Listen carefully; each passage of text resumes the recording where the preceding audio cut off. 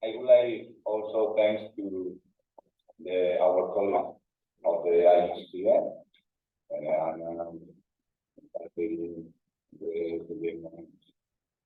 and also our colleagues from the Italian Society of Geology, for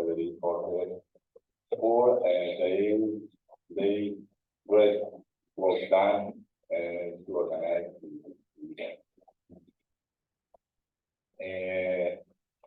Well, with working in like Comercial, for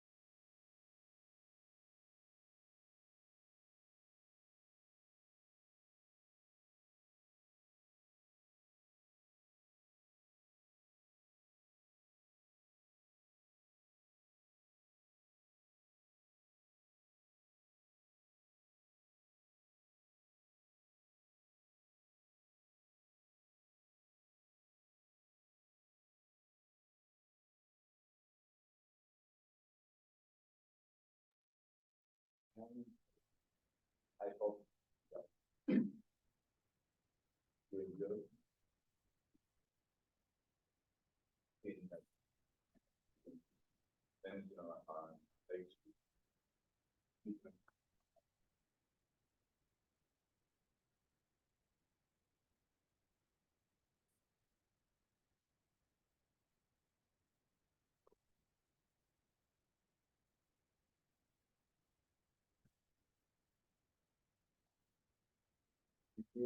Obrigado, gracias. Welcome.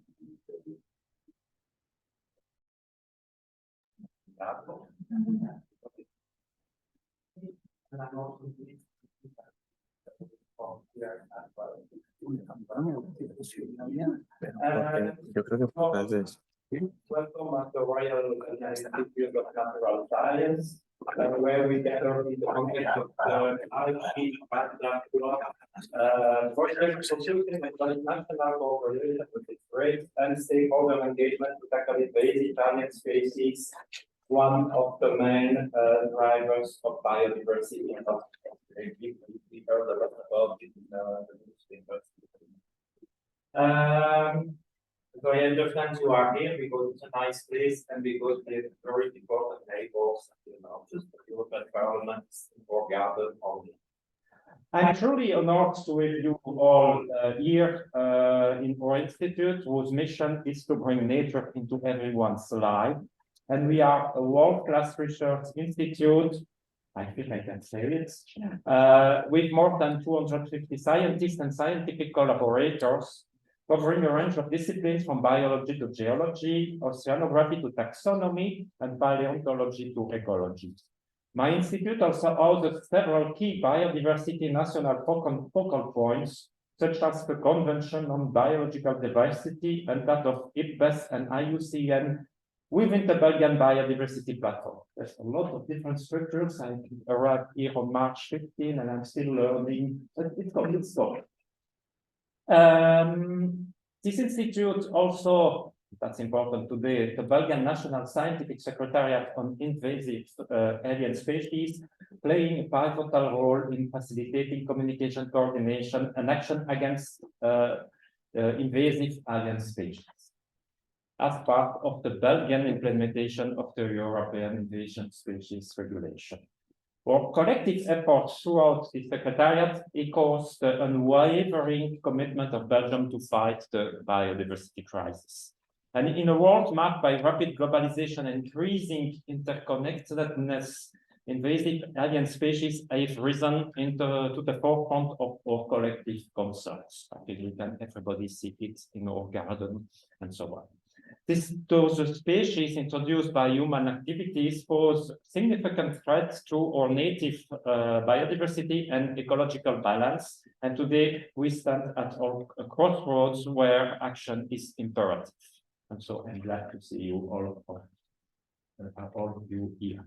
Our commitment to addressing these critical challenges is magnificently exemplified by the recent launch Invasive Alien Species assessments, to which many of you have contributed, included science policy experts from our institutes. The landmark report, which you will learn about today, is a major contribution to filling critical knowledge gaps, supporting decision makers, and raising public awareness to underpin actions to mitigate the impacts of invasive alien species. Yes, public awareness, we hear a lot about climate, in my opinion, not enough about biodiversity problems, and both are quite linked.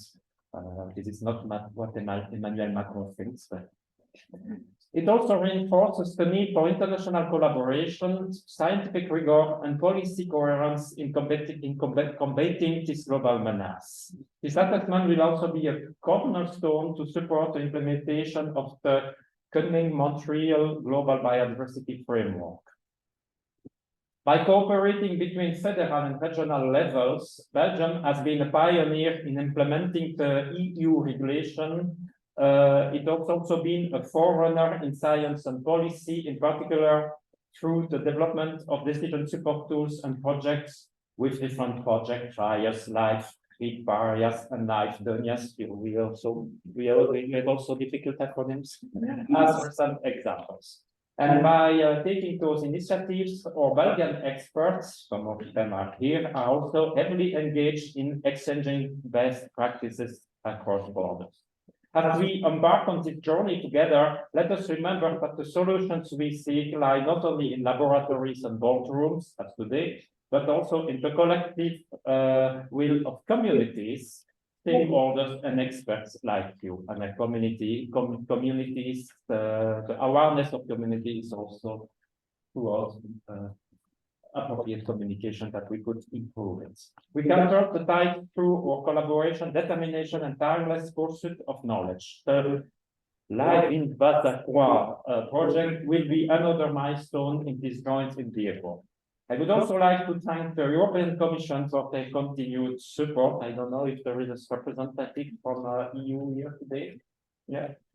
Welcome, thank you. Going forward, our institute is fully committed to helping reinforce transnational and stakeholder engagement to combat invasive alien species in Europe and globally, as well as to increase awareness about the importance of biodiversity among the general public, especially throughout our which is wonderful to communicate about. That's a neat project in the future for even better doing it. Together we can and will make a difference in the realm of biodiversity, conservation, and pave the way for a more harmonious coexistence with nature. I wish you all fruitful exchanges today.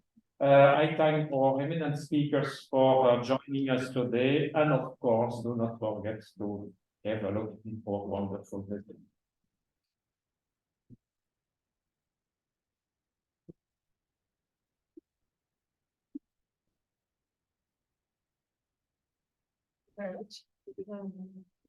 Sorry, my agenda is too you give me to have you to work on it. Hello, everyone. So for those who don't know me, I'm Ana Nunes. I work for IUCN.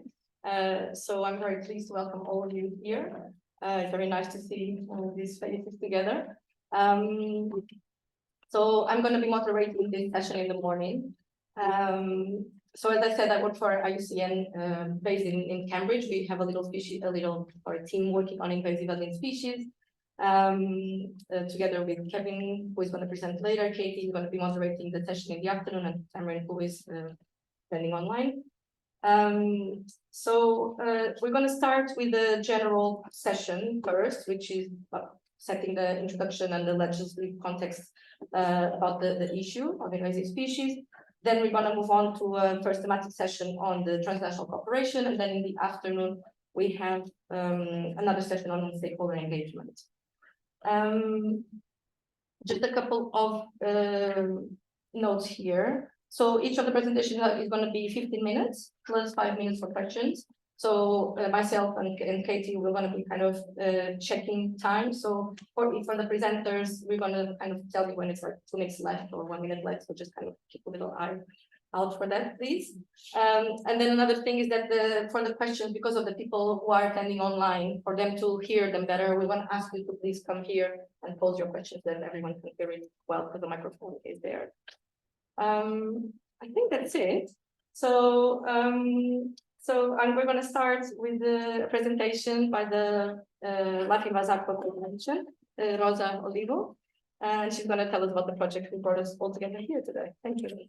Thank you very much, Anna. Okay,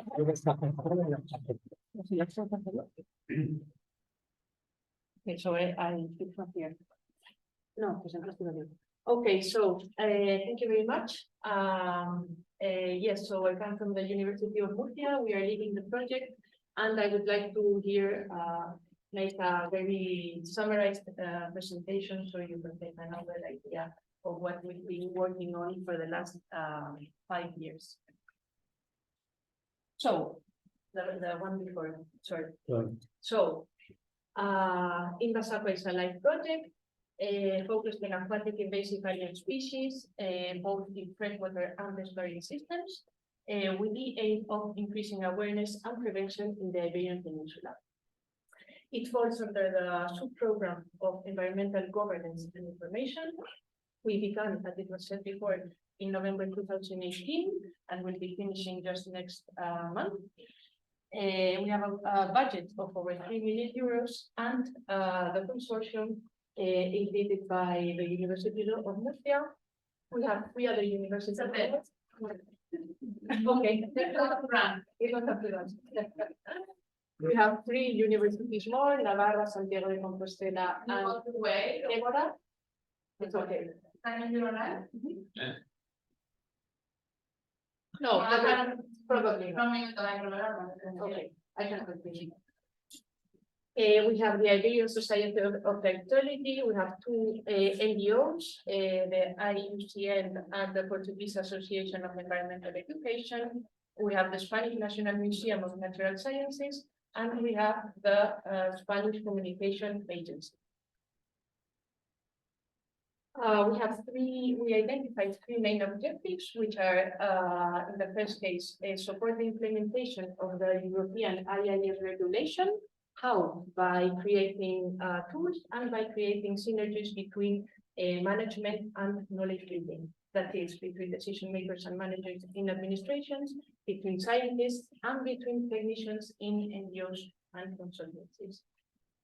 We have a second objective: to improve the Iberian capacity of early warning and rapid response by increasing awareness and by increasing key target groups, which are those that you can see there.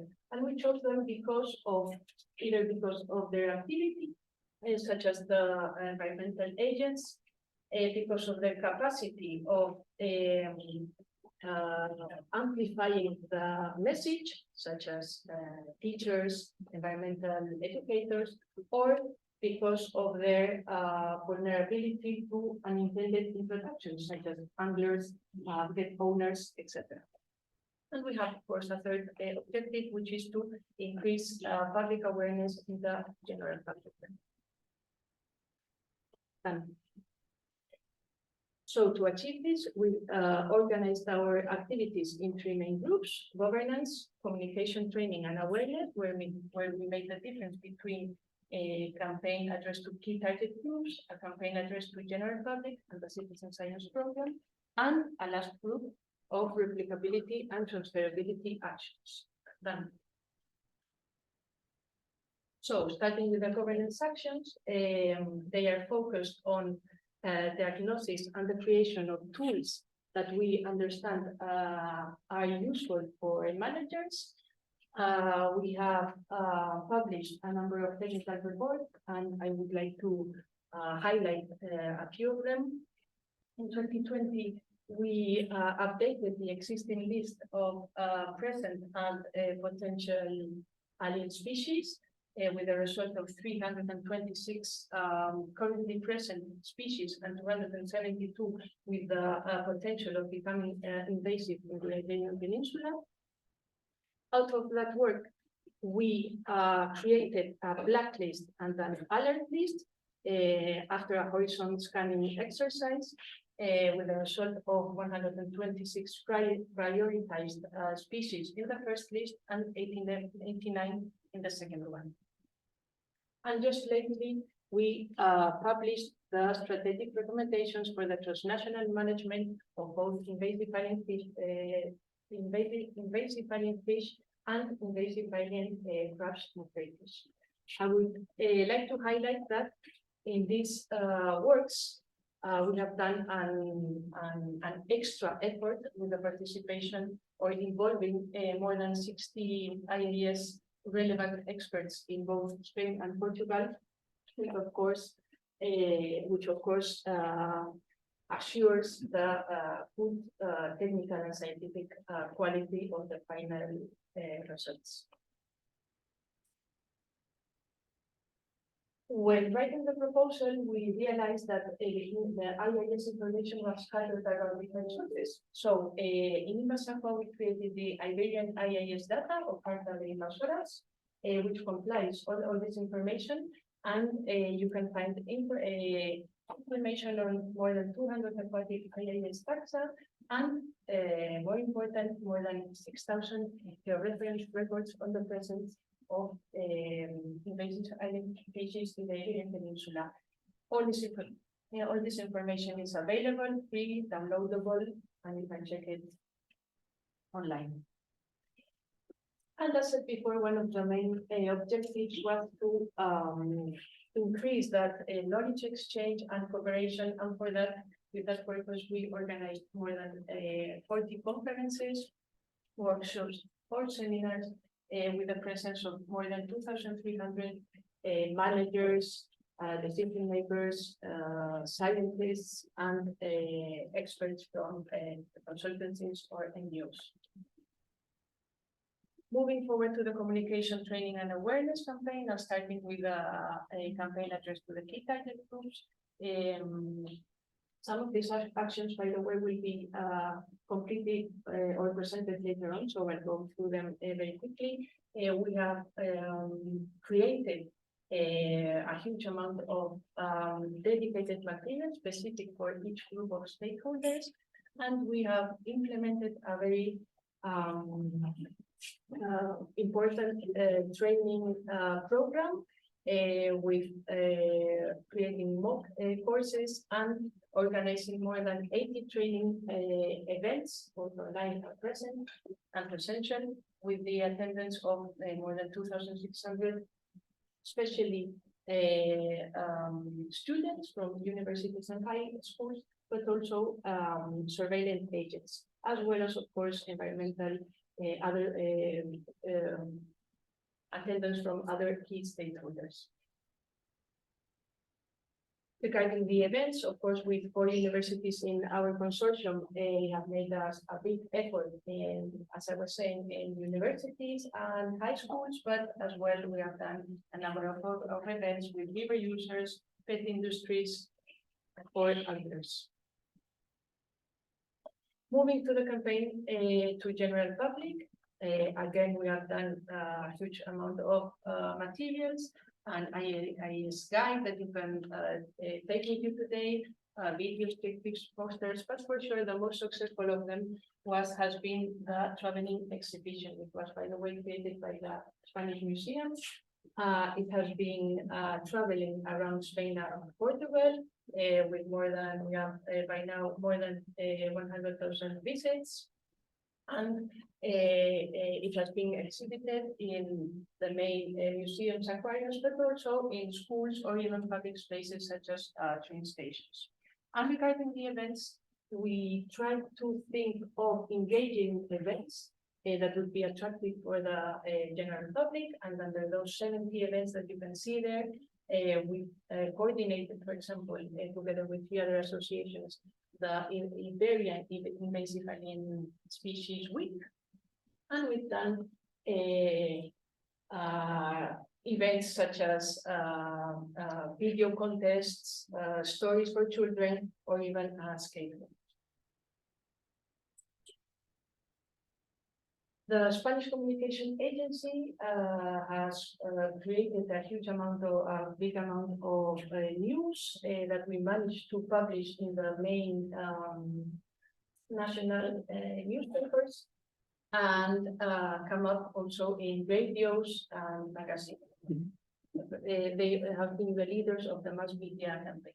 And of course, we also have the website where you can check all the resources that we have been producing, and we are present in all the social media channels. And just as an example, in Twitter, we have today more than 5,800 followers, which is also quite successful. Moving to the citizen science program. We established a collaboration with EASI through the JRC to complement or to make an Iberian module in their existing app, in the invasive alien species in Europe, where we made more than 160, where we added more 160 new species.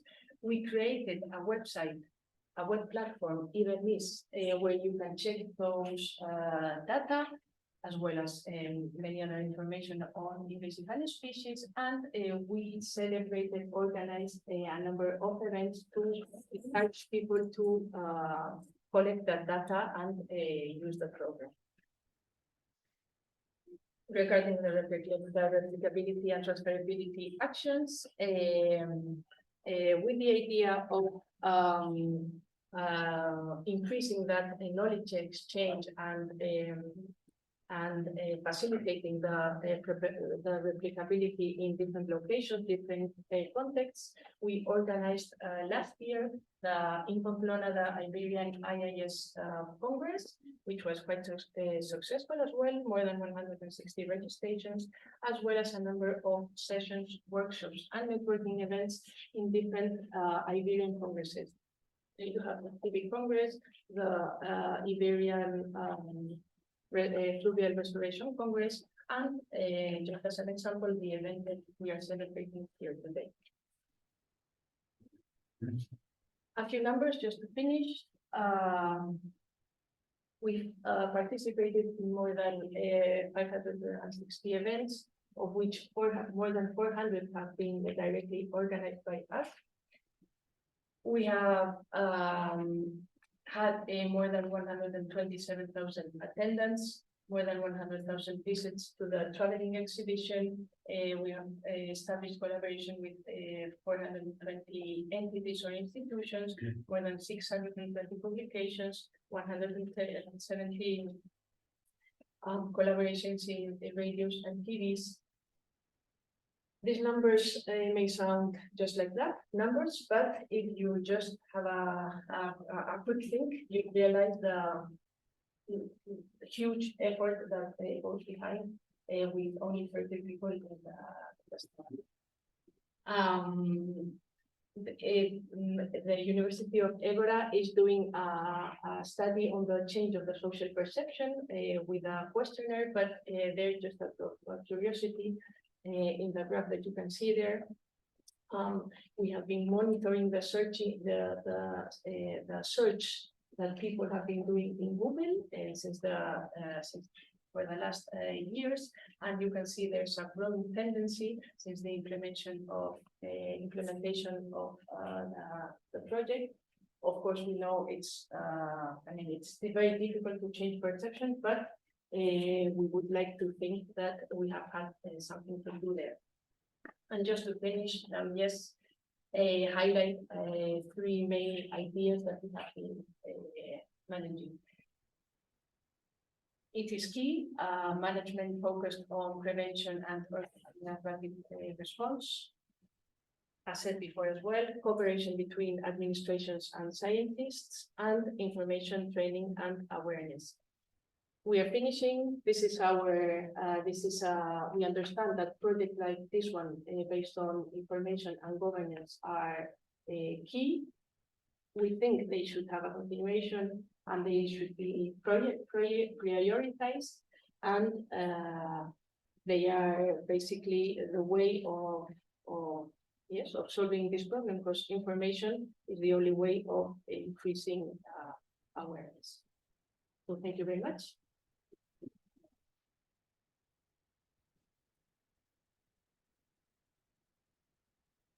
Thank you very much for the presentation. Any questions from Holger? Sorry, please.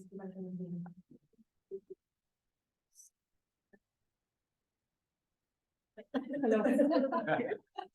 Hi, I'm Sarah. I have a very simple question. If the project is ending now, what's coming next? Do you have any plans? No, the answer is no. Not now. The answer is not now, perhaps in the future, but no, we don't have a approximate continuation. But we invite you to take the. No, the answer is no. Thank you. Thank you. Hi. Hi. Kevin. Oh, this is a quick question on the database that you established Yes. to bring all the data together. And I'm just wondering, do the institutions commit to keeping that database alive? Is new data going to continue to flow into it? And does that data feed across to YASIN or GBIF? You know, what's happening with that data? There will be a continuation, and there is Miranda, the expert that can answer you even better. But yes, the idea is that there will be a continuation, and it will be under the Iberian Association of Ecology. Great. Okay. So yes, I think we have that. Thank you. Daniel.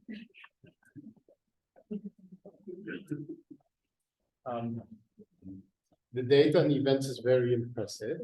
And how far has this led to some changes within the competent authorities? Was there any uptake in the ministries, both in Spain and in the regions in Spain and in Portugal? Maybe some push for a rapid eradication system. Can you tell something about that? Yes, we have been collaborating with them very closely from the beginning, and in fact they have been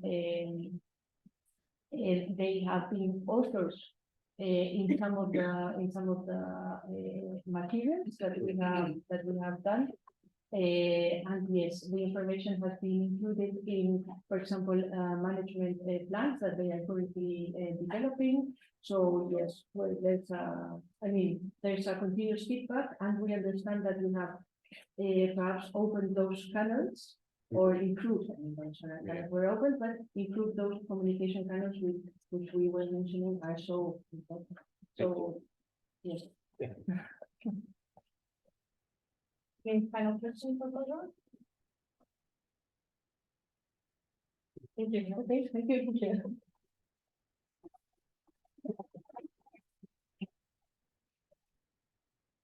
Okay, so we're going to continue with you, Daniel. So Daniel Martin from the DG Environment at the European Commission is going to talk to us about the status of the new Invasive Alien Species regulation.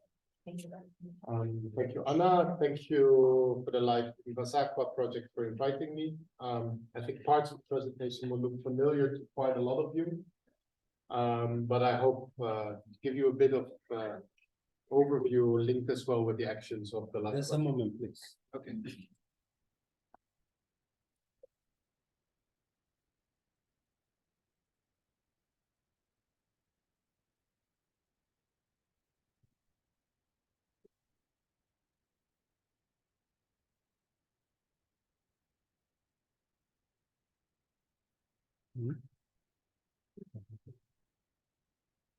No problem. Just a moment, please. think it's something like that. Oh. I don't think you want to do this thing. Tell us how amazing the museum is. The museum is, I'm very happy to be here. No, it's a very nice place. I love coming here with my kid. So, you should make a walk around during the break.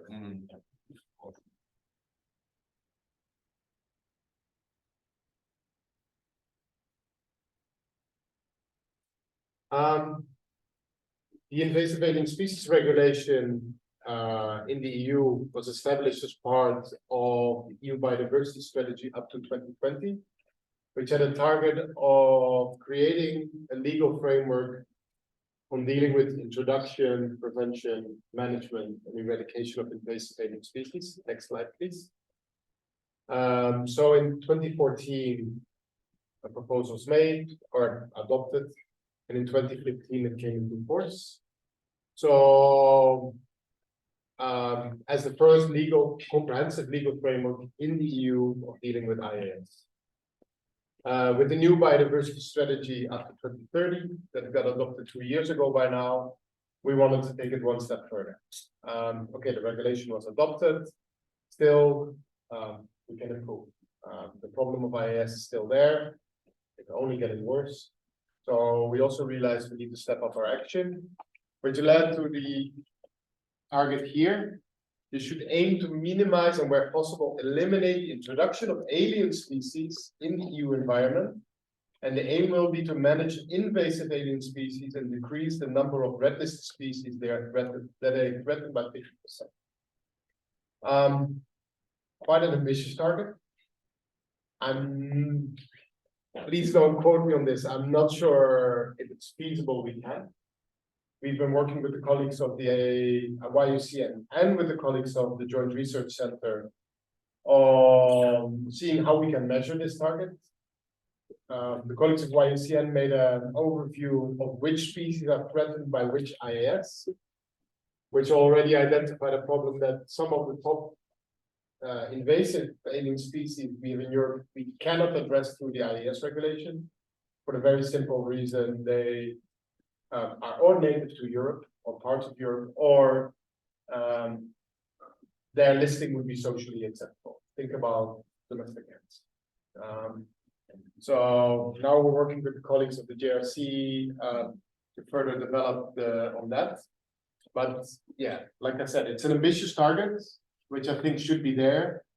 At the same time, let's see if we will reach it.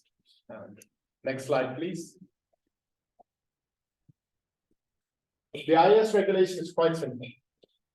It is there to prevent, minimize, and mitigate the negative impacts on biodiversity by the introduction and spread of invasive alien species, both intentional and unintentional.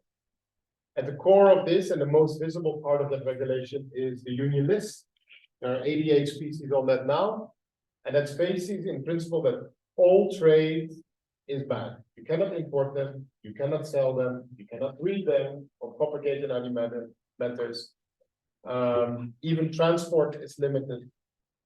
There are some exemptions that I will go into a bit later, but in principle, all trade is banned. Of course, that stops some of the pathways, but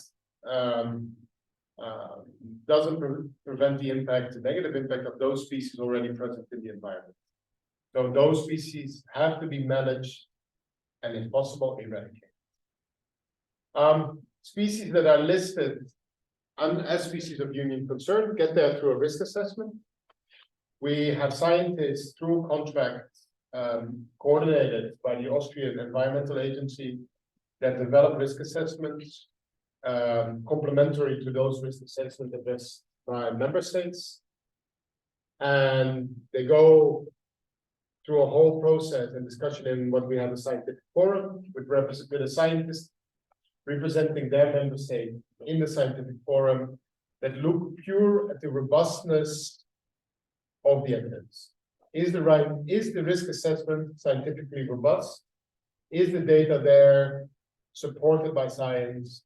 Is the drafting clear? So they don't look, should a species be listed or not? They just look, is the evidence we have here, the risk assessment, scientifically sound?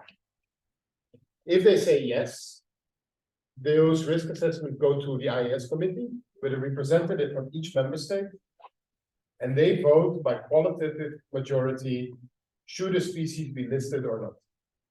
So they read the risk assessment and make their decision on base of the evidence they have in front of them.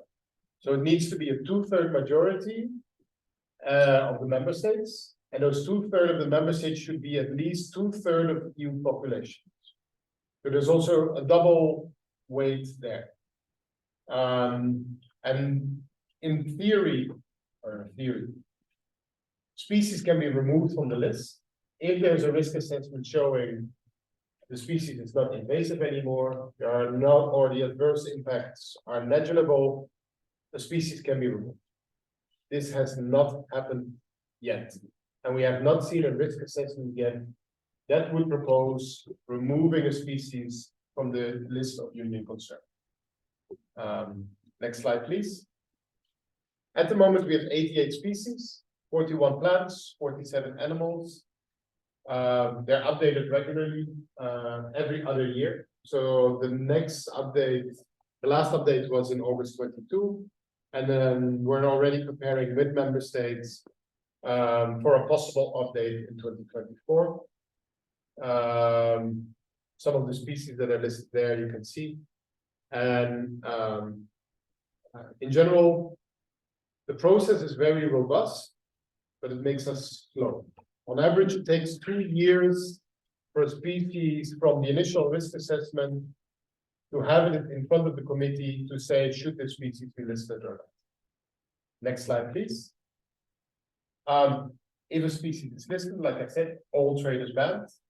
So we want firstly to prevent new introductions. This is the reason why we ban the trade. Next to that, member states have a pathway management action plan, having an overview of which pathways are most relevant for those species, relevant for their territory. And they propose actions to prevent new introductions into their territory.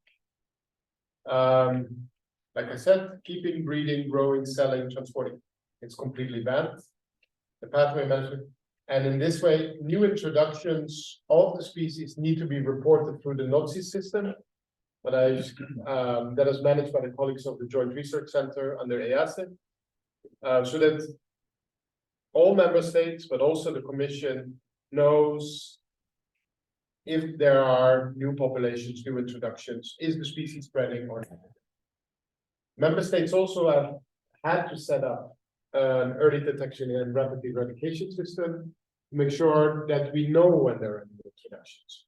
And if we see that a population is small in a new place, that measures can be taken place to eradicate that new population. At the moment, all but one member state have set up the surveillance system. And of course, for those species already present in situ in your territory, they need to be managed. They don't have to be eradicated. Of course, that would be an ideal situation that you can eradicate the population there. This is just not feasible for all species. By example, Germany kills 120,000 raccoons every single year, but the population is still there. So just to give in some species, it is at the moment very, very difficult and very resource intensive just to manage them already. Next slide, please. I will skip this slide because Eugenio will talk a bit more about that later. So please skip. We had an evaluation, like all EU legislation, we have to go every 5 to 10 years, evaluate the impact of our legislation. Is it still relevant? Is it still fit for purpose? We did this through a report done given to the Parliament. The legal framework is very coherent. It also, if you look at the outcomes of the EBS report, it focuses on the right things. First, we want to prevent the damage, prevent introduction. We have surveillance, we have official controls. So a trade ban, early detection, and even after prevention, looking at management, looking at eradication. So the framework is very comprehensive and in line with the EBS report recommendations that got published last week. Our list is dynamic, it's open. Species can be added and removed. At one side is a legal obligation, we have an internal market, we cannot just ban for ban. The species, if new evidence comes, we need to be able to remove species again for the list, but also new evidence should help us to put new species on the list. But like I say, we're slow. It takes 2 years. And even then, there's not always political support to list the species. I know an example, it's very difficult for us to list marine species because there are no successful examples of eradication. Surveillance is expensive, management is expensive, and member states rightfully so say, okay, we invest a lot of money in managing these species, monitoring the species, but if we cannot eradicate them, why would we spend that money? So this is something we've been working on with the colleagues of the YUCN, and there will be an Horizon Europe call later on monitoring and modeling on IAS, also in marine environments, but this is a problem. So because we cannot ignore half of the ecosystems, and the damage is not less. In parts of the Mediterranean, we will have a Red Sea ecosystem already. And so this is a problem. The centralizing of information is important. So the information we have, whatever we do, is publicly available. The colleagues that manage EASID publish a lot of the products that have been developed through some of the contracts we have with YUCN, but also with other contractors. Risk assessments are available online. They manage a database of more than 14,000 species present in Europe, and including on baseline studies and ranges of those species of union concern. So who wants can get the information that has been produced.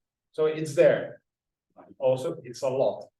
So if you're not familiar with it, it is easy to get lost in it, but still the information is available for everyone who wants it. Species that have an economic significance, we see a strong opposition for listing them. Yeah, that's reality. We're dealing with a political process of this. So people don't only consider the biodiversity impacts, they're also looking at the economic impact of the IAS itself, but also what would be the economic impact for banning the species. Because if you cannot trade in a species, some people will lose money. And this is taken into account.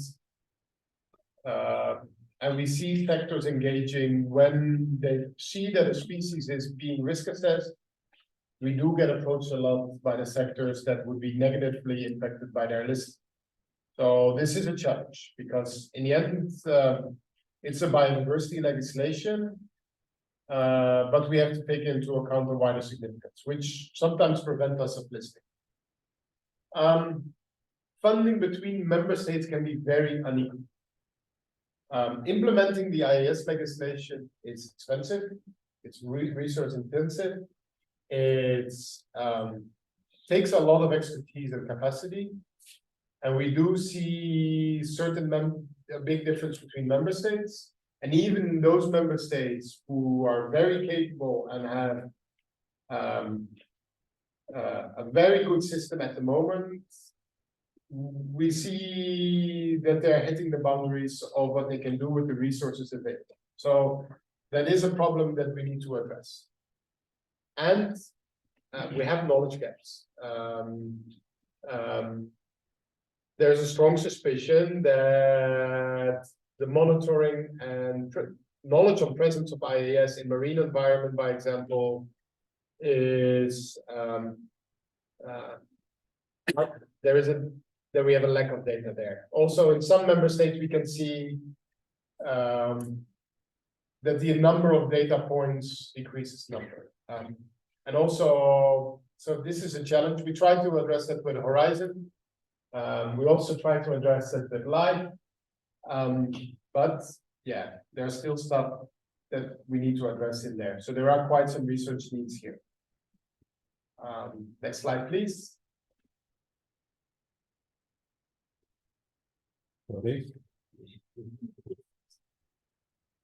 Now, at the moment, we're working with member states on the new reporting format. We had a last round of comments in June, and probably we will sit down with member states end of November or early December, most likely, to have a formal vote. And that report should be, member states should start reporting in 2025. We're working on the next update of the list, most likely first half of 2024. And at the moment, we're waiting for bids for a new horizon scanning to identify new priority species. One was done several years ago, which was used heavily to decide which species on the list, but we felt an update was needed. So we're now receiving offers for that. Then, like mentioned, the horizon call on monitoring and modeling. And I hope really to get a good bid, good research proposal on marine environment. So let's keep fingers crossed for that. Yeah, and now we had the EBA session last week. I was very happy with the media outreach there, but there will be a speaker on that this afternoon. And now we will follow up with a session at the CBD Substat meeting end of October. And under the G7, we have 3 events for also on IAS together with the G7 countries. So also on the global multilateral level, there's quite a bit of attention there. And I think I might upset Anna a bit because there's one. Could you go 2 slides further? My colleague Lucia asked me to highlight that you still have 2 weeks to vote and make proposals for the Natura 2000 awards. So please take into account that it's a very good tool to highlight the work you have done there, to highlight the 2000 areas. So please, if you're working on Natura 2000 and you want to highlight the work you and your colleagues are doing, please get the nominations in. You have 2 more weeks.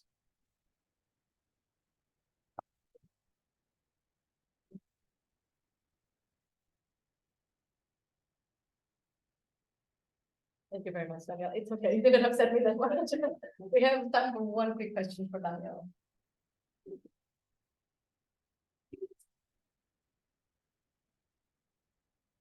It was all very clear. Thank you very much, Daniel. Okay, so I'm quite excited to present our next speaker, who is Bernd Lenzer from the University of Vienna, exactly because he's going to be talking to us about the EFEverde assessment. It's been a big achievement, so congratulations to you guys. It's been really nice to see it in the meeting, like Daniel was saying, because I think it got a really good cover, which is great. Everyone is talking about the invasive species at least for a week, which is amazing, and hopefully for much longer than that. So thank you very much for being here with us today and willing to present it to us. We're very excited to hear about it, and yeah, congratulations on getting it approved and up there. Thank you. Thank you. Yeah, thanks so much. It was a very exciting last week, and we just got information also from the media center that the assessment is, since the global assessment, the one with the most media attention globally, which is also a very nice achievement. And yeah, let's hope this will carry on. I'm sorry you have to click a lot, I think, but please go on to the next slide. I'll give you a bit of an introduction of the key messages, and yeah, I'm not going to spend a lot of time on this part, but what our Invasive Alien Species report, of course, also tries to develop or flesh out some of the definitions that are also understandable to policymakers and decision makers.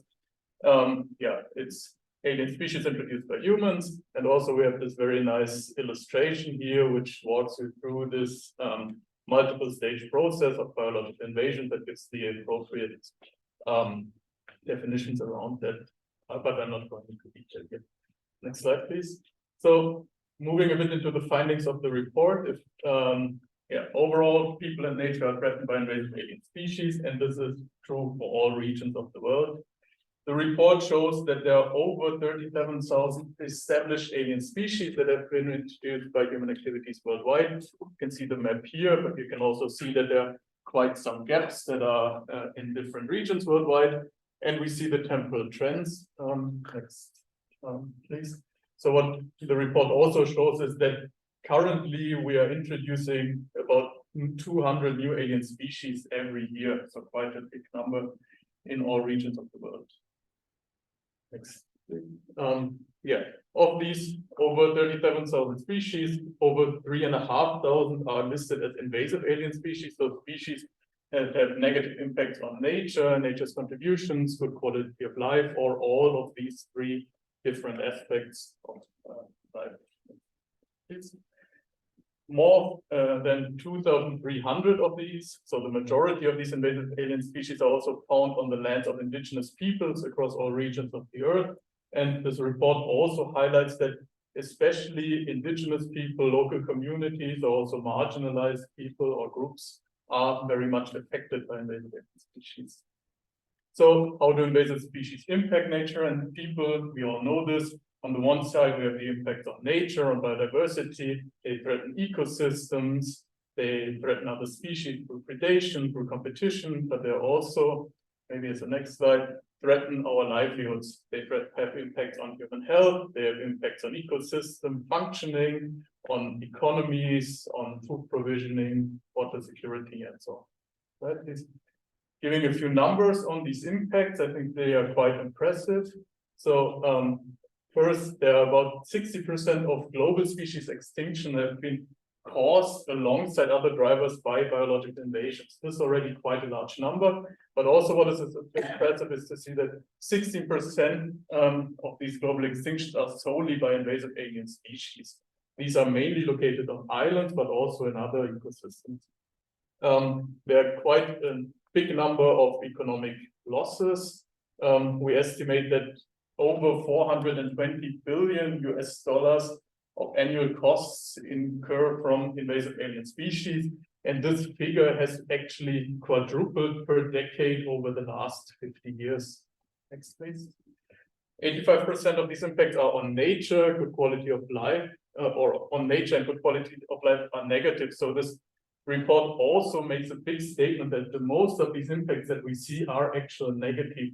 While we have some positive impact also, of course, on food provisioning or other services we need, the majority of impacts reported are negative. Next, please. And then also 80% of the impact on nature contributions to people are negative. So overall, we have very strong negative impact of invasive alien species on nature, on our quality of life, and also on the services we would like to get from nature. Yeah, we are at the heart of the problem.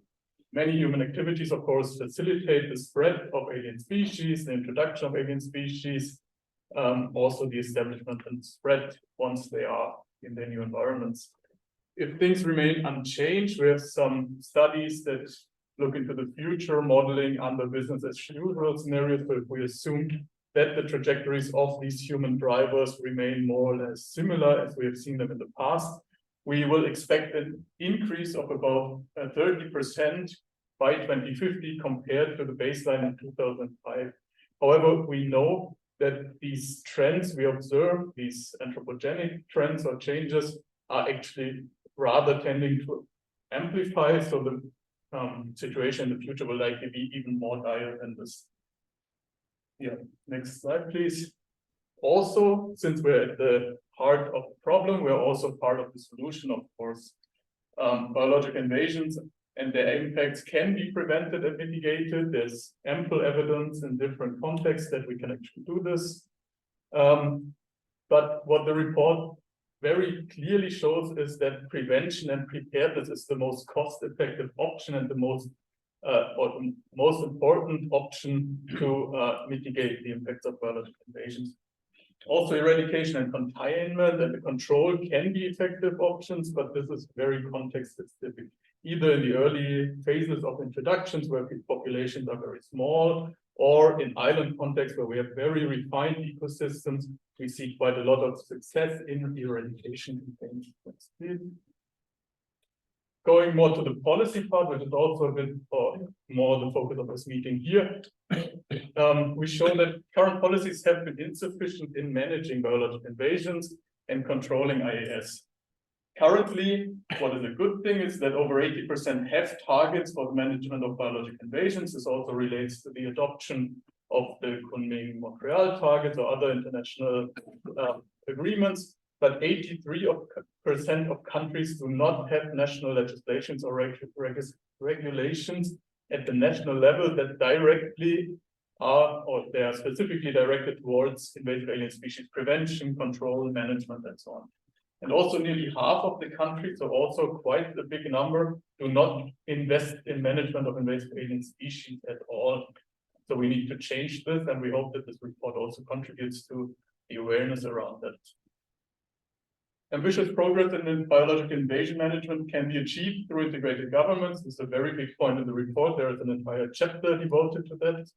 And I mean, as you all know, last year, the governments have to agree to the Kunming-Montreal targets to eliminate, minimize, and reduce or mitigate the impacts of invasive alien species, also reducing the rates of introduction and establishment of the known potential invasive alien species by 50% by 2030. And we have also seen that the European Union also has adjusted this target to the European specific context.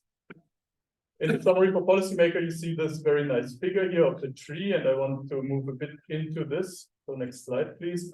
So what this figure shows is, on the one hand, the foundation of this integrated governance, or the properties of governance systems that are identified from the literature and reported in the assessment. This relates to robust institutions, responsive governments, effective implementation, and the equitable and inclusive governance. So we have to take everyone on board to manage biological invasions.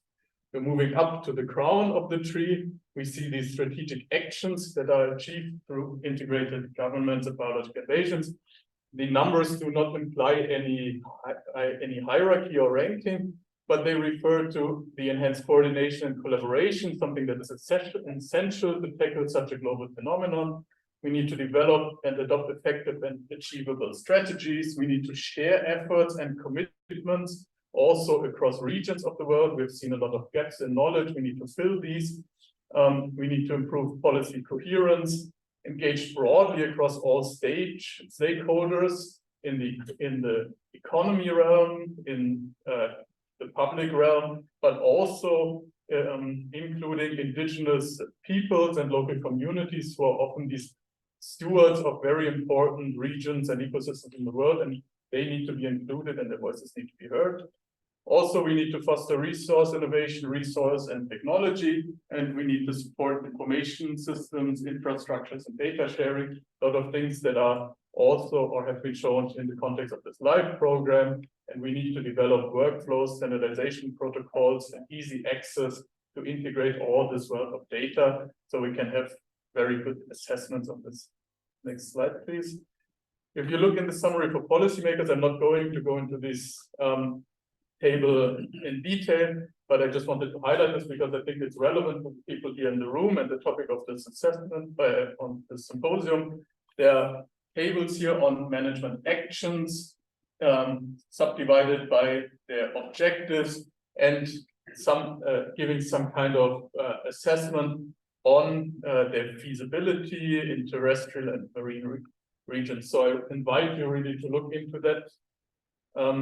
Next slide, please. Yeah. So in short, within this assessment, there is compelling evidence for the immediate and sustained action.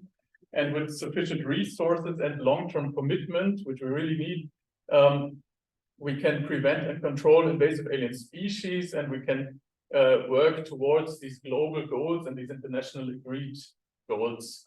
So we can yield these significant long-term benefits for people and nature and try to alleviate some of these really strong impacts we're facing. The report will, of course, support the implementation of the Kunming-Montreal targets and also the Agenda 2030 on sustainable development. And there are also dedicated sections and information items in the summary for policymakers already, but also in the upcoming reports once the chapters are released. Once before, with that, I'm at the end of the presentation. There's much more information already in the STM, but I have to be quick. I hope I'm still in time. I want to thank you for your attention. I want to direct your attention to the STM. Also, look out for the chapters that will be coming out in a month or two, I guess, and I guess they will also be widely advertised. With that, thank you.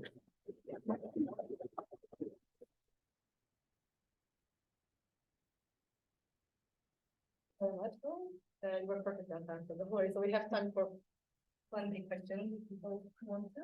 Any questions from her?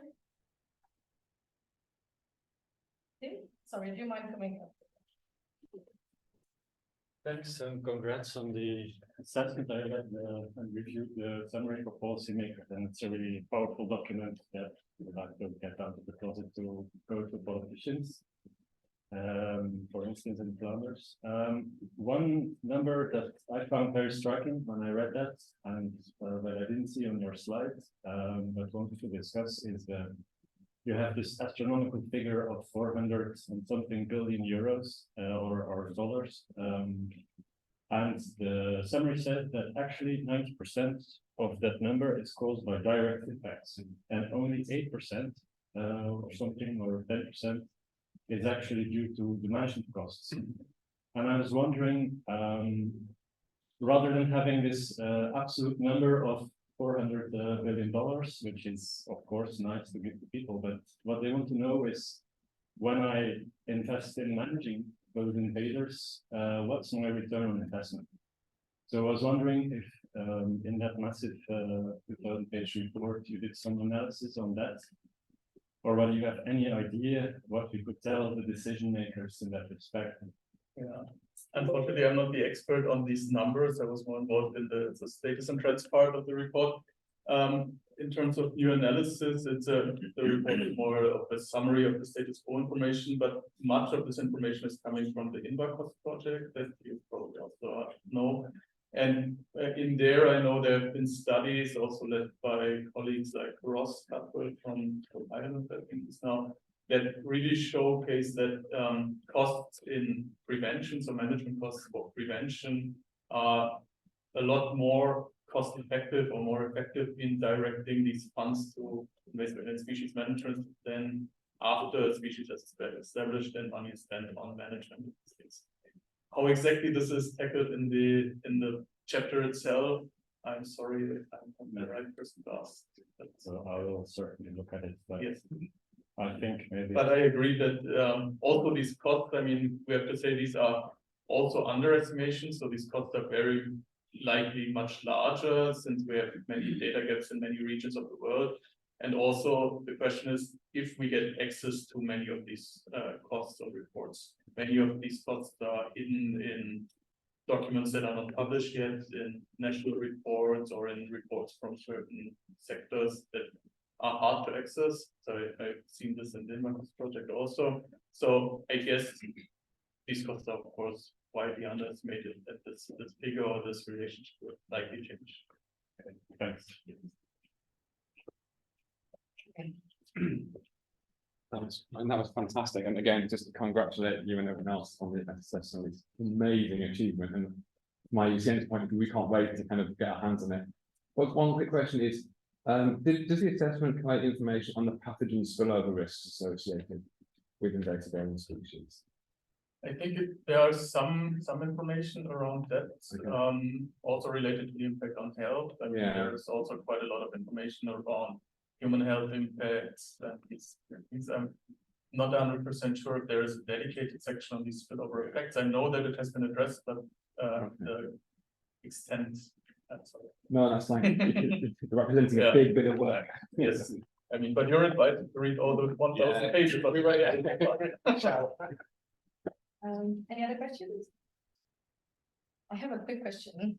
I was just wondering, I mean, I don't know, I mean, of course, now this is a big thing and everyone will still have to look at it and, you know, we'll see what comes out of it and etc. But what kind of do you expect to happen after, I mean, because of course this is going to be now the, I don't know, standard that people used to kind of refer to, like on data on invasive species.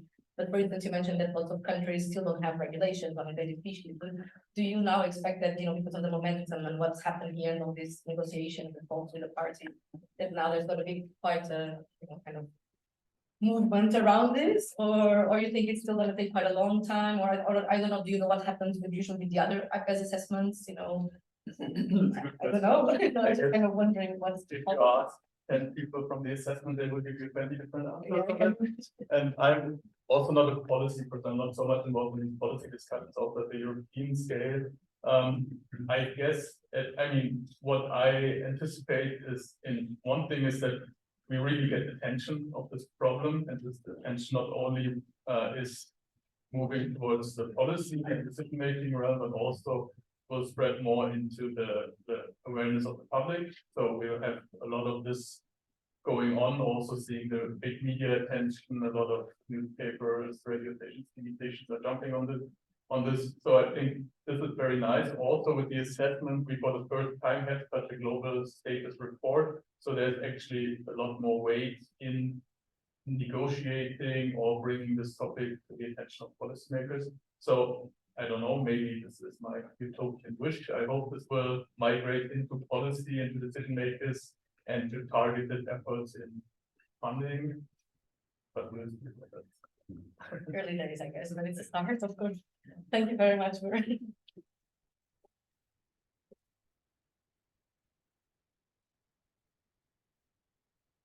Okay, and now the final presentation of the initial talk is going to be done by Anna from the LIFE program. So on current and related projects, and you just Hi, hello everyone. So just a moment, please. Just take your time. I will just take this opportunity to thank the LIFE Information project to bring us all here together. I mean, for me, it's been a while to attend such meetings. So thank you very much. It's lovely to see all of you, and I'm looking forward to all the presentations and to all the discussions we're going to have today. I mean, I can do my introduction. Okay, super. So I'm Anna Klenoczyk. I come in from CINEA, and which stands for Climate Infrastructure Environment Executive Agency, established by the European Commission. And we manage the LIFE program that I'm sure many of you know pretty well. However, I will still give a bit of, let's say, history. I'll say a bit, some words on LIFE. And then I will move on to present some statistics that we have extracted for this event on life and invasive freshwater invasive alien species. And at the end, I will present some live projects, and intentionally we didn't select the projects that will be presented today, right? So, I mean, you can do a much better job, project manager, than me. And yeah, that's it. So you can, yeah. So LIFE was born in more than 30 years ago, together with the Habitats Directive, the most important nature protection legislation. And also together with the Natura 2000, so the largest coordinated network of protected areas. And basically, LIFE was created to implement the Habitat Directive, to focus on Natura 2000 protection. And in those 31 years now, even more, LIFE has funded almost 6,000 projects.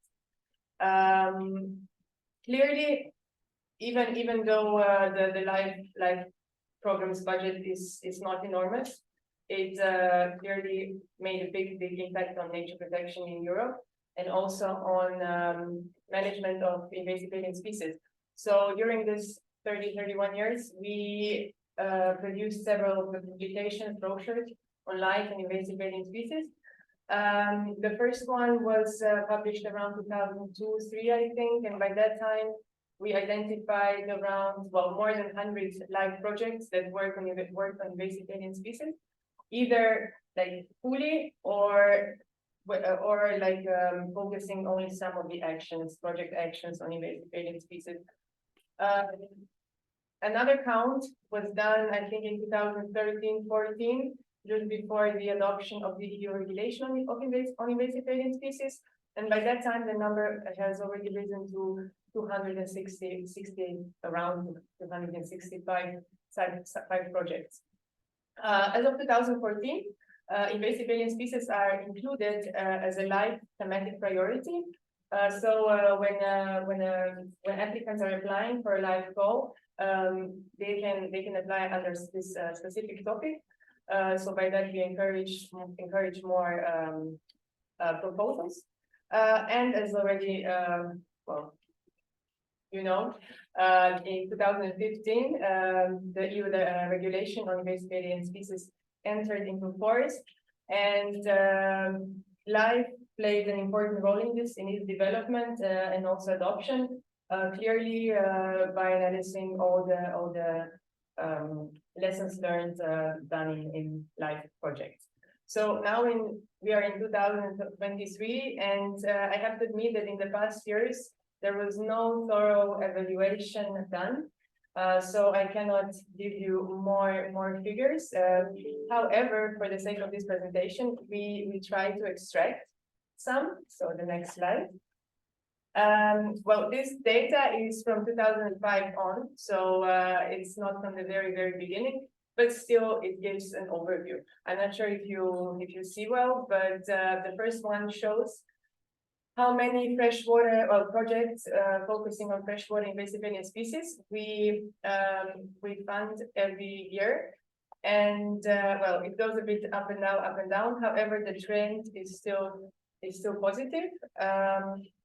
And the second one shows countries.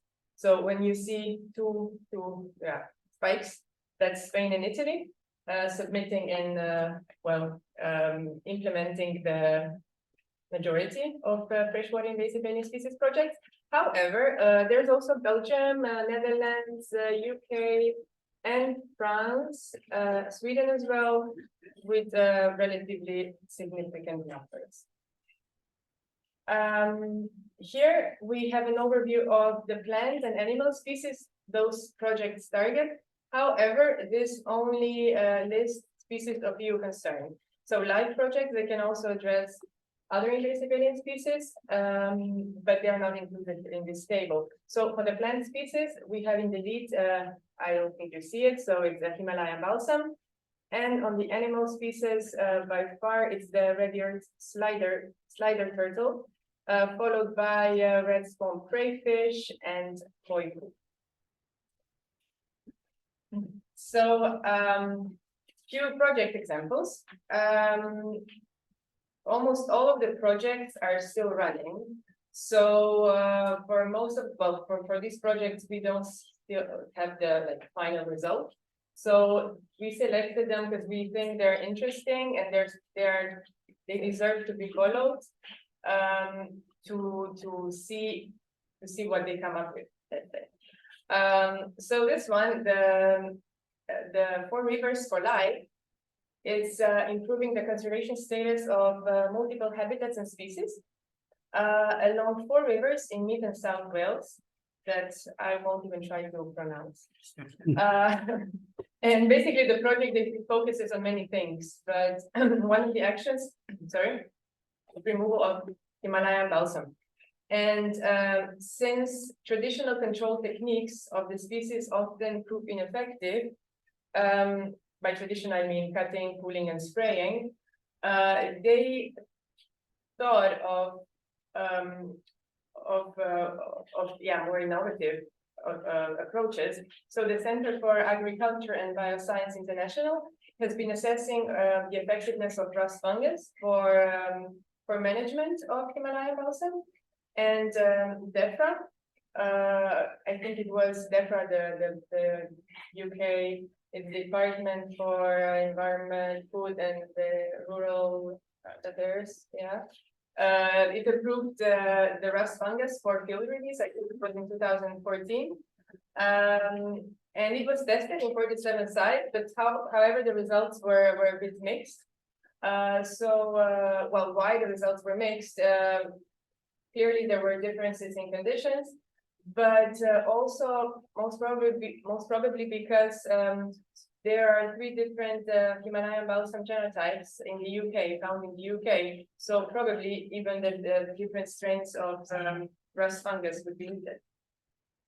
So clearly additional tests are needed, and the project for Rivers for Life is a good candidate. So they are doing those additional testings in the project, and the project selected 8 sites. I'm not sure if that map is of any use, but yeah, the sites are listed there.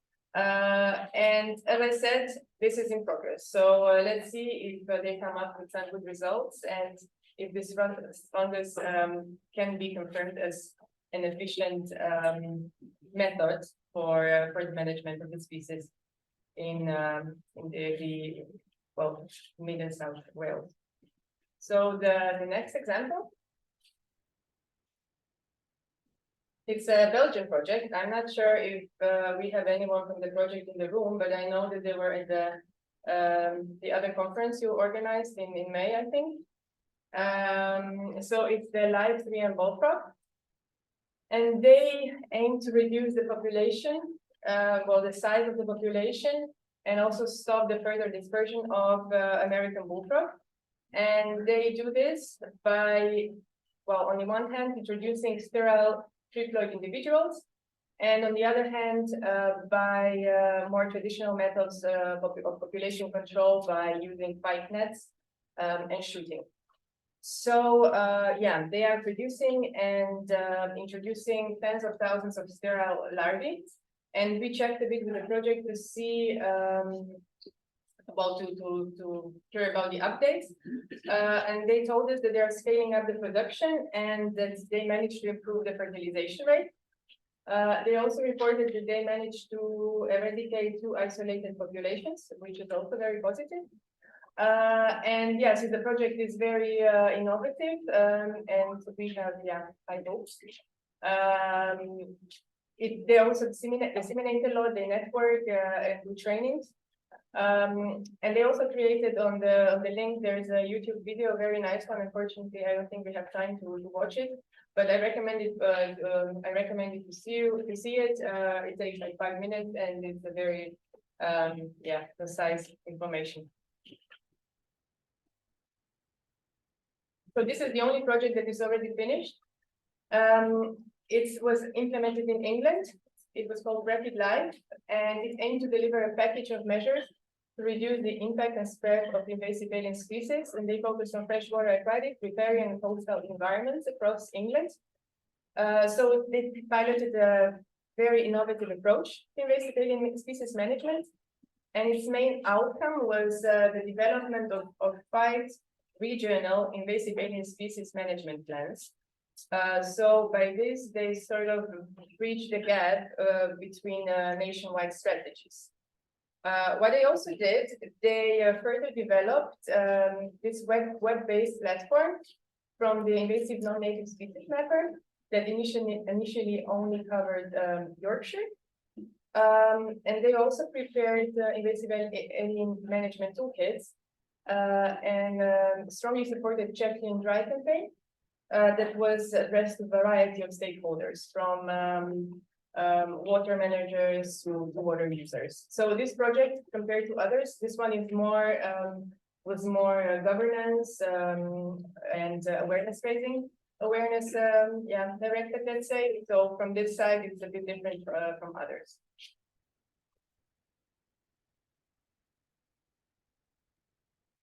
This one has only started last year, and they aim to improve the conservation status of the European pond turtle, Emys orbicularis, in Italian and Slovenian sites.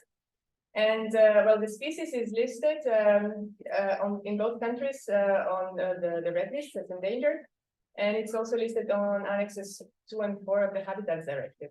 So the project, they will try to help the species by developing an integrated management plan for conservation of several Emys turtles.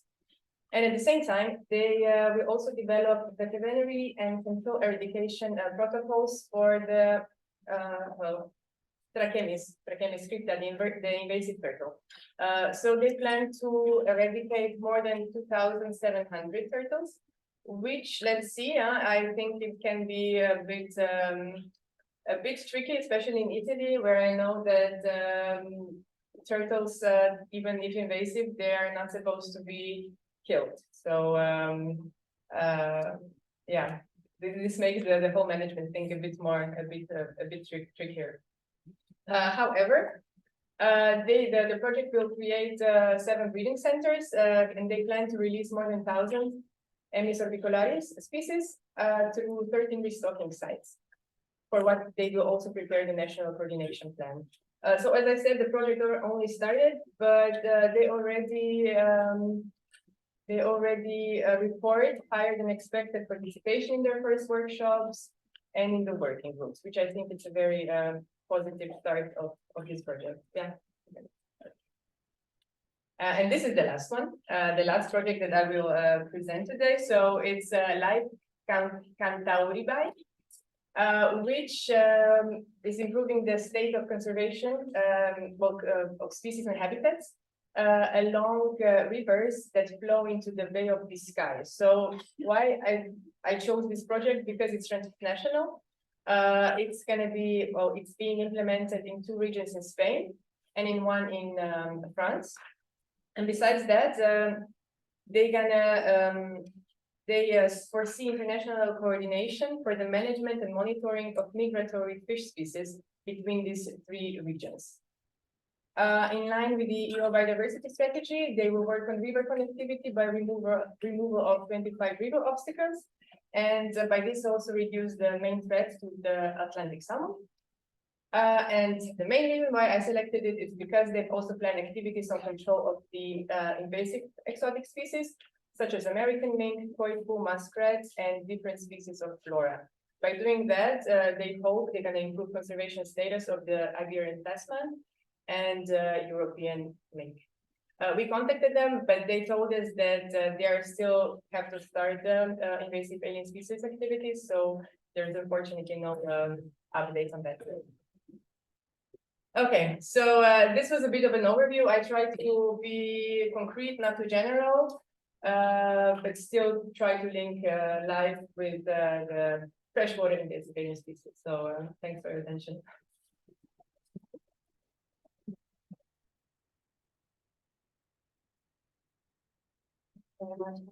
Are there any questions for? Okay. I have one question. Okay, no, sorry. No, I was just okay. Yeah. No, it's interesting when I thank very much for the presentation. It's very nice.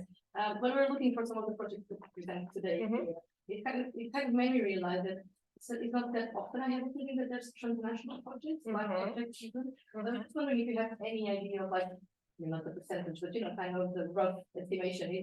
Are there with invasive alien species or in general? The thing is that when projects, well, proposals, when they submit, applicants submit proposals, they can get additional points if they have a transnational aspect. So in this case, for the applicants, it's absolutely interesting to have this component. But of course, for us, when we're evaluating it, it's also interesting, like, I mean, it's essential that, you don't just add another, like, member states just for the sake of getting these points, but to really, they really have to be necessary for, for the goals, for the, you have to help them achieve, right? So, I mean, we have several, we have many. I mean, percentage-wise, difficult to say, but also because of this, we do have many, and we also have, I think, more and more bigger and ambitious projects with higher budgets as well, because I think it's also a bit easier for them to prove, the importance and the impact, and I think by that maybe they also it's more easy to get finance, to get the funding. So yeah. Thank you very much. Thank you. One more question, Dave. Yes, you've been talking about the bullfrog live project, and you say that they are using shooting for control populations. You know anything about the public feelings about that? I mean, measure? I think we have some Belgian, yeah.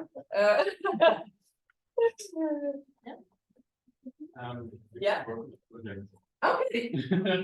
So I took your floor. I'm sorry. No, it's okay. So you asked specifically about the public feelings. Yeah. regarding bullfrogs, right?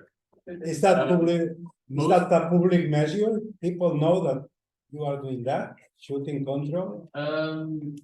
Yes, so Yeah. this is something that, so the project had a lot of, communication efforts. And which were obviously, we don't want to tell people that we start shooting in their backyards, which is obvious, a lot of people won't like that. But I'd say the general opinion of people towards bullfrogs is quite negative. People don't like having bullfrogs in their backyards. So while I was working on the project, the general opinion of the public was, it's good that you're trying to eradicate the bullfrogs with any means necessary. Okay, thank you. Yeah, we didn't hear any reports from the project that, there would be any objections. They're not cute enough, I guess, but. Okay, thank you very much, you are.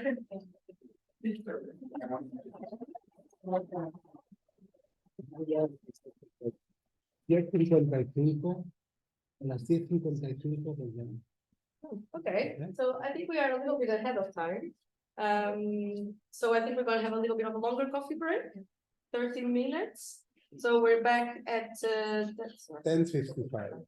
10:55. Yeah. Yeah, well, I mean, is a coffee break, where is the? Just coffee? here. Okay, so we'll start again at 10:55. Okay, thank you very much. For people online, we are coming back at 10:55. Thank you.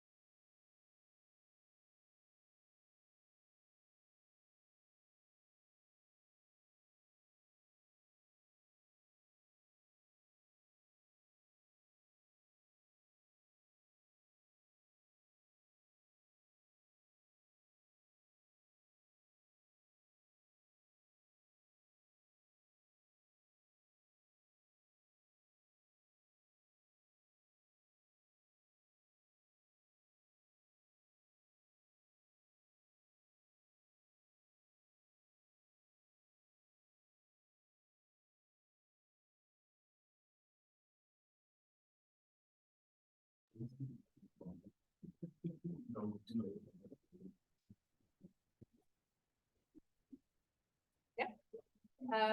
so welcome back. Before we start the first thematic session, we're going to have Pedro and Estado from Portugal, just giving it a real little reminder about the Ambiental.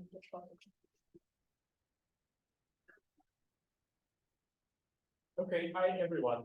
Very briefly, as a post-product of a project like Invasive, we are also organizing in Lisbon the conference Neobiota.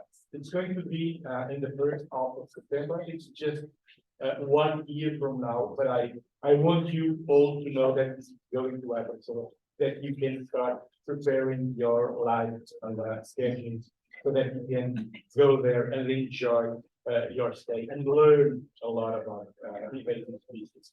So it's going to meet Paulo Cheinho and Felipe Ribeiro, all from Mare. I'm from the University of Évora. They are both from the University of Lisbon. It's going to be in the University of Lisbon, so it's a very central place. So I expect that you won't have any trouble getting there. There is a lot of flights. There are a lot of flights, so it's not. You cannot say, "Oh, it's very difficult to get there." I have no direct flights there, so this is not a thing that you can use.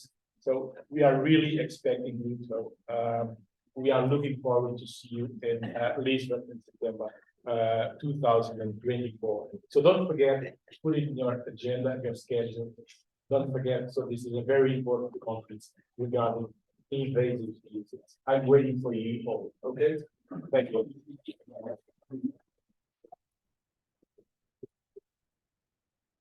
Thank you, Pedro. Okay, so now we're going to start the first thematic session about the importance of transnational cooperation in tackling invasive alien species. And the first speaker here is going to be Betty, and Jorge, who are going to talk to us about the transnational management of the invasive alien species and crayfish in agrarian countries. Okay.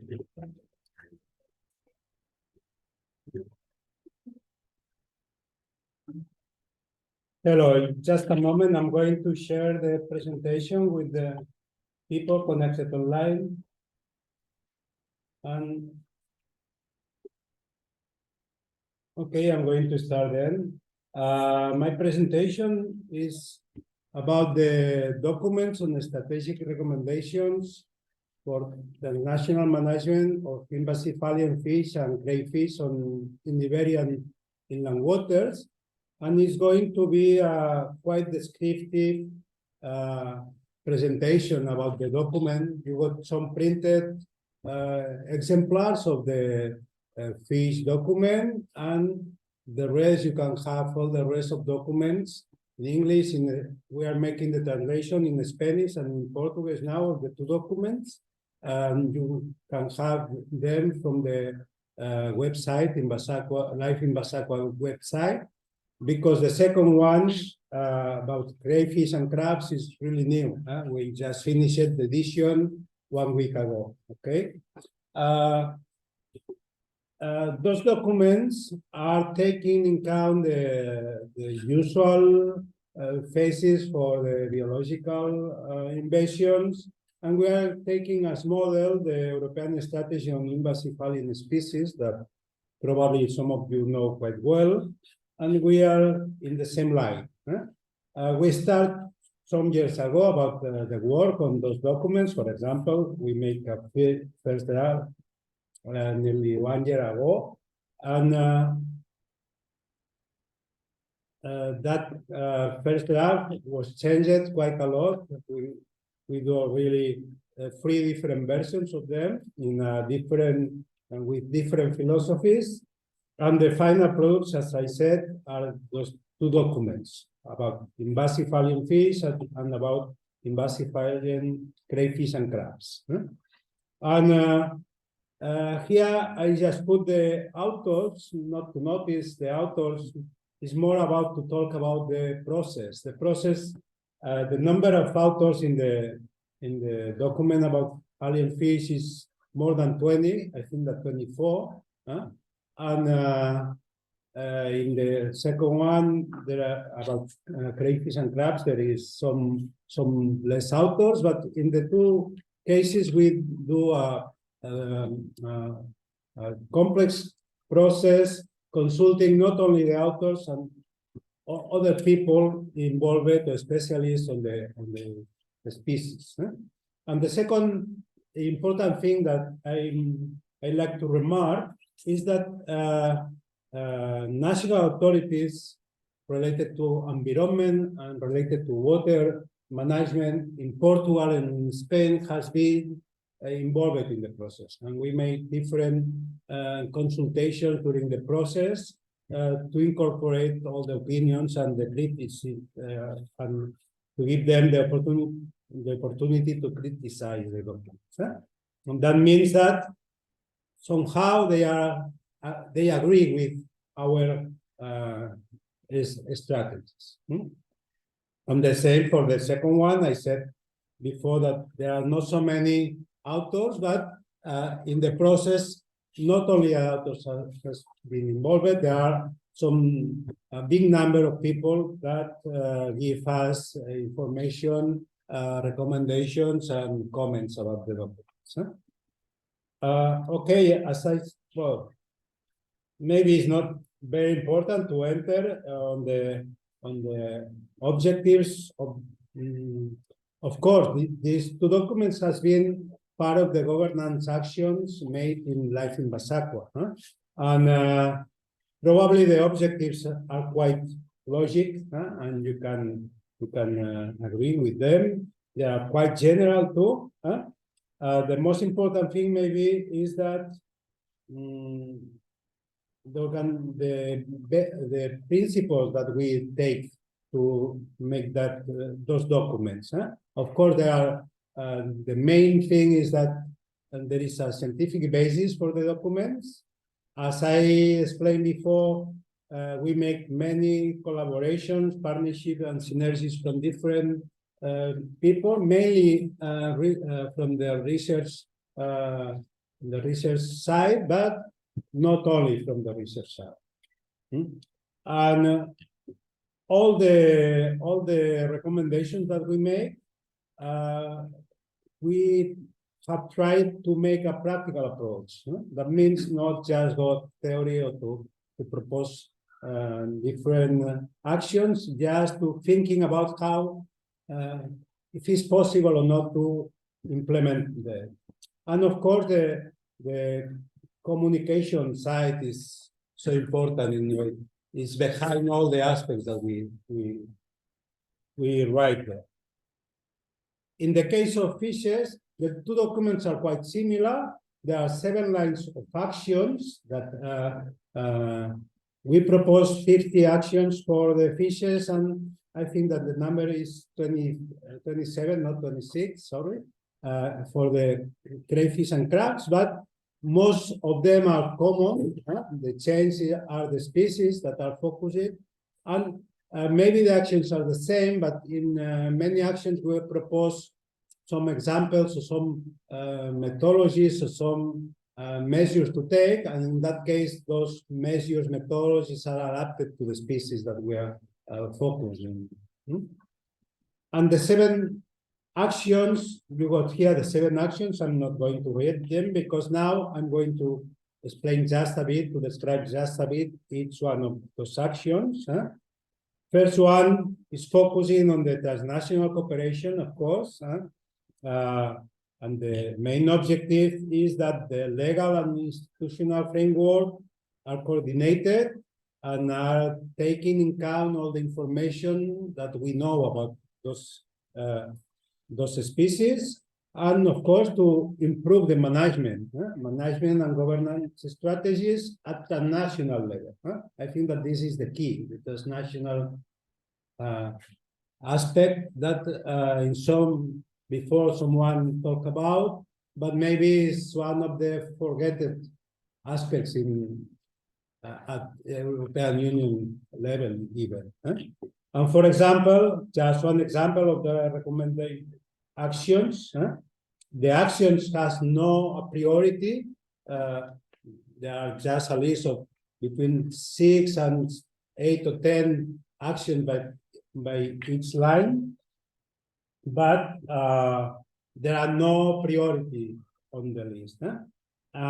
In that case, for example, one of the actions that we propose is to update all the regulations and standards related to shops and e-commerce. That is one of the key pathways for many species, for many aquatic species. Second line of action is about updating, sharing, and transferring information. And of course, the objective. In that case, in that line, there is no one main objective. There are different main objectives. I'm not trying to read or to expose all the measures and objectives and actions. You got the, you can read them. But just to have one more time one example. In that case, one of the key options is to focus on the best practices to know techniques and information national and not only for administration, for people in general.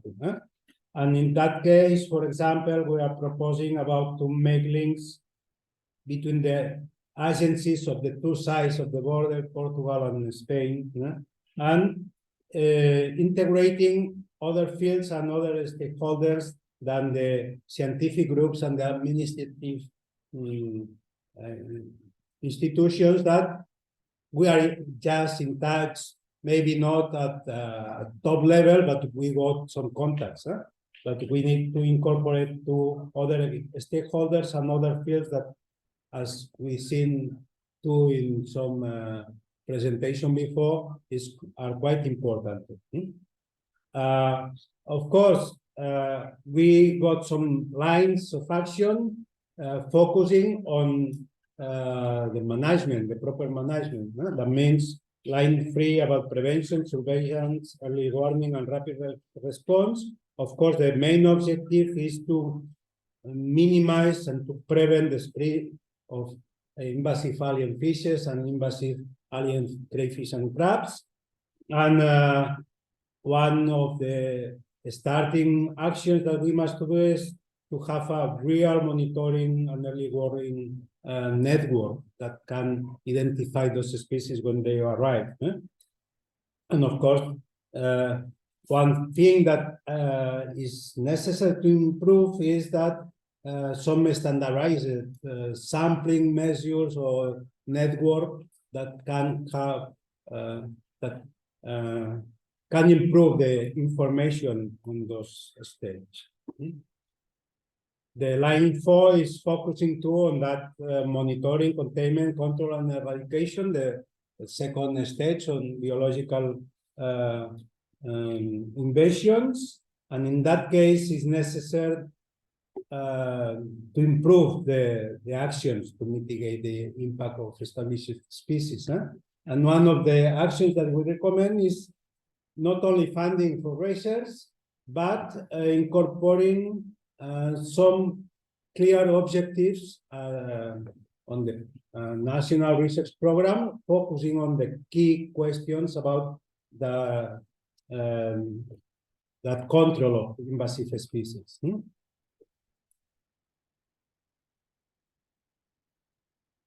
Environmental restoration, habitat management is the focus for the line action 5. And of course, we know that there are different initiatives at the European level for improve the restoration of ecosystems. And in that case, for example, one of the measures that we propose, one of the actions that we propose is just focusing or mainly focused on invasive alien fishes, and is to take care on restoration projects about the spread of invasive species, about some measure, for example, barrier removals that can help or that can make that some invasive species are increasing the area of presence. Line 6 is about applied research to improve management capacity, and that means to the main objective is from the institutional point of view. I must remember that those strategies are more addressed not to research, not to the general public, are addressed to administrations, and that means that we need that from the some initiatives that are prioritizing topics or focusing on the main interrogants that we have now for management of invasive species. And last line of action is about the engagement of stakeholders and the awareness of the general public. The main objective is clear, is to increase the knowledge and the participation in the solutions of all those stakeholders and general public. And one of the examples for the actions could be campaigns of education, communication, manuals of best practice for different stakeholders, and all this kind of aspects that many of you have been working. And this is all, maybe not one conclusion, because there is no conclusion about that. You got the documents to read them, and even if you have some comments, some criticize, you can contact us for improve the next version if it's possible. But I think that one key question that maybe some of the next speakers can help to answer. The main question at this moment is that there are many national regulations in some countries, in Portugal and in Spain at least, but still with the as I said, the national authorities agree or are in contact with us, and they like quite a lot the work of Life in Basaqua, but there are not official initiatives about to make transnational programs, transnational laws, transnational any kind of measures against invasive species. I think that the next stage must be that. Maybe we can link that to the question that you made before about what is next about Life in Basaqua. Really, I think that the next is not about Life in Basaqua. The next must be about national administrations and cooperation at that national level. Thank you.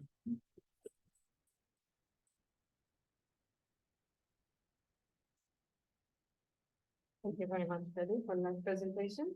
Any questions for Freddy?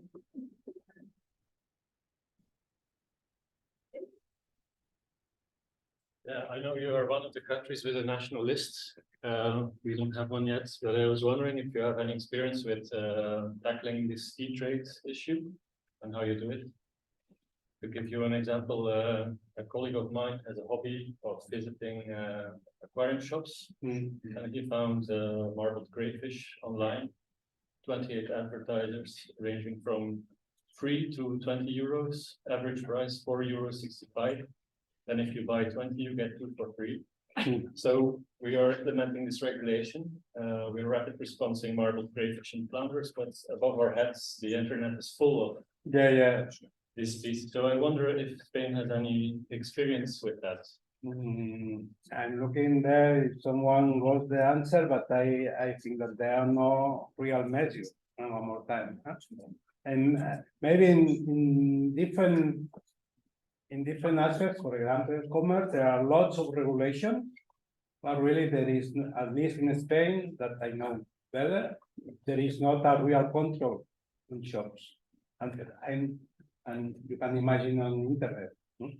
So there's nothing in your national decree that we have conduct codes about e-commerce. We make a code of conduct about that, but one more time, I think that we need to have one more step that is going from the theory to the practice, and in the practice there is no message. Well, see, I can see what Daniel, I think you're. Tim, to make it even worse, we had a discussion with the Luxembourg authorities on freshwater mollusks that were offered for ponds in their gardens. All of them were advertised as European species. none of them was the taxonomy. Yeah. So it's even if you need to go beyond even with pictures or even visiting the seller, because we probably underestimate how many IAS for sale. We were informed at one moment that in Portugal someone was selling reef merchant. So it's even very visible species like that. A reef merchant. Oh. I was just going to add that at least in Portugal, because we have our law is relatively new from 2019, and that created a bit of a change in pet shops and things like that. Of course, they were worried at the beginning, and some measurements were enforced at the beginning. I don't know if they have been followed, at least in pet shops where you have the animals or the plants arriving at the airport and they are controlled. But the online business, I don't know if there's anything being done. Wait, so on the new first, so Yeah, so let's say that at a project level from Invasive, we have yes, indeed, identified the problem as well. So we created the e-commerce code of conduct and another one addressed to aquarium logistics. So both of them, we have been able to disseminate them through the National Pet Industry Association or something like that. So they were delivered to all the pet or to thousands of pet shops in Spain, for example. That's interesting for our action plans, actually, for the regulation. I agree. In fact, the only thing is that I find it a bit weak because it's forbidden and you cannot grasp it in a way. So then you refer to codes of conduct, but actually, Of course. I mean, it makes no sense. the regulation is clear, but it is very difficult. That is what the administration showed us, that it is very difficult to monitor. Because in Spain and for as well, of course, and in the rest of the places, you go to the web platforms and you find thousands of But maybe this e-commerce thing is just too complicated, and having people on board with something voluntary is the way to go. sorry, just go away. Next question. Well, we have no time left, but I'll let Pedro and Kevin very quickly. Yeah, it was just a comment because, yeah, we do have those code of conducts, and in fact, the people involved in these areas were invited to give feedback to these codes of conduct. I've seen some changes. For example, I've seen before the legislation in 2019, I've seen, for example, marble crayfish being sold in the art of Lisbon in a huge department store, and I cannot see that any longer. We can still find online sometimes these species, but I know that the National Authority for the Nature, the ICNF, as someone which from time to time checks online these species and sends feedback to people saying that, well, you cannot do this. And the second time, they really find it. Kevin, very quickly. Yeah, sure. So just on like an international level, obviously this is an issue that's been around for quite some time. I know that the Convention on Biological Diversity are currently working on adopting high-level guidance on e-commerce. I think one of the key issues is obviously the labeling that is attached to live animals and plants that are traded. The CN coding, the combined nomenclature, I can never say that word, you know what I mean? The coding that they use, it's such a high level that it becomes irrelevant on the invasive species side of things. But there is work going on to try and improve that. But so that's kind of looking at doing my notebook. The proposed guidance is currently available. You can find it on the CBD guidance side, but it is very high level. Yes, exactly. Sorry, I know you had a, is it quick? You had a question. One of the double reaction, we did so the process step origin. We do screen, for instance, Periodismo the small we had a very good collaboration with them. So I think collaboration with the platforms, if something you don't solve, is a very important one. But then the next problem we have, they say they are investors. Could you speak louder? Okay. The problem is that they advertise that they are investors, and then in reality they are based in Dubai. Then you're outside of the boundaries where you can you can intervene, that's one problem. The other problem is purely practical, is we don't always have tools and in the infrastructure to take which is in the custody. So that's a problem also. So there's a lot of logistical problems for controlling internal controls. Outside communities, of course, the customs officials are working on that. Not they're doing a very good job doing that. Especially on teaching identification, because it's not that easy if you have to screen tons of information as it's coming. So it's not that easy as it seems. Okay, thank you very much. Sorry, we need to move on, but a very interesting discussion. I hope you guys pick it up again during lunchtime and the next breaks. Okay, so the next presentation is going to be done by Eugenis Gervasini from the Joint Research Center of the European Commission. We're going to talk to us about EASIN and the collaboration with member states. Thank you. Morning, everybody. Just Just a moment, please. you know, I quickly add to what was the discussion on industry awareness, for instance, WADA, the Aquarium Trade Association, and a newsletter to all the associated to say what can be traded, what can not, and other industries as well. And rightly, Kevin pointed out problem of labeling, which is a big problem since we have species traded across Europe mislabeled. So they are labeled as allowed species and not regulated while they are banned. And we're talking about millions of plants going across Europe. So that's another thing we see to be tackled with transnational cooperation. So answering thanks for inviting EASIN in this Spanish location, considering the weather. I thought having taken the wrong plane to come here yesterday, actually. Answering the title of the conference, I would have used just one slide. So the relevance of transnational cooperation and stakeholder engagement is, yes, it is relevant, let's do it. But we can deep a little bit more in it. So please, the next slide. And why is transnational cooperation necessary? Okay, I wrote obvious things.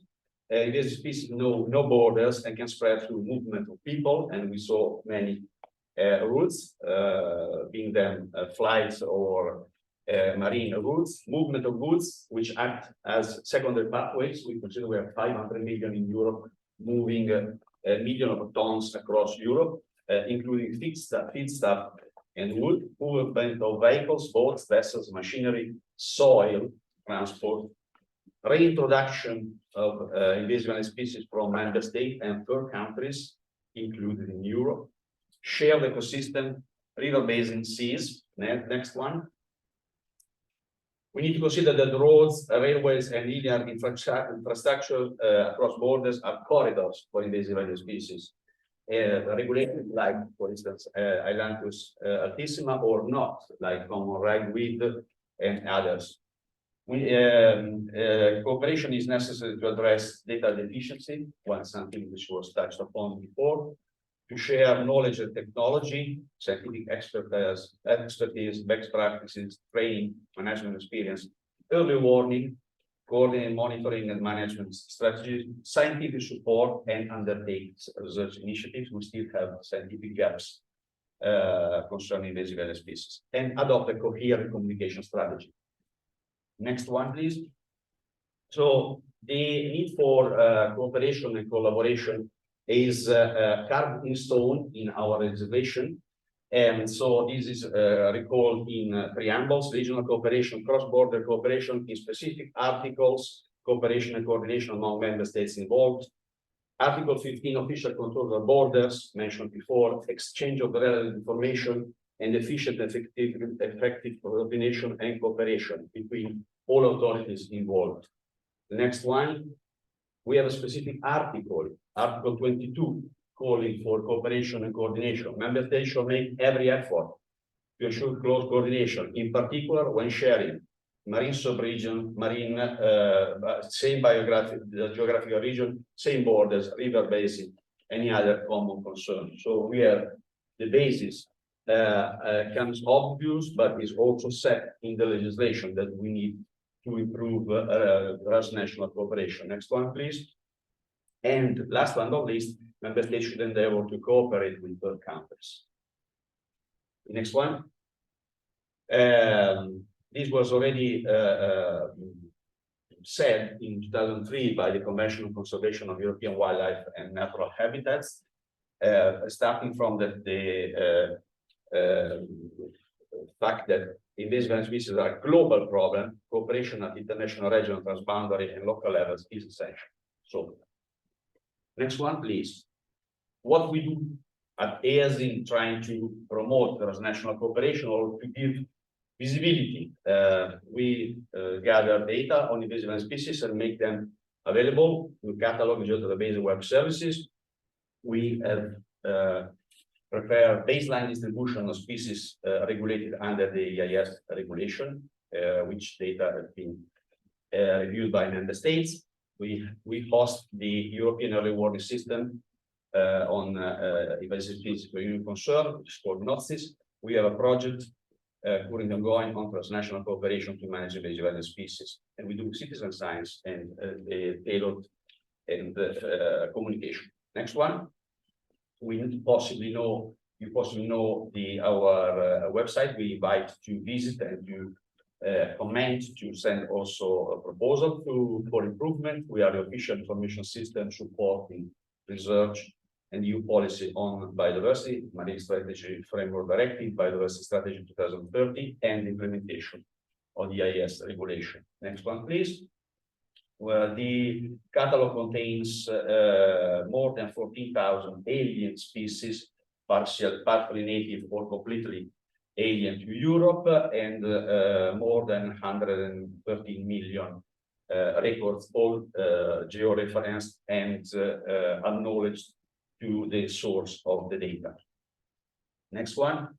So from data gathered from 32 data partners, organized and harmonized, and are then made available to a large community, including commission services, agencies, research, and citizens.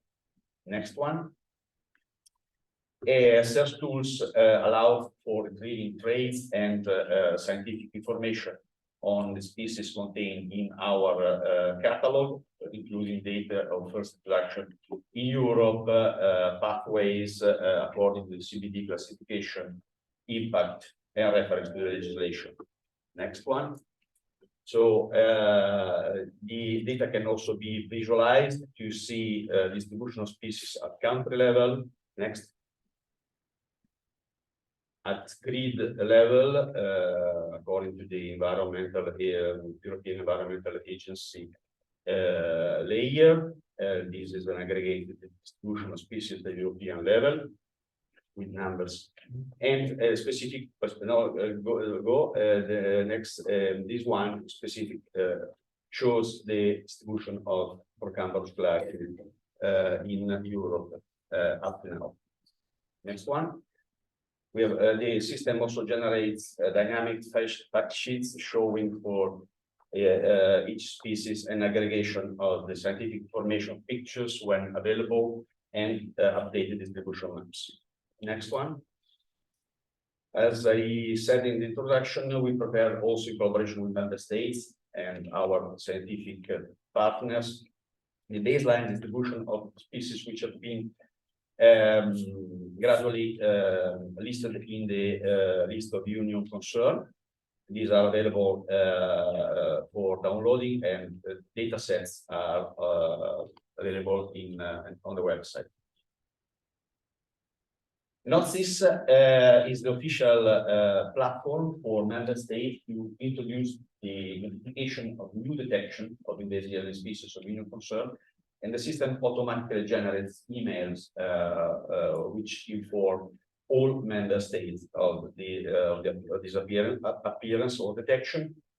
And is also used to introduce the official measures in order to eradicate, contain, manage the species.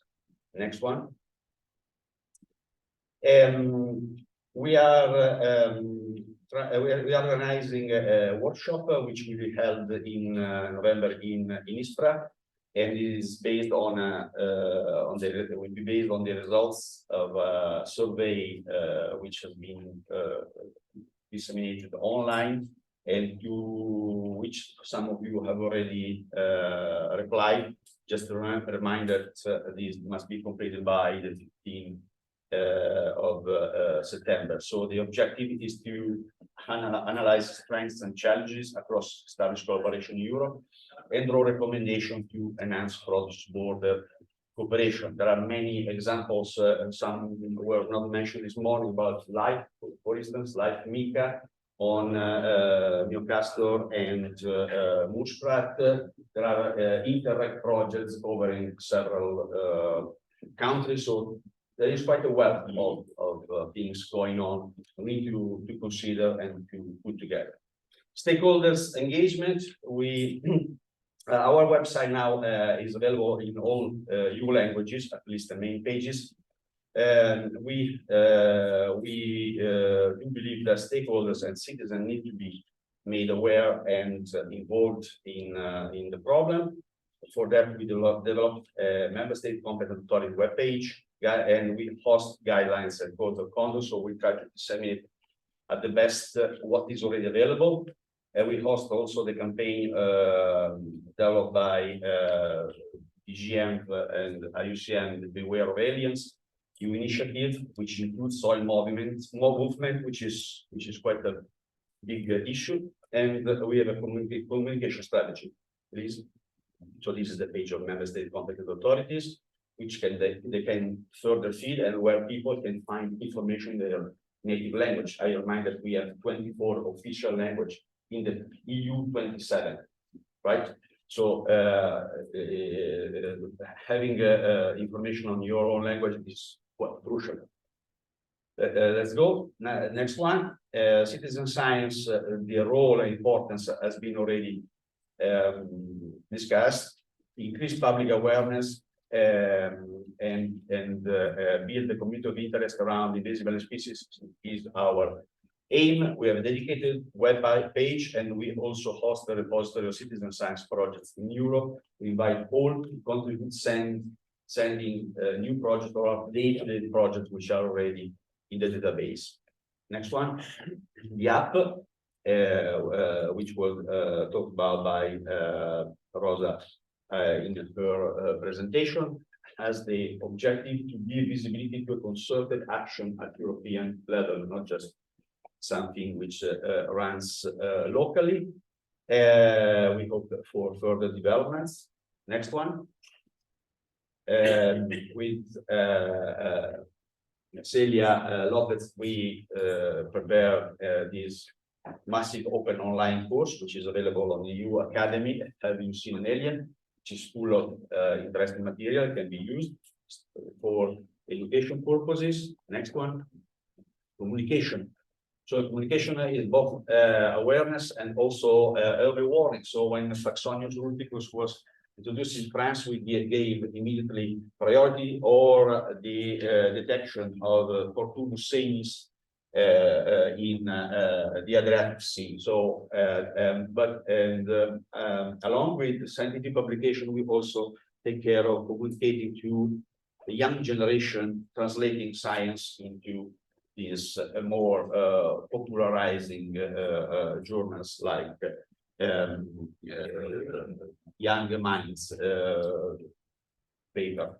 Next one. Future direction, we want to increase collaboration with member state competent authorities and projects dealing with management of invasive alien species, including life, on data sharing, because this is one of the main problems. Our core activity is also the main problem. Having data available 2, 3, 4, 5 years after an event occurred is pointless. So, then the question can be about the accuracy of the data. I said normally, okay, we might have 1 million notifications and 200,000 are wrong, but if the 800,000 are mosquitoes which can bring dengue, Zika virus, West Nile virus, or yellow fever, okay, I would take the 200,000 wrong data on time instead of having 800,000 very precise, scientifically precise data when we are all dead. So improve the web services to search, download and upload data visualization services. Also, this is important to give some dynamism and not just static maps, but to show trends and new way of presenting data. Artificial intelligence for image recognition embedded in the app, and the validation platform. Integration in the database of citizen science projects. We have already Natosfera in other, but and layers like Natura 2000, and impact of alien species on economic sector, agriculture, forest, infrastructure, and so on.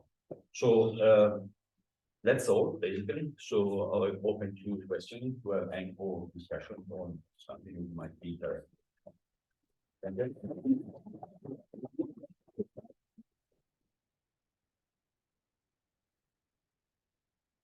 Thank you so much. Thank you very much for a very nice presentation. Any questions for Jenny? Not all at once. Just once more, actually not really a question, it's just that the Beware of Aliens campaign, which is absolutely fantastic, by the way. It wasn't IUCN, it was actually anti-SAGO. And Okay, was a group? Make sure that some of the people. Exactly, yeah. Was a group of people, Yes. okay, just for sake of. Okay, sorry. Sorry. Just a small question. Is there any direct links between the live projects and ELC in terms of data flows or reporting? Actually, we are discussing because, as I said to Anna, there is a wealth of information in the live, and we should be able to summarize them in a clear way to show the best practices, results, costs, and also backthrows. Why not? Meaning that if someone has already done a mistake, we try to do a new mistake, not the one already experienced by someone else. Yes, and this should be clearly stated and disseminated at the best possible audience. Because one keyword is networking. So this is containing our acronym, European Alien Species Information Network, and networking is the keyword. So as I said in my first line, invasive species no borders. So they don't care who is in charge of dealing with a canal or a pond, if it is the environment, if it is agriculture, if it is trade, if it is whatever. So they move. One example, which is now moving across Europe, is Popillia japonica. The Japanese knotweed tax 300 because 300 is more or less the number of species on which the pest has been observed. Then many more. Damaging at adult level and larva level, and occupying from football pitches to whatever. So doesn't care. Sometimes the legislation just focus. We have our focus on invasive alien species. Okay, regulated, but we have other pests and other things going on, going around. We should not try to keep coherence between policies and competences. Okay, last question then. I have a question on your citizen science project and your apps that you use. Sorry, do you mind going here or standing up and speaking with Thank you very much. I have a question on your citizen science project and the apps that you have for gathering information from all over Europe. In the Netherlands and in Belgium, you have the same kind of systems from waarneming.nl or waarneming.nl. Yeah, I follow that. Like observado.org. And what I noticed recently, just in the last couple of weeks, is that for certain groups and for certain species, the number of false sightings is so huge that we will get a problem with it. And I do fear a bit that with all the automated photo recognition, which makes a lot of mistakes. The last few weeks, I fear a bit that the system might be collapsing because of its success. Do you have the same experience? With we are not submerged by notification, so we are in the regional thousands, and it can be managed because we have final validation. It's done by our internal assessor or people dealing with specific projects like Celia, because like Invasive benefits from additional species which are contained in the Spanish national list of invasive alien species, which are I don't know 60 species, possibly more than what is listed in the guideline. This can be a problem. We don't have the same problem, but we need always to consider the two objectives of the citizen science. One is to increase awareness, educate, and so we need to take this as a role of the system. We can definitely improve by educating people, so we need to offer them something. Otherwise, yes, force detection of Vespa, so thousands of European hornets pictures around. So we know the problem, and we are possibly around something between 50 and 60% of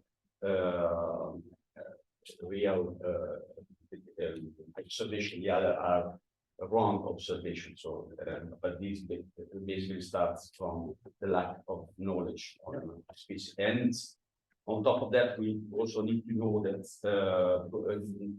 many species in the list of which are very difficult to distinguish, groups of Heracleum, Penisetum, exactly. So, and I would challenge anyone to take a picture of Vespa Lupina flying. You know, that's and how much we would get close to it. So there are many problems behind, but we are already at a good point. We can improve. This is the message, and we need to do it through what Life in Basaqua has done, or Life has done in Italy. So educating, training people, and so on, preparing material, updating material, because species every now and then change also name. So now we have taxonomies. Before we had another name. So things need to be considered and updated. That is important. Thank you. Thank you very much, Eugenio.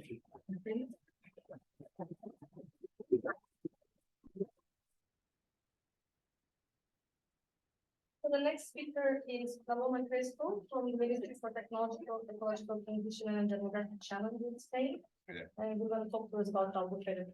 Thank you very much. Thank you, Anna. Thank you, everyone. I would like to start saying thank you for the invitation to Invasive. As I said, my name is Paloma Crespo Iniesta, and I work in the Ministry for the Ecological Transition and the Demographic Challenge of Spain. Today, I'm going to talk about the Albufeira project. The Albufeira project has been a project that we have shared between Spain and Portugal. And the name, as you can see, Albufeira comes from the Albufeira Convention. The Albufeira Convention, since 1988, it means before the Water Framework Directive, sets the rules between Spain and Portugal in the field of water, quantity and quality of water. So that's why we chose this name. Next slide. So in this project, we have tried to create and promote the cooperation between the two countries in those water bodies that we share. Those are the transboundary water bodies, and because the idea is that we will try to cooperate and integrate and evaluate the ecological status exactly with the same results, with the same methodology in both countries. Next slide, please. So the project, as I said, was to promote and protect the good conditions in these transboundary water bodies in 4 basins that we share. Those are Miño-Sil, Duero, Tajo, and Guadiana. And also, as the Water Framework Directive is completely related with the habitat directives in the ecosystems that are associated. How? Harmonizing the methodologies for the evaluation of the ecological status, or in the case of reservoirs, the potential status, achieving the same, or trying to achieve the same goals, and also trying to define the measures for both countries that will try to achieve the same goals. So in what place sometimes it isn't as it seems. How? Also improving the management of the water-dependent protected areas in both countries, integrating the requirements of the both directives, the water and the biodiversity directive, and trying all in all to increase the awareness of the citizens and the public that is it. These are the 3 main goals of the project. The first one is to increase the knowledge about the status, the ecological status of, or the how we evaluate this status or the potential, how implemented common criteria in the CIS groups of the common integration strategy of the Commission. We have a group called COSTAR, where we work with the intercalibration decisions to establish common criteria. But as you will see, as we have integrated these criteria in our management plans, both countries, Spain and Portugal, we apply the intercalibration decision. But when you see the results, you see that in transboundary water bodies, we don't achieve the same results. So that's one of the goals that we have tried with this project, to try to review this methodology in order to reduce the discrepancy in the results. This goes with the second goal, is about coordination, how optimizing the methodologies, and everything is, as the Water Framework Directive is our main framework, it's how to integrate this information in the water planning cycles that we produce every 6 years. And also the main third goal was to increase or raise the awareness in these water bodies. Yes, please. So the area of the project has more than 68 shared water bodies, including rivers, reservoirs, and transitional waters, the 4 basin districts I mentioned before, and more than 58,000 hectares of protected Natura 2000 areas. As you see in these in the 3 first basins, the river flows from Spain to Portugal, and in the third one, that is the Guadiana, the river flows from Spain to Portugal, and then it returns to Portugal. As you may imagine, quality and quantity are very important for us. Thank you. The project has been co-financed by the ERDF through the Interreg, and these are the partners. 2 big administrations, one where I work, the Ministry for the Ecological Transition and the Demographic Challenge of Spain, and the Agencia Portuguesa donde, and 3 technical scientific institutes. Those 3 are who have been in charge of reviewing the data, reviewing the protocols, and doing the monitoring. Next slide, thank you. And the project has had 6 main activities that I'm going to. I work very quickly, but I know because of the time. So yes, please. So the first activity was about harmonizing the methodology for how we monitorize the status or the ecological potential. So we have established a working group, a common working group between the 2 countries about how we should work, how to review what we have done before and what we are doing. And the second activity was, once that we have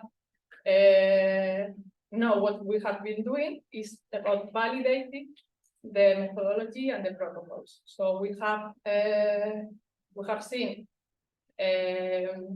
what are the protocols, the index, all the data that we have been collecting to see if they're comparable. So in this second activity, we have shared a common team to the field to do the monitoring together, and then we have sent the raw data to both teams to see if the results were the same or not. And well, I don't want to do a spoiler, but there were the same results. Okay, so we have seen that sometimes the methodologies, the calculation of the index are so complex that even in the same site, with the same thing, in the same day, the results were different. So well, it's something that we have to continue working. The third activity is related with the integration of the requirements of the Habitat Directive, because the Water Framework Directive says that we have to integrate all the requirements of the Natura 2000 and other protected areas of those species in the water in their water planning cycles. But the problem that we find it's difficult to define what are the requirements for this species. And when we talk with our colleagues from the biodiversity area, they work in the water directory, they don't give us what are specifically the requirements of this species. So if we don't know the requirements, we can set them in the planning cycles plans. So we have tried with this project to compilate and create information, compilate information, create layers, review literature, etc. Regarding the alien species, we have tried to identify the routes of the spread of invasive alien species, develop monitoring programs, and also we have tried to establish the early detection and monitoring and action protocols that I'm going to tell you. All the information is in the website that we have for the project, so you can check it and see what we have done. Next slide.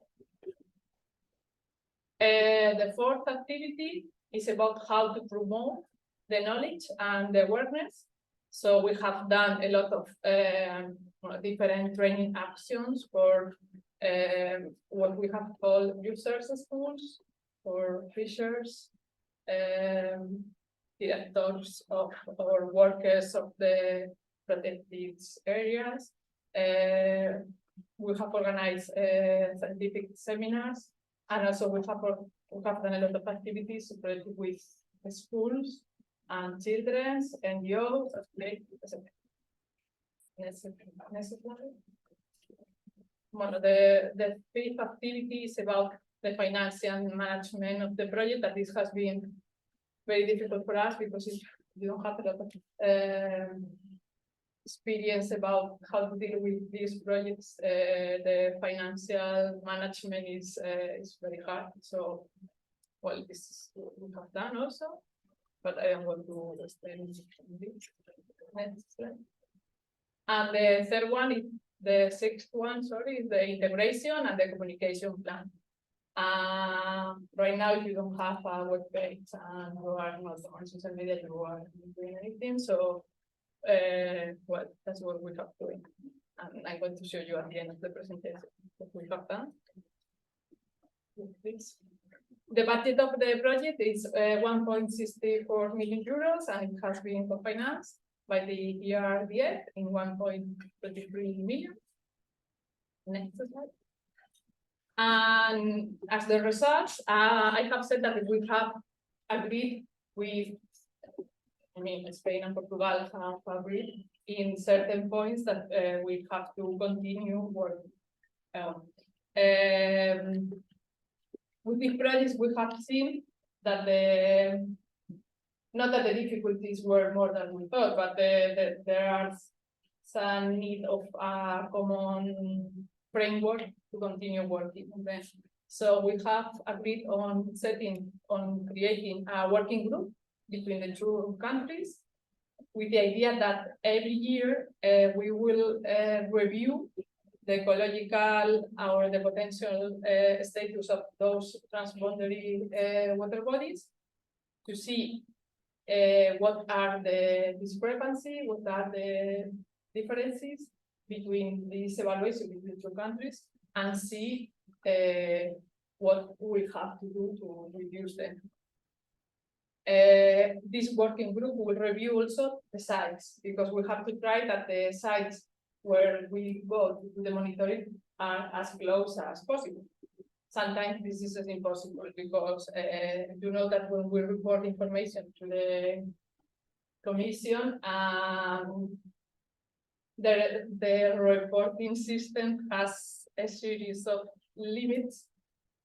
And for example, if you want to try to set the point out of your basin, or imagine out of your country, the Commission doesn't accept it. Yeah, the database doesn't accept it. So it's very difficult because I'm, for example, when I go to the field to the monitoring, I can be here, but Portugal, the other side of the river is over there, but maybe they can't accept to that point, so they have to go 10 kilometers or 5 kilometers up and down the river. So there are differences. Okay, so these are what we are trying to work. We have to review the protocols for the monitoring with the idea, and also the metric, with the idea that we will try to facilitate and reduce the discrepancies. But what else? Think about that in Spain, those 4 basins are 4 of the biggest, I would say, but we have 15. But the decisions that we agreed in those 4 basins, we have to extrapolate them to the whole country. So, well, it is easy to extrapolate sometimes the decisions and the agreements that we can achieve. Well, another result of the project is that we have tried that we are going to do a pre-reporting before sending the data to the Commission to reduce the discrepancies. Well, all in all, is to work together actively and exchange information. Next slide. Well, this is also some compilation of the information that we have achieved, but I'm running out of time. I'm going to go faster.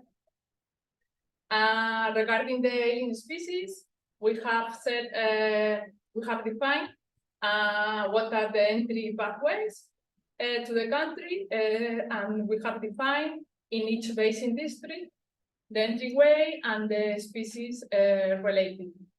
Also, we have defined an early warning protocol when well, you can see when you get when someone tells you that we have find an alien species, how the information flows between the different agents. Next slide. We have defined the monitoring protocol with 2 branches, preventive and action of monitoring. And then we have defined the action protocol about how we can eliminate and control and how to define these measures. Well, I don't want to extend myself, but these are some other results about the what we have been doing in the user schools. I told you before, the activities at the school, the traveling exhibitions, and some photos of the documents that we have created in this project. And I think that you will see, we will share the presentation, so you will see all the information. Next slide. The documents are in the 3 languages, English, Portuguese, and Spanish. Next slide. This is the travel exhibition. This is about the our media plan and well, the communication that we have been doing. Next slide. Our followers. And well, this is the only just to say that this is the website where you can find all the information. I'm sorry, Anna. Well, that's all. Thank you very much.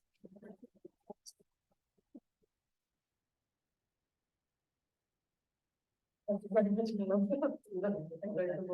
have time for one big question if anyone has any burning questions for Solomon. Yeah, No one has any question. Maybe I can.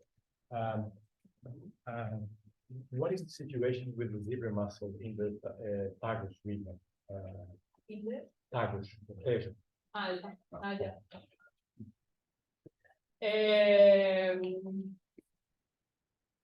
Well, the zebra, we have seen that the zebra mussel has been spreading all over Spain, and in the case of the basin, we have seen in in the north of the basin in some areas where there is. From then, it has spread to the Segura Basin because there is yes, to the water. So we are working that the spreading doesn't continue. Thank you very much.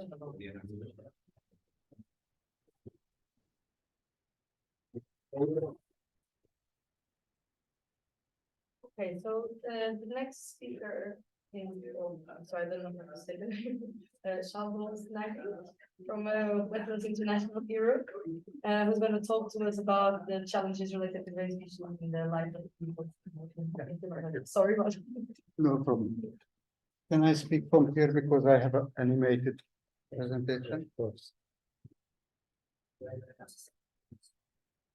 Thank you very much. Until my presentation is set up, I do apologize. I have a very short presentation because I was one of those victims who had to hand in a live project yesterday.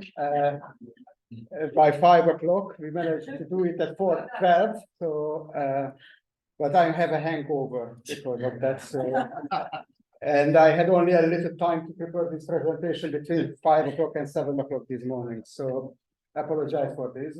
Other reason of apologizing is that I work for Wetlands International as the biodiversity manager, but I'm not an invasive alien species expert. Although in that live project, which was about aquatic ogre, small passerine living in sedge meadows, we have budgeted quite a lot of money of invasive alien species removals. They might be not listed on the new list because they are not everywhere, like giant reed and papyrus grass and all of those plants. But, and carp, of course, I would be very surprised if carp would be on the EU list because it's only in the Iberian Peninsula where it's an introduced species, or not only, but that's where it's mainly, but the rest of Europe it's a native species, just like the pike perch would be the same. And we are planning to remove, well, a couple of 100 tons of those animals from wetlands where they can actually destroy the vegetation and limit the growth. So that's my involvement with invasive alien species. And I'm going to give a presentation more from a kind of conservation point of view. And I see the challenges in the integration mainly, and the integration related to the EU biodiversity policy. From the first speaker, we have heard about,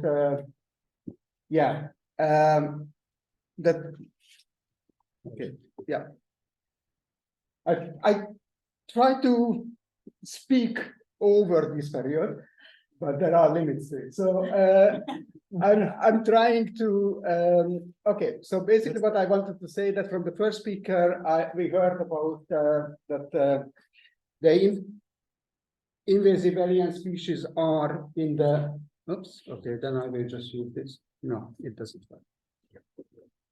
Let's try it again. Can I get some help?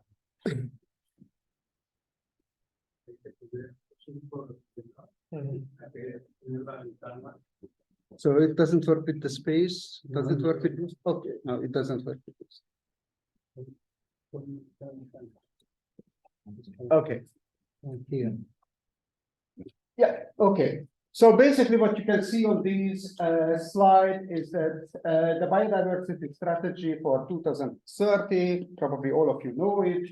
It aims for things like 30% of EU's land and marine areas are protected, restore degraded ecosystems. We don't know exactly what will come out from the trialogue between the Parliament and the European Council, but let's say the original proposal was 20%, restore 25,000 kilometers of rivers into free-flowing, reduce the risk for pesticides, deal with reverse the decline of the pollinators, establish biodiversity rich landscapes, manage 25% of agricultural land under organic agriculture, and plant over 3 billion diverse biodiversity rich trees.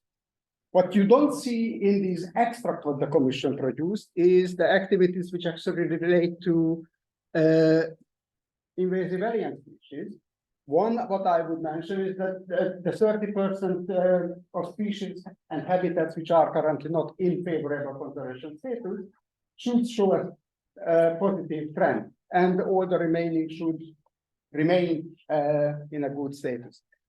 The other thing is what you already mentioned, the 50% of the threatened species are not threatened anymore by invasive alien species. So maybe we can go to the next slide. And you can see that, well, after the impacts of the most profound invasive alien species, which is Homo sapiens, invasive alien species are coming up quite close. So first is agriculture, forestry, urbanization. So all the spaces what we occupy, and then the invasive species what we manage to bring into different parts of the world. And or native species are the invasive species of the Americans and the Australians and vice versa. So yeah, I would like to go to the next one. So it's very important, and you would imagine that a lot of countries in their pledges for the status improvement target would have included a lot of activities related to invasive alien species. So unfortunately, so far, there are only 6 pledges, at least until July, when we looked at it in preparations for the biogeographical seminars, which are starting right now.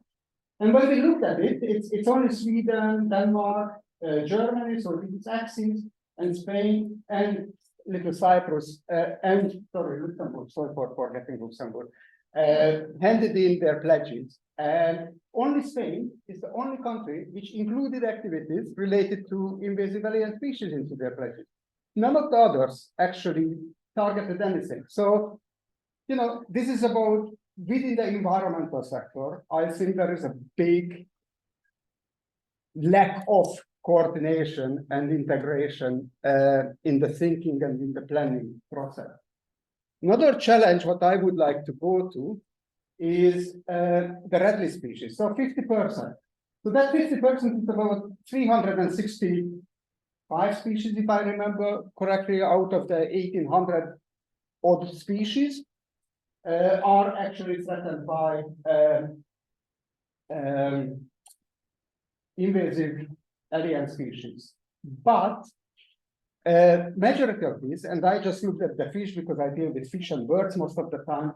I looked at the fish, and what I found that in the case of the fish, it's basically from the, if I remember correctly, 360 species, about 202 are on the Habitats Directive. From that, only 85 are, well, 85 of those 202 are actually on the European Red List of freshwater fish from 2011. I'm sure the new red list, if it comes out next year, it will be even worse. But 60 of the threatened species are even not mentioned in the Habitats Directive. And I don't really see where is that mechanism which would actually drive the achievement of this 50% target. Okay, can we go to the next one? Of course. Here comes the nature restoration law. Everybody really expected. And we have really watched the parliamentary debate, fighting our nails. It was really very interesting. We spent about 2 days after that sorting out that, okay, what was actually decided. But it aimed to protect restore 20% of land and sea by 2030, focusing on terrestrial, marine habitat, urban green space, free-flowing rivers, pollinators, agricultural forests. We don't really know what remained from these agricultural areas, especially what relates to peatlands, a restoration of peatlands in that sense. One thing that I would like to focus on in these, of course, restoring the terrestrial habitats and marine habitats is extremely important because a lot of these habitats are affected and threatened to a large extent by invasive alien species. But I would like to just focus on a couple of challenges related to the free-flowing rivers, because that's where I fear that lack of coordination can actually lead to problems. Maybe we can go to the next one. So we just started working last year, also with the Life NGO grant support, on a thing which is about identifying the swimways of European importance. Basically those which are important for fish species, either because of their global, European, or EU red list status, or because of being listed on the Berne Convention, or being listed on the Habitats Directive. And we are focused on migratory species. So what is important here is how can you combine, and will you combine, invasive alien species removal and river restoration? In some places, ironically, endemic species are protected by barriers. If you remove the barriers, invasive species can come in and take over. At the same time, you want to restore this 25,000 kilometer river. Okay, that's not that much. When we looked at it, it's basically these swimways of European importance make up about 140 kilometers, so 40,000 kilometers. So there is a room for maneuvering, but there is a need for coordination between these actions. Because, of course, if you manage to first remove the invasive alien species and then open up the barriers, that would be fantastic for restoring habitats for migratory species. But if you do the other way around, that would be catastrophic. So I don't really know, and well, based on the experience with the pledges for the countries handed it, for the status improvement, I don't have high hopes whether the countries are actually going to make these integrations, but I'm hoping that people from the Commission sitting here might actually keep that in mind and be looking to when they evaluate the National Nature Restoration Law and provide some feedback. So that was, I think, yeah, I have a slide about conclusions, so let's just conclude. Maybe we can go just one by one. So, yeah, I think it's clear for everybody that managing invasive alien species is important in the context of the biodiversity strategy. Next, but usually doesn't really feature strongly in member states planning, especially not from the nature conservation sector. Next one. And the requirements of the threatened species do not seem to be strategically targeted. I'm very glad to hear about the contracts that you are giving to IUCN and IUCN is looking into. What my doubt is how that will go down to the member states planning level, that they take that into account in water framework directive, nature pledges, protected areas, etc. And yeah, basically what I just said last, the nature restoration plans and invasive alien species management, in my opinion, needs to be extremely carefully coordinated. Thank you very much for your attention.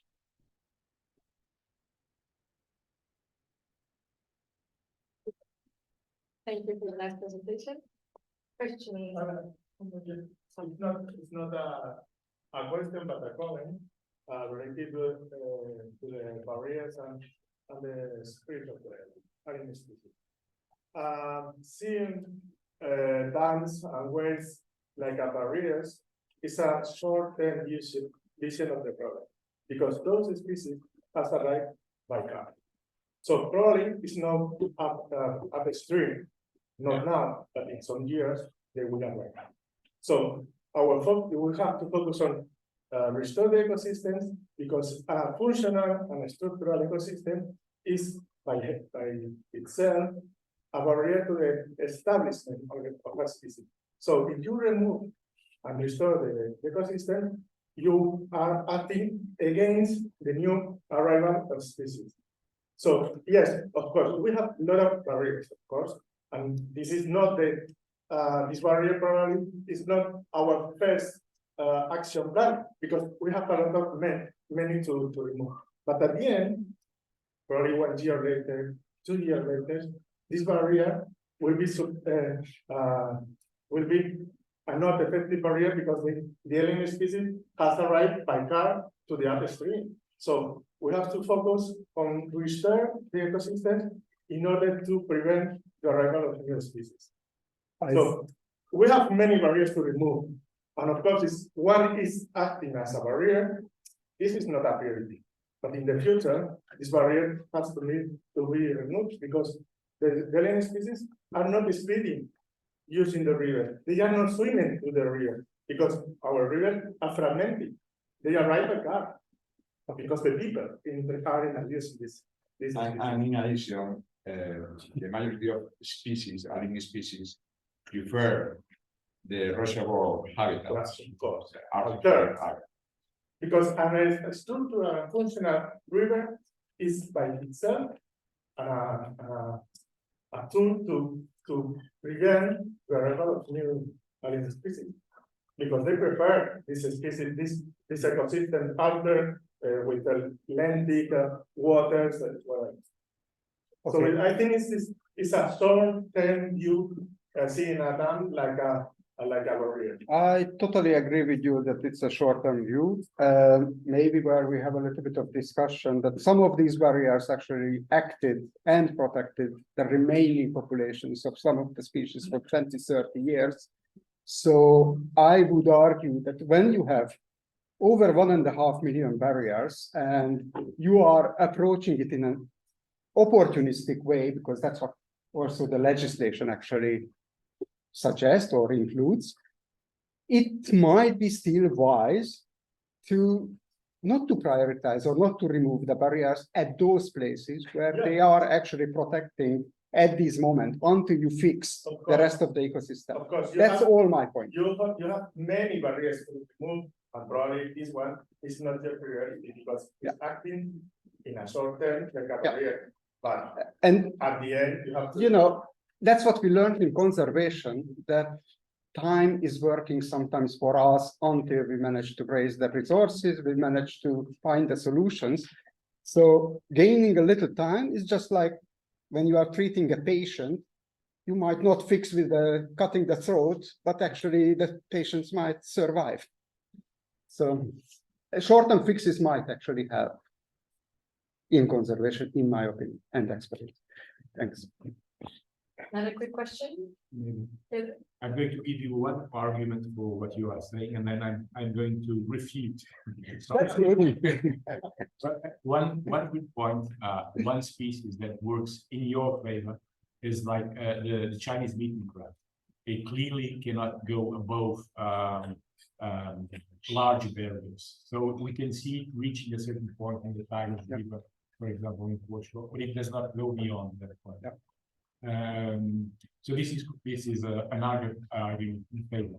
But we also know that as has been told, most of the invasive species prone habitats are like, at least in the south of Portugal, are the dams, the reservoirs. They are totally different from the rest of the other ones. And we also know, and we know this, we have studied the progression of the species, that many of these species, we are not only talking about small species that can be transported by, for example, birds. They have larvae and could be transported. We are talking about large species like catfish or whatever, and you can see that at a certain point they jump upwards, and they clearly have been taken upwards by fishing. So there's a balance. That's it. Yeah, I think we agree on the principles. It's just more the tactics. So yeah, but I was thinking about species like trouts in the Italian peninsula, the Apennine Peninsula, where basically sometimes they are maintained by these kind of barriers. And this is not something what I came up with. This is also what is the debate in the US about how to prioritize dam removal.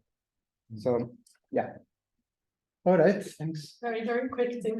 But I managed to spark up before lunch. I should You have want to spoken do faster. for Belgium of this conservation paradox in Pontocaspian gobies getting into Pontus gobio habitats? Yeah. And they are dispersing autonomously into the upstream parts. And second, it's Astacus astacus, which is extinct in Flanders, but still in the south. And their hydrological isolation is key to the preservation of that species, is also protected. So there's a direct conflict there between legislative regimes and conservation, it's true. But on the other hand, we have a Benelux legislation that wants to let the rivers flow. There is money for that, it's an established mechanism, and you don't want to be jeopardizing that good thing because of two invasive species that threaten something. So I wonder, where is the balance?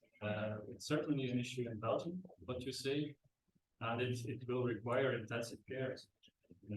That's the point I raised. Legislation at European level. Yeah, I mean, you always have somehow conflicting legislation, and these are management decisions where you have to prioritize between different objectives. No, just a quick response. The nature restoration is by accident in my unit. So the colleagues are sitting actually quite next to me, and this is a topic of discussion. In the end, member states take their decisions, and we will look at the plans there. And of course, we do understand there can be conflicts there. So it is something being debated. Let's first get the nature restoration adopted. We're not there yet. But it's also something that will come up with committees that will support it, and one of the things that needs to be addressed. But in the end, we are often not aware of those details where a very isolated population might be. Sometimes we do, but in many cases we are not. But indeed, if a member state said, indeed comes to us, we don't want to open that river because we want to keep that species for saving time, no one is going to force that. Sure, of course. The message was more that the national level, the planning needs to take into account these different perspectives. And we will not open the annexes of the habitats terrain because That's what we got, that's what we got the political fight. All right. I heard about the Buddha discussion coming. Let's see about that, but, Okay, sorry, I wanted to like. Like good make lunch sure- discussion. Yeah, very good lunch discussion, and the more time we spend here, the less time we have for lunch, so, let's move on, but yeah, really interesting, and thank you very much for your presentation.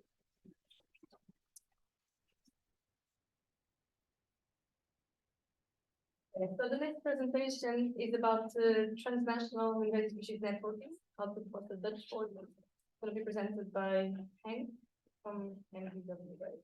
Yeah. Oh, How much time do we have? we have 15 minutes. Don't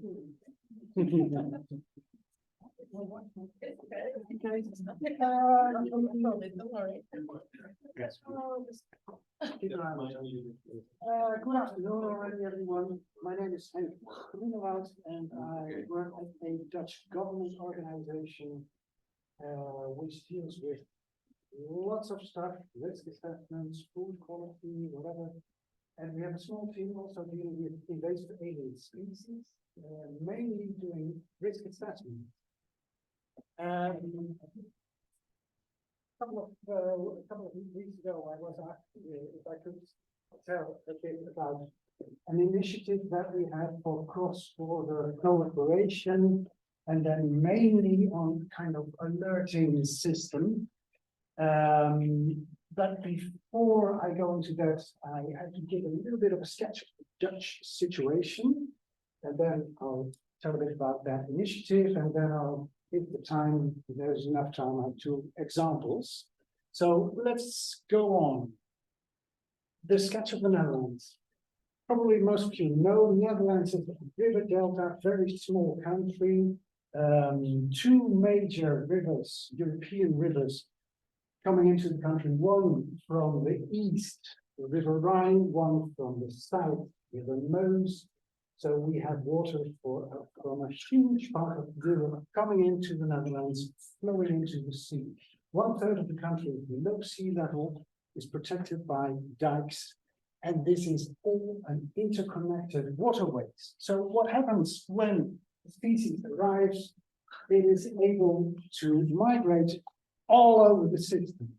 This species, little water we entered like, I don't know, 150, 200 years ago. It's everywhere. We will never, ever get rid of it. And it has become part of our ecosystem. Another example, the killer shrimp. That is a recent arrival. And it arrives here, it's coming from far east, like Russia, Volga, Black Sea, going to the Donau. And then when the canal was established between the Donau and the Rhine, it was able to migrate here. And now it has started its invasion in the Netherlands. And another example, Chinese sleeper, not yet present, but it will arrive. We know it will come because it has been sighted upstreams in Germany, and it's just a matter of time. We can't stop the River Rhine from flowing, so it will arrive. And it will probably go undetected, spreading already before we ever see it. Now, as I said, I work with an office of risk assessment, and my manager said, how do you know what's coming towards Netherlands? I said, well, we just know. We read literature, we read reports, we speak to colleagues, we just know. And my manager is part of an EFTA dealing with food security, European Food Safety Authority. And he said, well, we have like this, a risk, a state emerging risk group. Don't you have something like that with the babies? No, we don't. We have, for instance, we have this early warning system you heard of, NOXIS, but it's only dealing with the species of the Union list. And we have a lot of other international databases, which are very good if you know something of a certain species. If you want to know something of a certain species, you can all find the information in the database. If you don't know what you're looking for, it becomes very difficult. So we started this initiative And well, just to give you an idea of our mindset at that time, in the Netherlands, we have a huge database on flora and fauna, which tries together every single report, every sighting of all kinds of species. And we can use that for you push the button and you get the results. It's very good. It's like GBIF for the Netherlands. It has both professional and validated science information. It contains a lot. So our first question was, okay, that's one. We got a contractor and we said, okay, can you look at our neighboring countries? Belgium, France, Luxembourg, Germany. What kind of systems do they use? How do they manage that monitoring the early warning? So, okay, they got a few interviews. But soon after they started, they came back to us and said, oh, we're on a dead end. Because every country has a different organization, there are different institutions involved, and worse, there are no databases. So what should we do? We changed the course. We immediately said, okay, you have plenty of time to change course. What you have to do now is to just contact the people, find out which institutions are involved with monitoring and alerting, who are the people involved, and just give a sketch of the network. And find if those people want to have, for instance, regular alert meetings. Might be interesting. So they reported in the end of 2022, and we have this great overview of our neighboring countries who was involved. Well, mainly it was a sketch of all the differences. You have the Netherlands with 12 provinces and lots of different organizations, but then you go a bit rapidly for these. You have Belgium, three different government layers. Then you have Germany, lots of different languages. There is Luxembourg, one that is it's clear. Luxembourg is the next one. And yeah, we're going rapidly through these Luxembourg, and then there's France, which has another completely different organization. So I think if you put this puzzle together, you get an idea. In one country, you have to contact people from authority. In another country, you have to contact people from universities, and in another country, you have to contact people from, for instance, national history. Huge differences. If you can only focus, for instance, on monitoring in the Netherlands, it's done by a lot of different organizations, coordinated by the university. All the information goes in that central database and then goes to GBIF. Belgium, monitoring is organized by 3 different regions. Everything goes to GBIF and can be used for analysis. Germany, completely different, scattered through over different platforms, depending on the species. You either have to be at a university or at a research institute or anything else. Luxembourg, coordination by the National Museum of National History. All goes to GBIF. By the way, they do have other systems, particularly in science, they have a system for science monitoring, but also the rest goes to, all that goes to GBIF, and France also. All these different GBIF appears to be central, interesting, and for instance, ASIN is also a central focal point. But once again, we don't know what we're looking for because it's emerging and we're looking for something we don't know yet. In the Netherlands, we started a project to find you with big data and try to automatically generate the information on species that we can't see yet, we don't know yet, but by the sightings automatically gives information for, hey, we get a lot of sightings here. Oh, this one is spreading rapidly. So we do try, but only for the Netherlands, and it would be great if we could do something like that on the European scale. So a lot of differences. Last thing we did is invite everyone to an online meeting with that central question. Do we want to have regular network meetings? And there was a lot of enthusiasm. We had a great meeting. But then again, we asked, if we want to have regular meetings, what do you want to talk about? And then it went all over the way. Oh, we want to talk about emerging risks, of course. We want to talk about risk analysis, research methods, or management methods. And this is just one sheet, but there are more sheets. So because all these people came from different backgrounds, they all had different needs and different needs for information. Everyone was eager to cooperate, but we said, okay, we probably can't have a predetermined scheduled meeting, like we're meeting twice a year or something, because there are the needs are so different. If we get a meeting on management methods, we would get like 3-4 persons from different countries only dealing with that management methods. But that's not what we intended. We wanted to get a grip on these emerging risks. So we concluded that this network is very valuable for all of us. We know the person, we know the institution.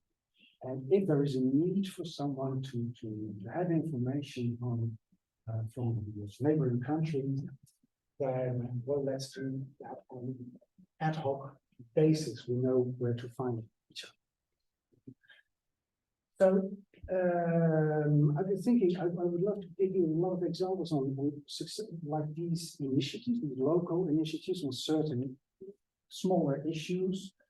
There are a lot of them, but I know a lot of them are terrestrial, like the badger, the raccoons in the southern of Limburg. We cooperate with Belgium and with Germany. By the way, we do a lot with Belgium. Belgium gives us a lot of information on their species and their eradication methods in that border region. These are mainly terrestrial. I've been thinking, what example can I find on aquatic species? Probably the best example, many of you will know it. I think it's one of the life projects as well. I'm not involved with this project myself. It's a project from the Dutch water authorities. And it's a very important because we have a lot of muskrat in the Netherlands. As you know, 1/3 of the country below sea level. They dig holes in the dikes. It's a safety issue. We spent like 34 million a year trying to eradicate only these species. But in 2022, 400 people working on elimination, like government officials working on elimination. That year they caught more than 33,000 muskrats and 1,000 koiku. And they wanted to change that. Next one, please. Yes. They said, okay, we've seen a good example in Belgium again. They managed to eradicate muskrat in most of the country. And they set an ambition, complete elimination of both species in the year 2034. Muskrat is still present all in the Netherlands, but you see the koiku is mainly located in the border region. It's coming from the neighboring countries. So what did they do? They contacted the German authorities and they said, is it okay if our people come to your country and try to get rid of these, catch these koiku? And they did it. There's a successful cooperation, mainly in these regions where it's better. The river system is located in such a way that it's easier to catch them in Germany and prevent them from spreading to the Netherlands than catching them in the Netherlands, waiting until they catch them here. So this is just, I don't have the details. If you're interested, I can provide the information later on. Just give me a call. But this is a very successful example. Now, just one last example, just the importance, it has been stated before, the importance of 1 minute, 2 minutes. Oh gosh, Let's go to the last one. It's a project trying to eliminate in an island very near below stream. Well, it's an open door. It's very important to have cooperation upstreams, because if you're trying to eradicate species downstreams, they will come again. So yeah. So conclusion. Last slide. We found out every country is a different organization. For IAS, ad hoc cooperation seems the best solution. Depending on the species, depending on the project, just find each other, especially in river basins, of course, cross-border cooperation is vital. And maybe the most important one, I thought I could add a fourth one. Why don't we start a European Emerging Risks IAS group, something network? Okay, that's it for me. Thank you very much.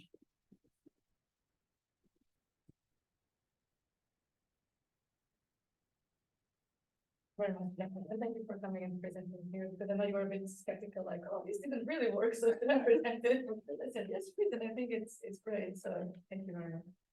Any questions for him?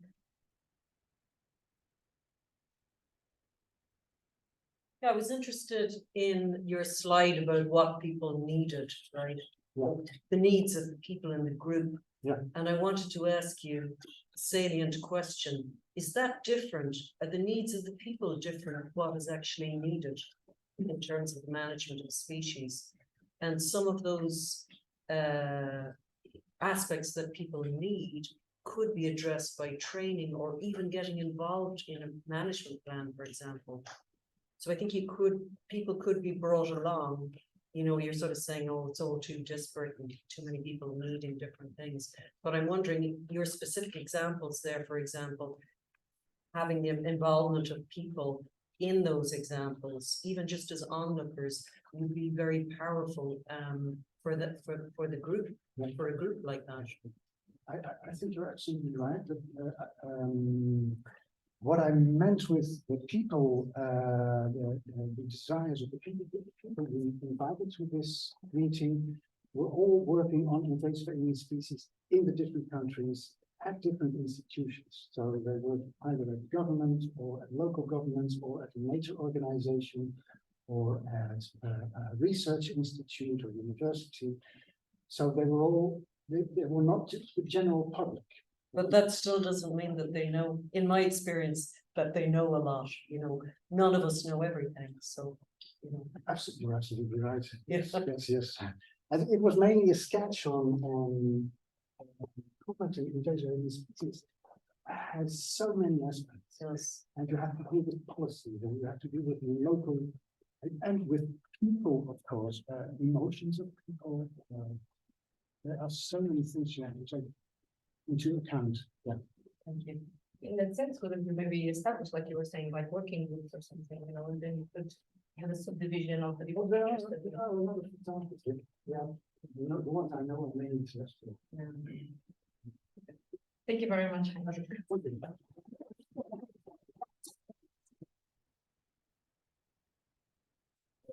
The final presentation of this session is going to be done by Tara from Periodismo on preserving the southern basin. It's super much. Thank you very much. Okay,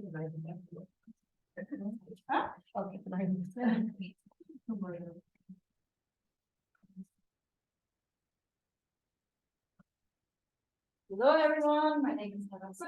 I'm coming from the German NGO Euronatur. Usually I work with rivers in a broader scale, not that much with invasive alien species. And this is something that really has been nagging me before I came to this conference. So I wanted to have a little question around in the beginning. I would like everyone who has experience in invasive alien species work of a year or more to raise their hand, maybe just okay. Wait, keep it up. If you have more than 3 years, keep it up and the others down. Okay, it's getting less. And now if you have, let's say 7 years or more. It's so frustrating. Okay, who has more than 10 years? So we have like. Okay, great. Well, so with my master thesis and my work for this project, I have made it 2 years. So please, I am a generalist. I'm more of an alien to this group. I'm not invasive, I promise. I try my best, and I will keep it short because I'm aware we're just so much. Coming from a transnational project with 4 countries, actually 5, you will see it in a slide. I made a mistake somewhere. You can go to the next slide. I'm more likely going to tell you something about the project and how it felt to be a project manager in it, the experience of working in the team and the experience of the project. Not that much about data, specific examples, because as said, I'm not an economist, I'm not an expert, but I think maybe the transboundary aspect that we had would be valuable for some of you, or you feel it resonating somewhere, and we could exchange on that later on. So my major question of guidance was, okay, what made the project international, and what was it good for, and what was it not so good for sometimes. Here you have a map of the Sava River Basin, Montenegro, which has some tributaries, is excluded because we did not have a project partner from that area. I'm very sorry. But you see here Slovenia, Croatia, Serbia, Bosnia and Herzegovina, and the Sava River with tributaries going through.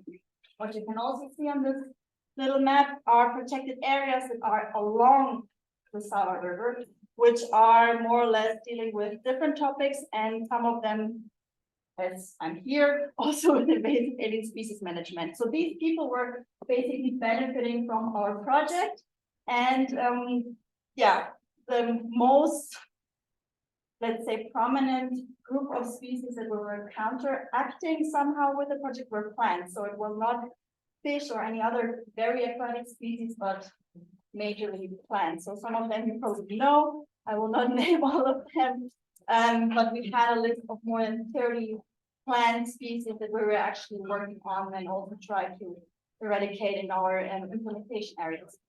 You can go on. Okay. So here just some very brief details on the Sava Ties project. As you can see, it is already finished. It was from 2018 to 2021. I entered this project end of 2019, so I did not have the full range of experience with it.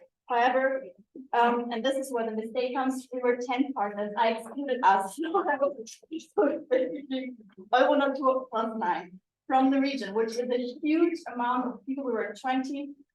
More or less 20 people working on the project, and us as Oil being the lead partner trying to manage and deal with all the people with different tasks on the ground.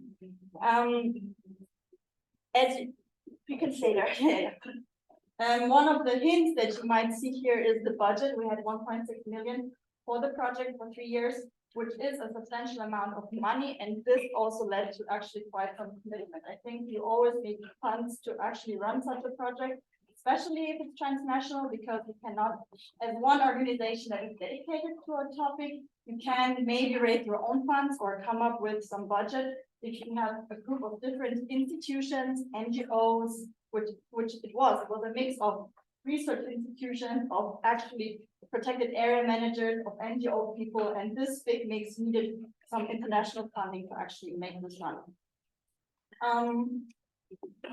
And the funny part is the idea for this project did not come from Euronatur, so we were not the ones pushing for this. It was the people and the partners aligned that were actually asking for this project, because they have seen, okay, the river is something that unites us. There is a network in place. I will talk about it later. And this is the most pressing problem that most of us have on the local scale. We would like to see how can we capitalize on the experience that each of us has in their own region to work together. Yeah, you can go. So here you have a very brief overview of the partner logos. As said, I realized 10 or work packages under the project. The first work package is just managing ourselves basically, which is always needed. The second work package is communication, which was not only local, but also on the overarching level, which, and in case anyone hears me from the people, They were great. Everything that this communication team for Croatia in that case has been producing was amazing and beautiful, and I really loved working with them. I think, especially if you also work with local targets and stakeholders, farmers and people from other sectors, you need to have something that's visually attractive. Otherwise, you will never make it to get into their brain. They will not listen to all the facts in this. This is unfortunately not the way that it is. Work package 3, strengthening Sava Parks network. I will come to that network a little bit later. Is about the network that has actually initiated this project and was maintained also through projects. So it was like the snake that bites its own tail. Mapping and monitoring, pilot implementation, these were the heart of the whole project, I would say. It was a big round of trial and error. You had analysis, reports, all these experts, tours, meetings, exchange, online meetings, everything. And lucky enough, there were people who were also having 10 or more years of experience in the case of invasive alien species, at least science. And we have been really trying to establish methods that can be used by all of the people from the river that were on the river, but also for other people in the region. Obviously, 4 countries. There are also other rivers in the Balkans that can benefit from the experience that this project has gathered. And we also invited them to disseminate the information to the overall conservation community. Sure. I think we can go on to the next slide. So one of our biggest outputs were definitely a big pile of reports, guidelines, other studies. You can find them also on the Interact website where everything is uploaded. So I'm just mentioning it here. We had, and because we had someone here from ESN talking, we also had, like Invasive Aqua, a very nice collaboration with the Joint Research Center. They have been expanding their map also to the non-EU countries, so to Bosnia and to Serbia. And they have even applied for us specifically made monitoring protocols so that the people and the experts in our regions and implementation sites could actually use the app in a way that they wanted to for their purposes, which was like a great benefit for the project. And I think that the data that was generated through this was also then given back to ESN, which is great because it came back to the mothership of the data set. So it was a great collaboration.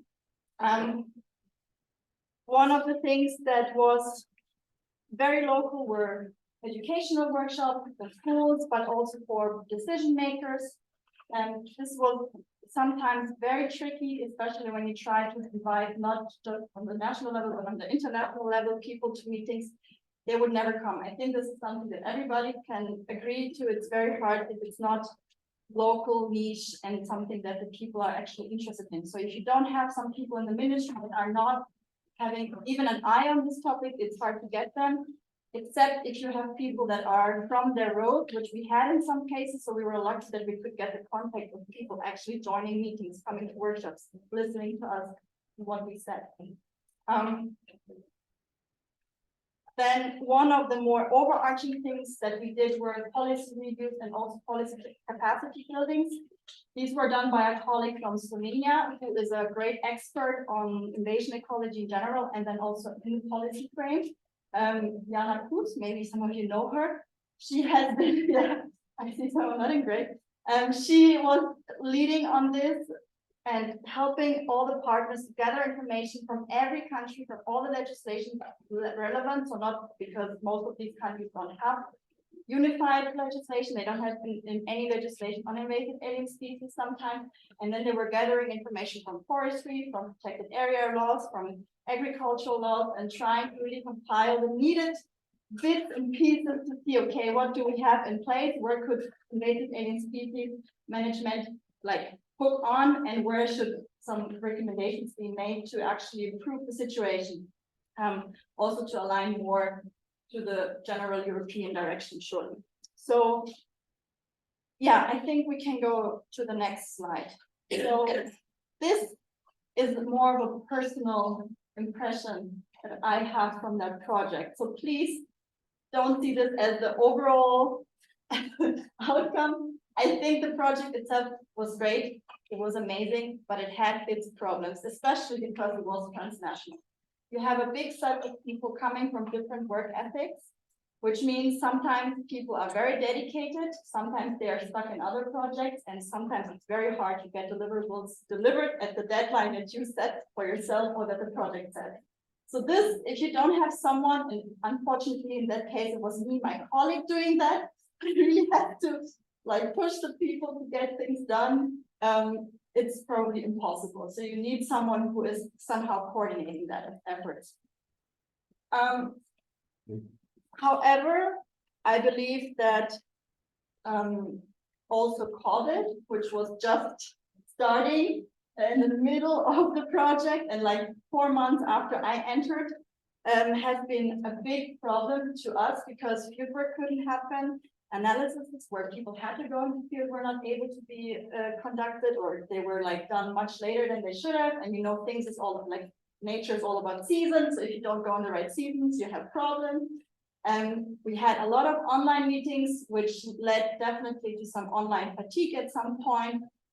Once we were able to actually meet again, still some people couldn't come, including us from Germany. So this was very, very, very challenging for the project. And I hope that this is something that none of us has to experience in that extent again in the future. And what I though found very encouraging and very great was that we had different leaders for all the work packages. So I was not the one, or we were not the one who had to like deal with every little activity. We had work package leaders that were leading on the different work packages. We had people being very responsible and reliable. As said, communication was great.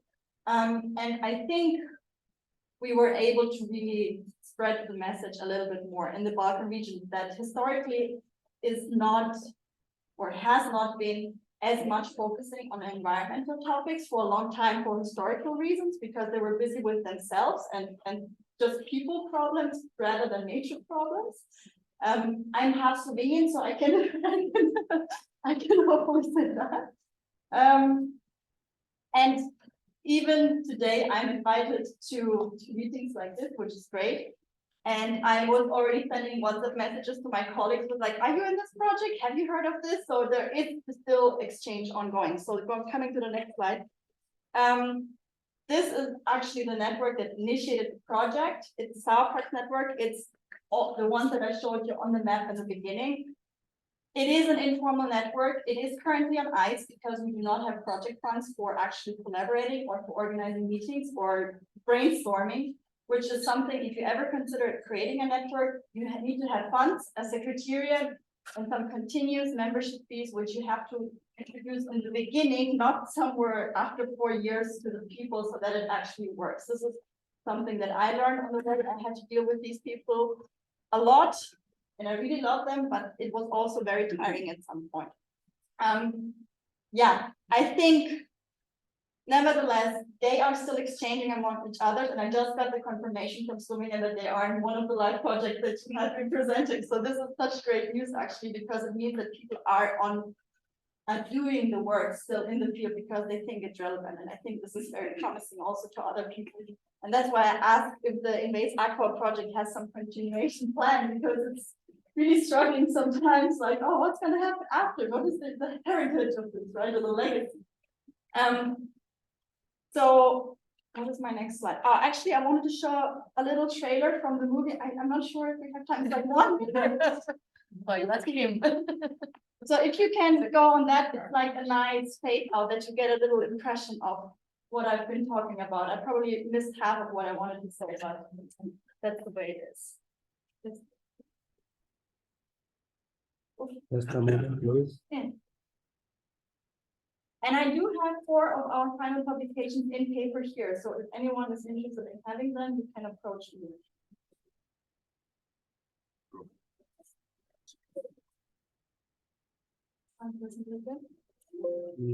Okay, it's like dramatic music. It's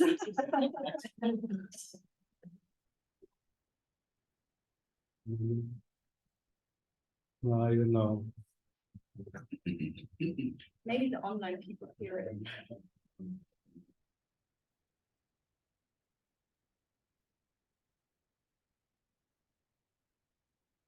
So the full movie is like half an hour or even more, I'm not sure right now, if you find it on YouTube. The link that is there is actually the long version in the presentation, and you can find also as information on the DPP website. There is a Sava Park website if you're more into the technical scientific background of everything. So I think it's all right.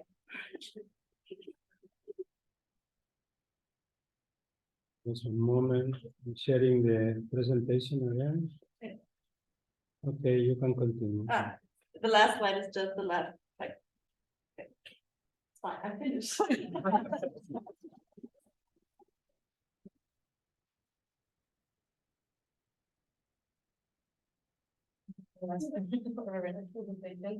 I know everyone is dying to lunch, but I think we have time for one quick question or two.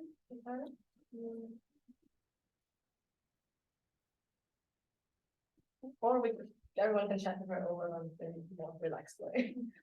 Okay, well, thank you everyone very much for this first session. I think it was quite intense, but very, very interesting. And let's all have a little break. And I think okay. I have 3 announcements. Oh, that's a little bit. One, the speakers who haven't received their presence for accepting our invitation, the speakers, please come to me to the next point. The same for Tara and Emily. Also, please let's meet at my desk point. And the third one is we will have the group picture before having lunch. So the speaker is our official photographer, and we will lead us to the place for the picture. So please stay in touch if you want to be in the photo. Okay, so we're going to get some air and go outside.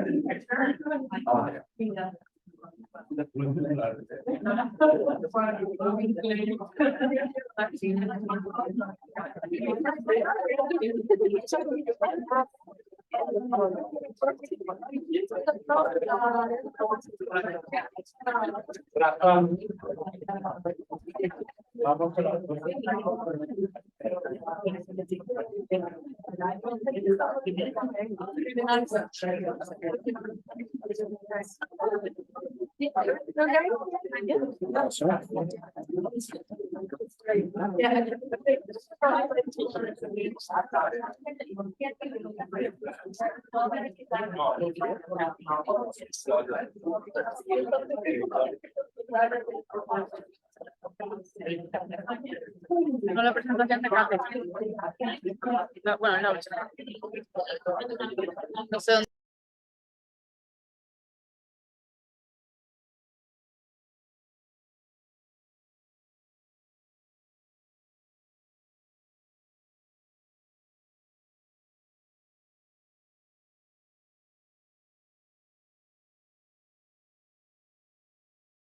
Okay.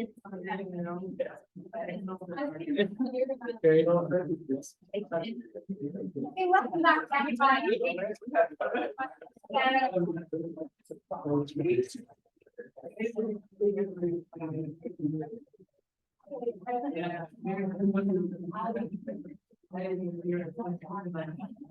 I think we'll get started on the talk for the afternoon. So welcome back, everybody. I am Kate Costa, and I work in the Autism Cambridge office with Kevin Smith, who knows their talk, and Andrew, who was moderating earlier. Thank you to Anna and to all the organizers. Speak up. Okay. You can a bit loud. Okay. So we'll follow a similar format, and we'll have to talk for 15 minutes, and I will give the speakers a 2-minute warning, so keep an eye out. And we are going, so this actual thematic section is on guidelines, codes of conduct, and stakeholder engagement. So we're going to start with Celia Lopez on Invasive and the codes of conduct and stakeholder awareness. Thank you, David. So before starting, a kind reminder that you have a lot of nice Invasive materials there. We are not bringing them back to Spain or Portugal because we don't have some more backpack. So please be sure that all of you have taken your copy or additional copies, okay? Okay, so I also promised that this is the last like Invasacqua presentation for today, because I think after here I will be very much about the project. Next, please. So here in this presentation, we are going to focus on the stakeholder campaigns, as Rosa presented this morning, all the like Invasacqua actions packed in 3 different set of actions, let's say governance, communication, training and awareness, and replicability and transferability. So the campaigns for key target groups and stakeholders fall into this second action pack: communication, training, and awareness. Next, please. So who are we addressing? First of all, you already have a good idea, but with all Invasacqua action, and in particular this campaign for key target groups, we try to work with all of them at some level, with the public administration, surveillance agents, universities, research centers, museums that we classify as knowledge multipliers, NGOs, environmental educators, and so on. So here we are going to see some of the specific actions that took shape as a campaign dedicated targeting some of these specific target groups. Next, please. So for the campaigns, as I said, for key target groups, we are going to speak today about 3 of them: the Clean, Check and Dry campaign for river and estuary users, code of conduct and training that are addressed to others additional key target groups, and campaigns dedicated to the educational sector. Next, please. So starting with the first Clean, Check and Dry campaign, well, this is already a very well-known campaign that has been implemented in other countries, of course. So what we did in Invasacqua was try to replicate this type of materials, the message into Portuguese and Spanish, and to disseminate them all along the Iberian Peninsula. So this campaign, in our case, we try to target aquatic sport practitioners, anglers, navigation and agriculture sectors. And what we did, similar to other countries, was to develop this toolkit pack, including poster for each of the sectors, including this the slogan in Spanish and in Portuguese, invasive species guides, stickers, a set of functional materials. And what we did was to send them physically. On one hand, in Portugal, all the materials that we produced, more than 200 copies, were directly sent to the different sport clubs and angling clubs. There was also an additional online campaign. We sent, I think, around like 300 emails to all the possible sport and angling clubs in Spain and Portugal. Next, please. And for the Spanish case, what we did with the physical materials, so of course we distributed some of them to specific angling and sport clubs. What we did was to send them, like the big pack, let's say, to the National Federation on Angling and Casting, so they can have the materials and they can distribute by themselves to the different associations that they are more in touch with in the daily activities. Additionally to this, the federation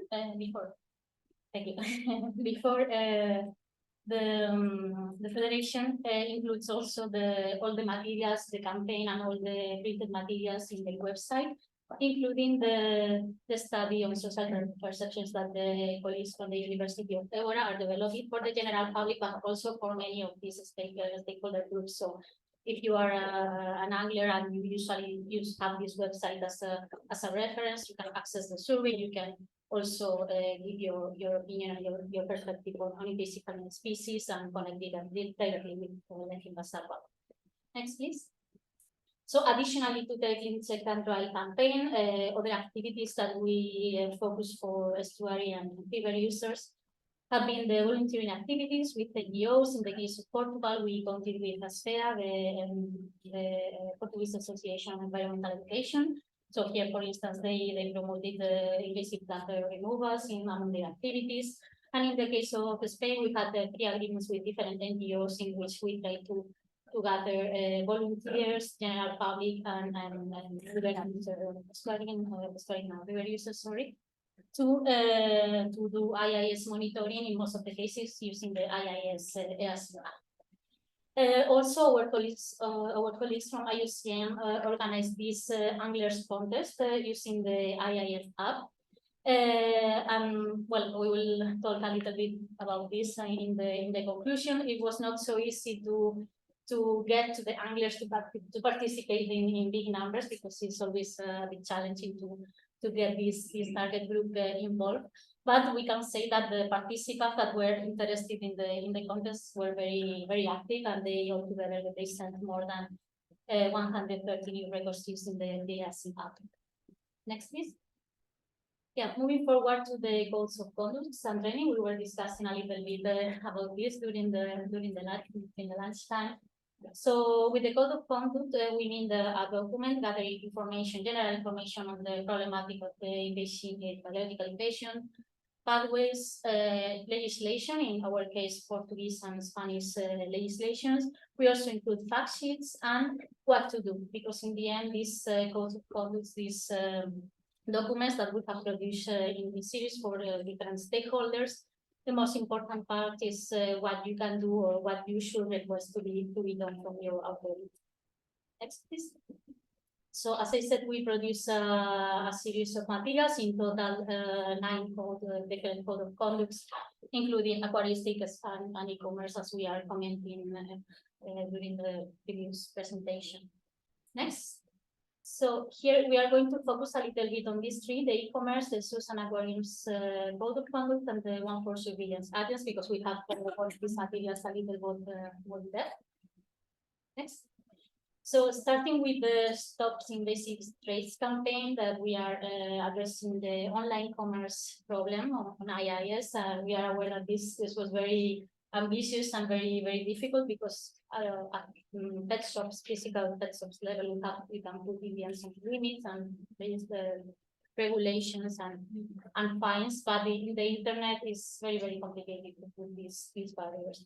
So the idea was this, to create a code of conduct for the electronic commerce for both for suppliers and then for consumers.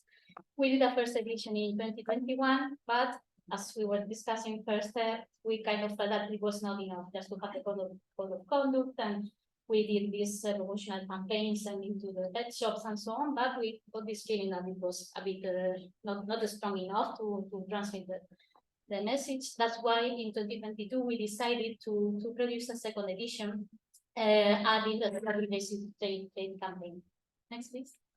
In this second edition, what we did before printing and before producing and the final edition and printing it was also to ask for feedback from other sectors. So the previous one was produced by the Invasive staff. Then we took this first edition. We shared it with consultancies, with NGOs, and with other projects working on IIS.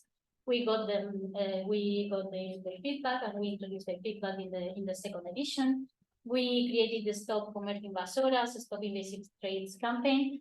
And what we did was to contact with as many entities or possibly interested entities as possible, sending them the materials and asking them to endorse the campaign. But what do we mean with endorsing the campaign? Well, what we mean is that they will get the recognition inside the document. So we send the materials, we get the feedback, and if they agree to have this collaboration together, they agree to upload the document in the website, they agree to use the hashtag on social media, or to distribute among their partners. They also get the recognition with the logos, contacts, and names in the printed material. So this second edition, the physical format, have all the entities included as a recognition of the collaboration we have. Next, please. Before. Thank you.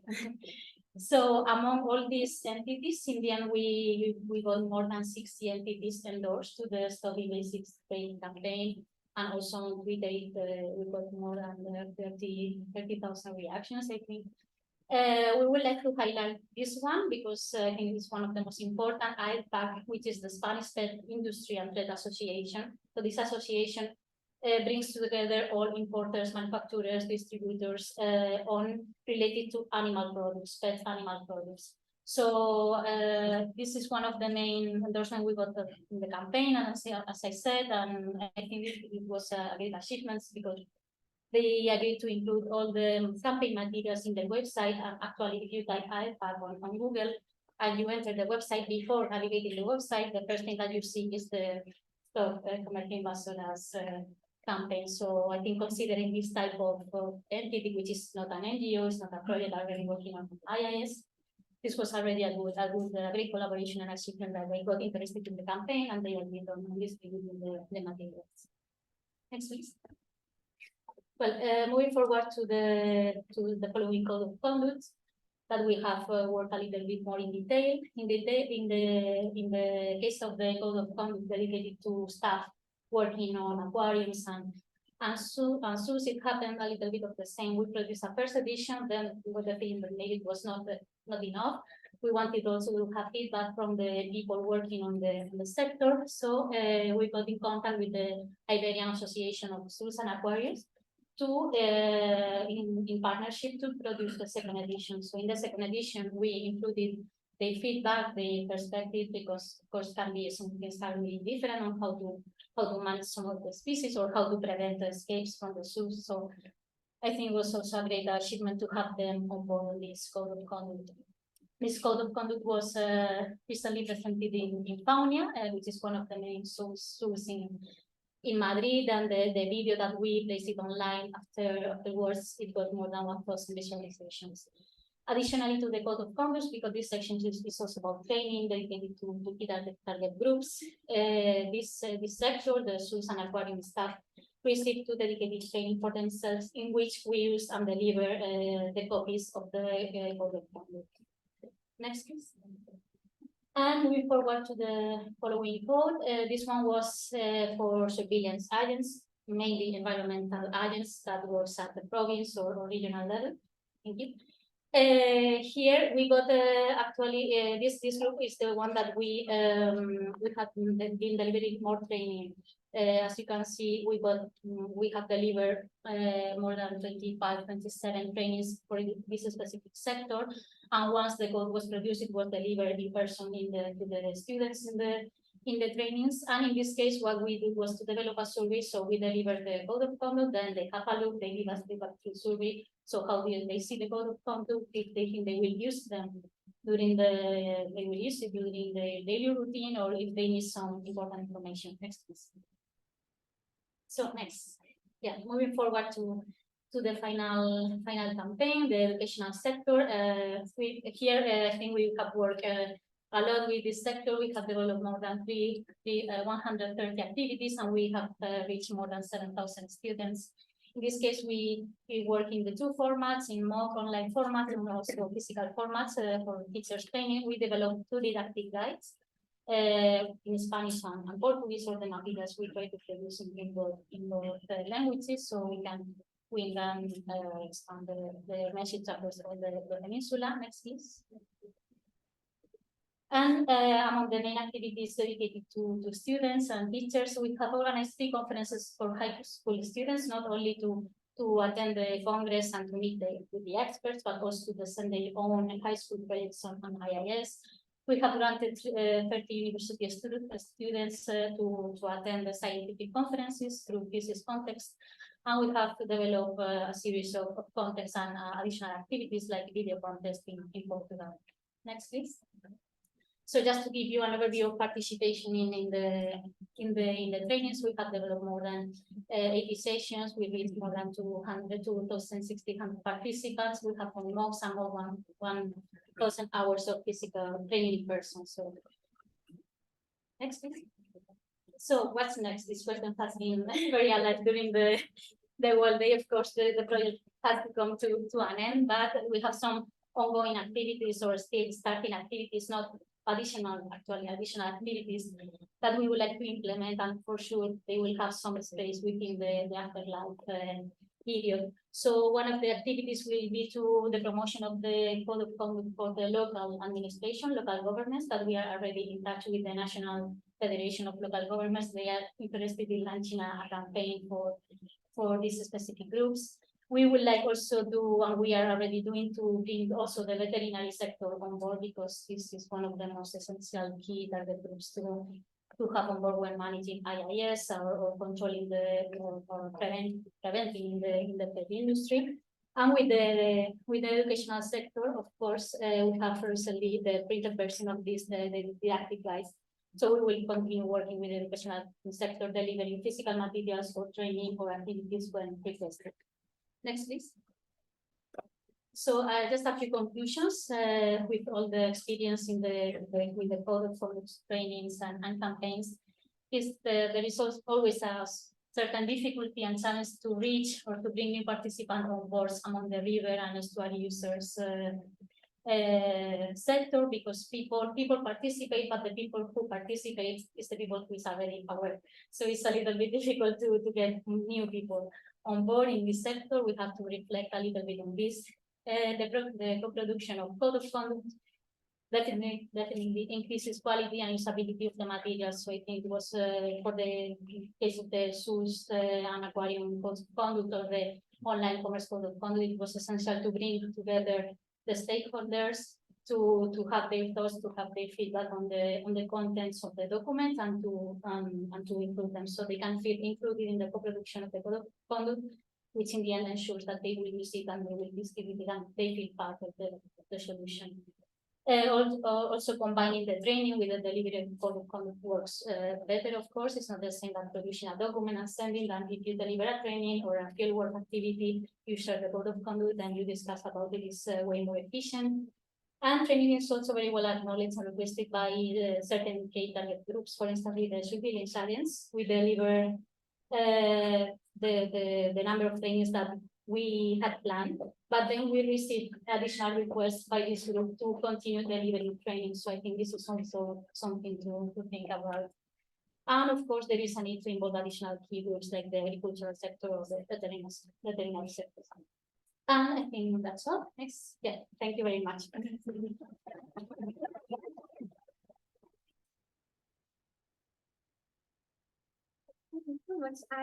I mean, I think the level of output from this project is incredible, but also how beautifully presented it's all is.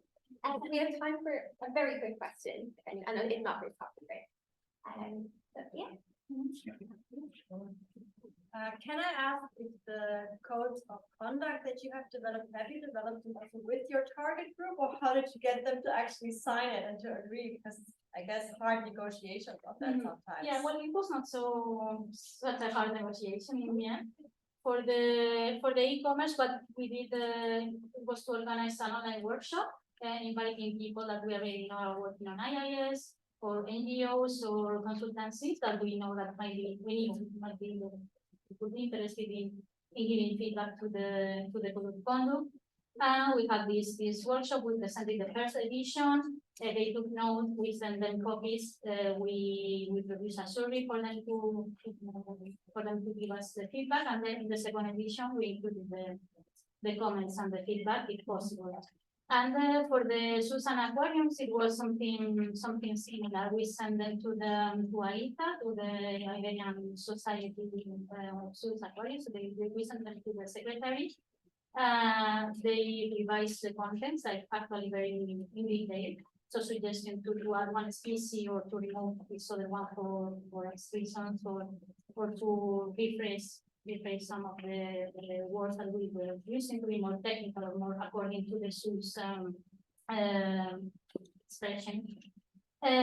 So it took a set of meetings in the end to discuss and to come to an agreement on what to adapt, what to change, what to keep. And in the end, we moved forward to the final edition. So it was not so difficult. It took time, some effort to maybe to convince them at the beginning to have them on board, and that we wanted to have their perspective and their opinion, and that they would take into account in the contents. But in the end, it worked. So it was not so difficult. It took time and effort, but not so difficult. Yeah. I don't think we talked about questions today. So thank you so much.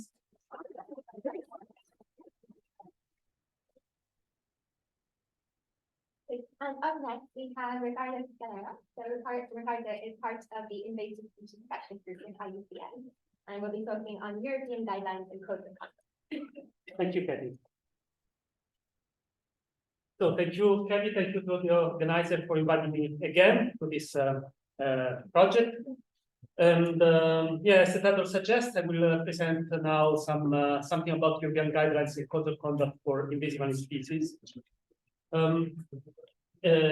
We know, next slide please, that there is currently a lot of documentation of this kind of guidance, which is available from many organizational institutions, some of which the European Commission, of course, and we just heard from Claire that many codes of conduct have been developed within this project and many others within many other projects. So it's nothing really new, but what I would like to present now is a focus on the work done specifically by the Berne Convention. However, before doing this, I would like to provide you with some a brief historical overview of the work done in relation to invasive alien species within the Council of Europe. Actually, the Berne Convention is the only international treaty of this kind that aims to conserve wild flora and fauna in their natural habitat, as well as to promote cooperation in this field. It was indeed signed under the umbrella of the Council of Europe, and the European Union, along with its member states, are just some of the 51 parties of this legally binding instrument in the field of nature conservation, that actually cover most of the natural heritage of the European continent and extends to some countries in Africa and Asia. Next slide, please. Yeah, as mentioned, 51 countries, including the European Union, have already signed this convention and commit to providing, to promoting national conservation policy, considering the impact of planning and development on the natural environment, promoting education and information on conservation, and coordinating research. Next slide, please.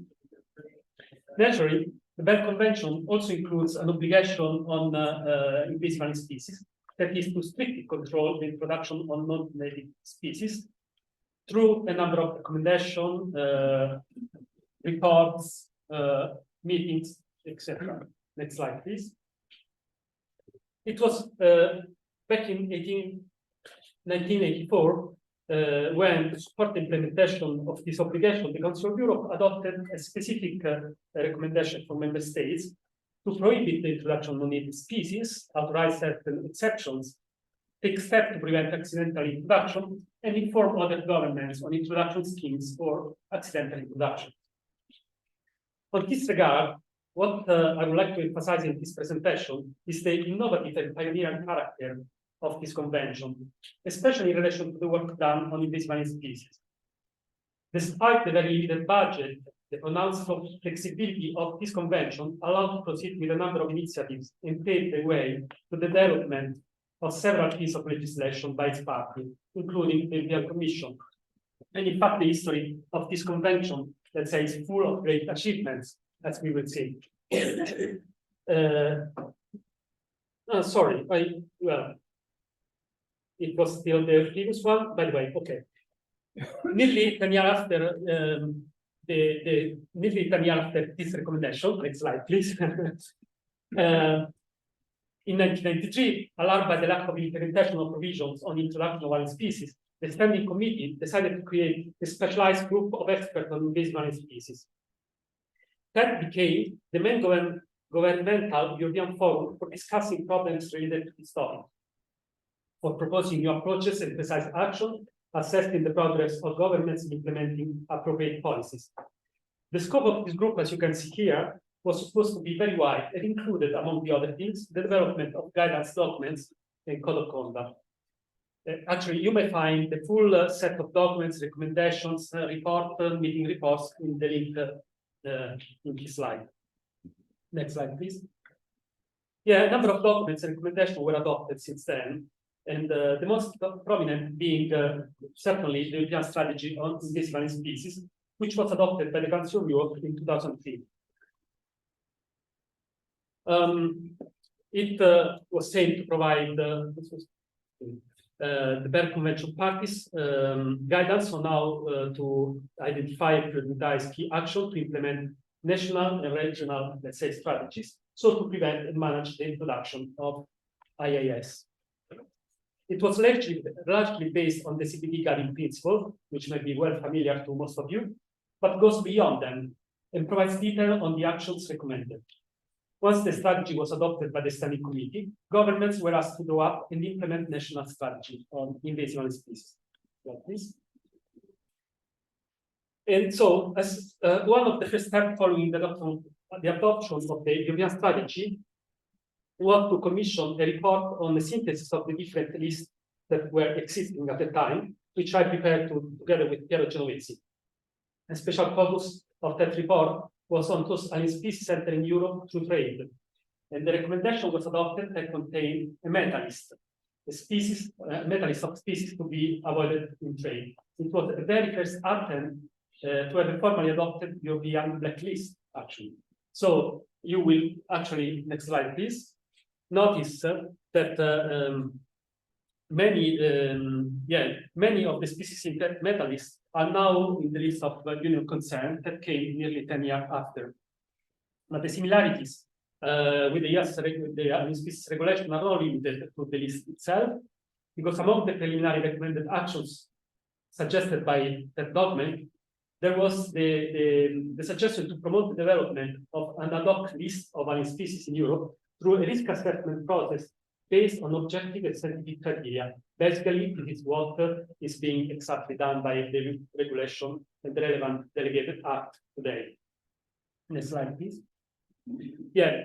So, in addition to regularly monitor the implementation of the European strategy, the Berne Convention focused its work on the identification and prioritization of pathways, and with the support of the group of experts, started preparing a specific code of conduct to address key pathways, which were usually adopted by specific recommendation, as well as other guidance documents. Examples are the codes of conduct on invasive species and activities such as horticulture, zoos and aquaria, botanic gardens, hunting, pets, recreational fishing, boating, trees, e-trade, international travels, etc. These code of conduct are useful tools for increasing awareness on the impact of invasive species and ensuring the support of a wide range of stakeholders, including the business sector, mostly through voluntary measures. In fact, in certain situations, the principle of self-regulation might be more successful and effective than other legally binding instruments. So we will see some of this code of conduct more in detail within the next slides. Next, please. Yeah, but before going to detail with the codes, let me introduce you another important document drafted in 2015, following the adoption of the EU regulation on invasive species. It is a report on the role that the Berne Convention could play in extending beyond the EU the actions provided for in the EU regulation itself.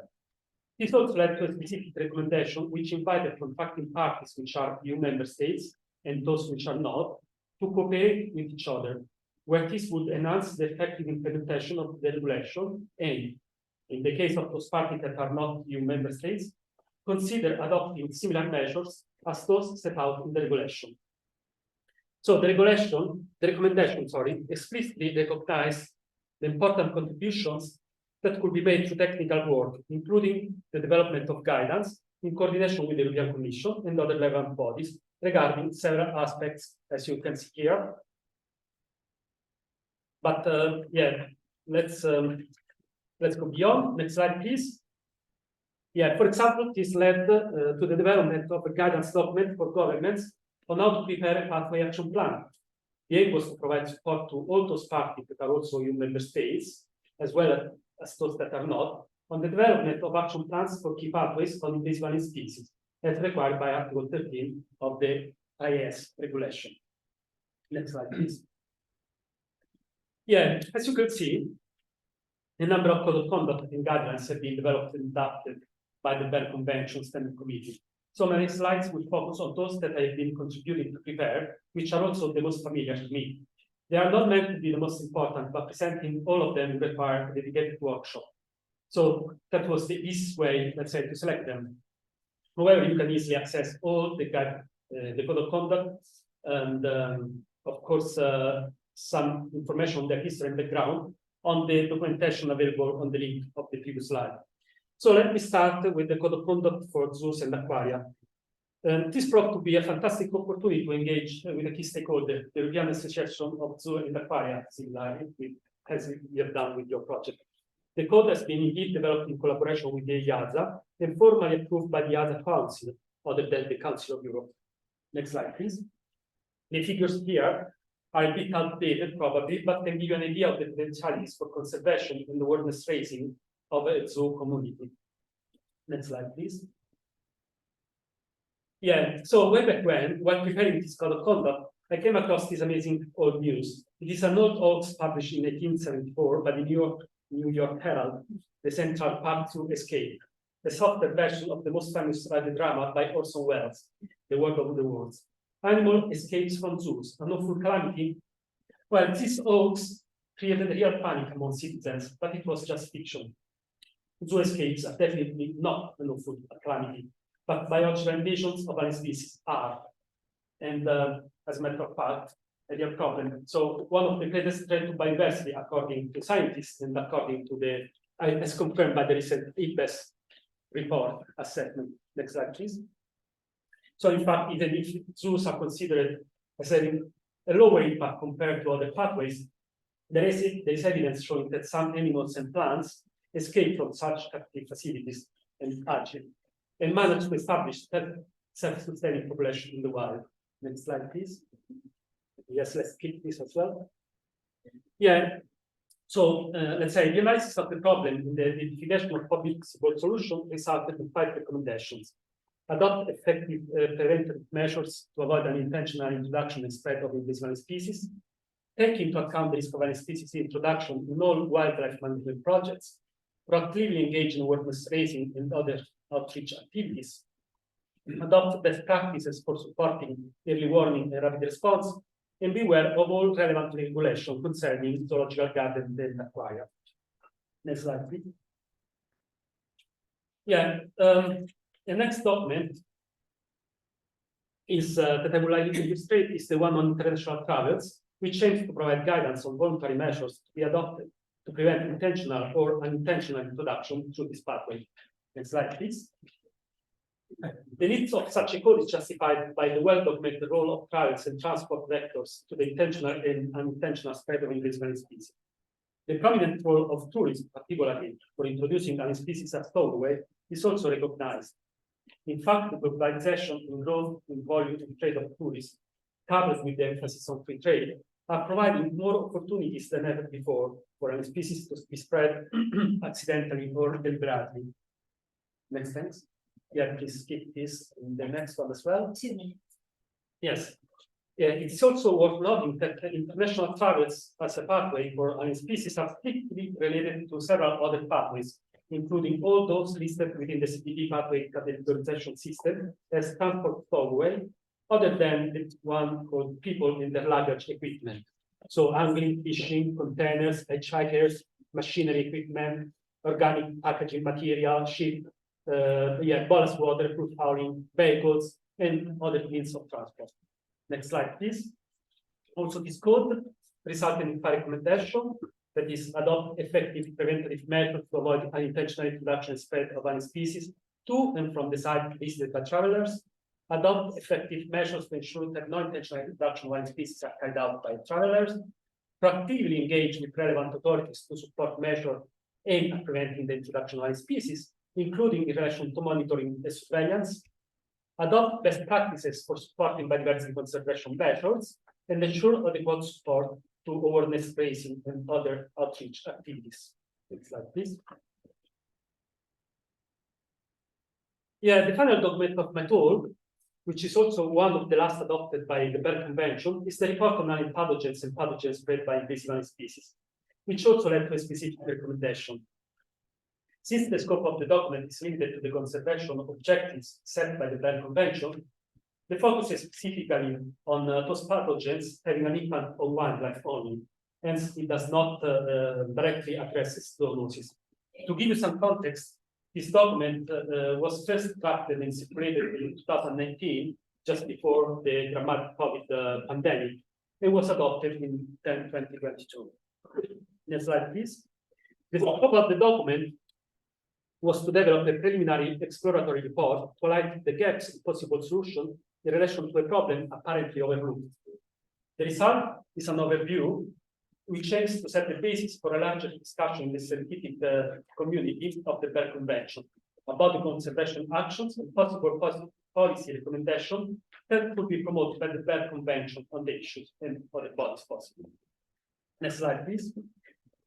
Yeah, as you can see in this slide, the number of recommendations are discussed in the document, and they were actually enforced through the relevant recommendation. They are gathered together in 9 different groups and represent the main outcome of the study, which should be considered for future follow-up. Next slide, please. And here I conclude my presentation with an example of the driving force behind many of the documents and recommendations adopted by the Berne Convention, all of which may provide ideas for further follow-up. So, in fact, as a concrete example of future follow-up of the study of pathogens in many species a few months ago, together with Kelly Martino of the Cyprus Institute and Ellen Roy from the UK Centre of Ecology and Hydrology, we submitted a cost action proposal titled Understanding Alien Pathogens to Inform Interdisciplinary Networks on Wildlife Health and Conservation. We built on a pre-existing network of experts on biological invasions and invited several experts of the plant and animal health community for a total of 45 participants from 24 countries under the coordination of the Cyprus Institute. And for those that are not familiar with the work with this funding tool, the cost action is an intergovernmental framework for science and technology cooperation, which covers the expenses of networking activities. And as such, it's used to organize and fund events, workshops, short-term missions, training school, and communication activities. The objective of our proposal, in line with the recommendations of the Berne Convention report, is to increase harmonization and mobilization of baseline information, develop predictive models, identify management tools, and contribute to the development of policy strategies to address the threat of alien species and pathogens. The proposal was not successful, despite the very good scores, so we are willing to resubmit the revised updated version now in October. So therefore, I invite you, whoever is interested to, let's say, know more, to contact me, and I will be very happy to provide you further information. So thank you very much.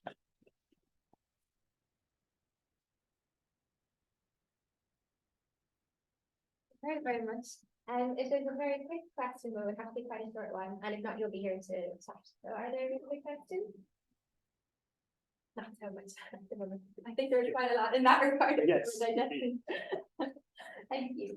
So next up we have Kevin Smith. So Kevin is in the IUCN Cambridge office, and is going to be presenting on a manual for the management of vertebrate species of human concern, incorporating animal welfare. Thank you. Yeah, thank you again to Invasive Project for inviting me to speak. So yeah, I'm here to present a recent publication that we did, which is on the management of vertebrate invasive alien species of unique concern. And then this is the critical bit, is incorporating animal welfare. Okay, next slide. Just a moment, sorry.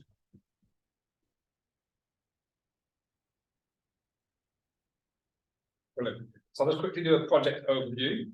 So it was a service contract for the European Commission. It was an IUCN-led consortium, but this is really a really important part of the project.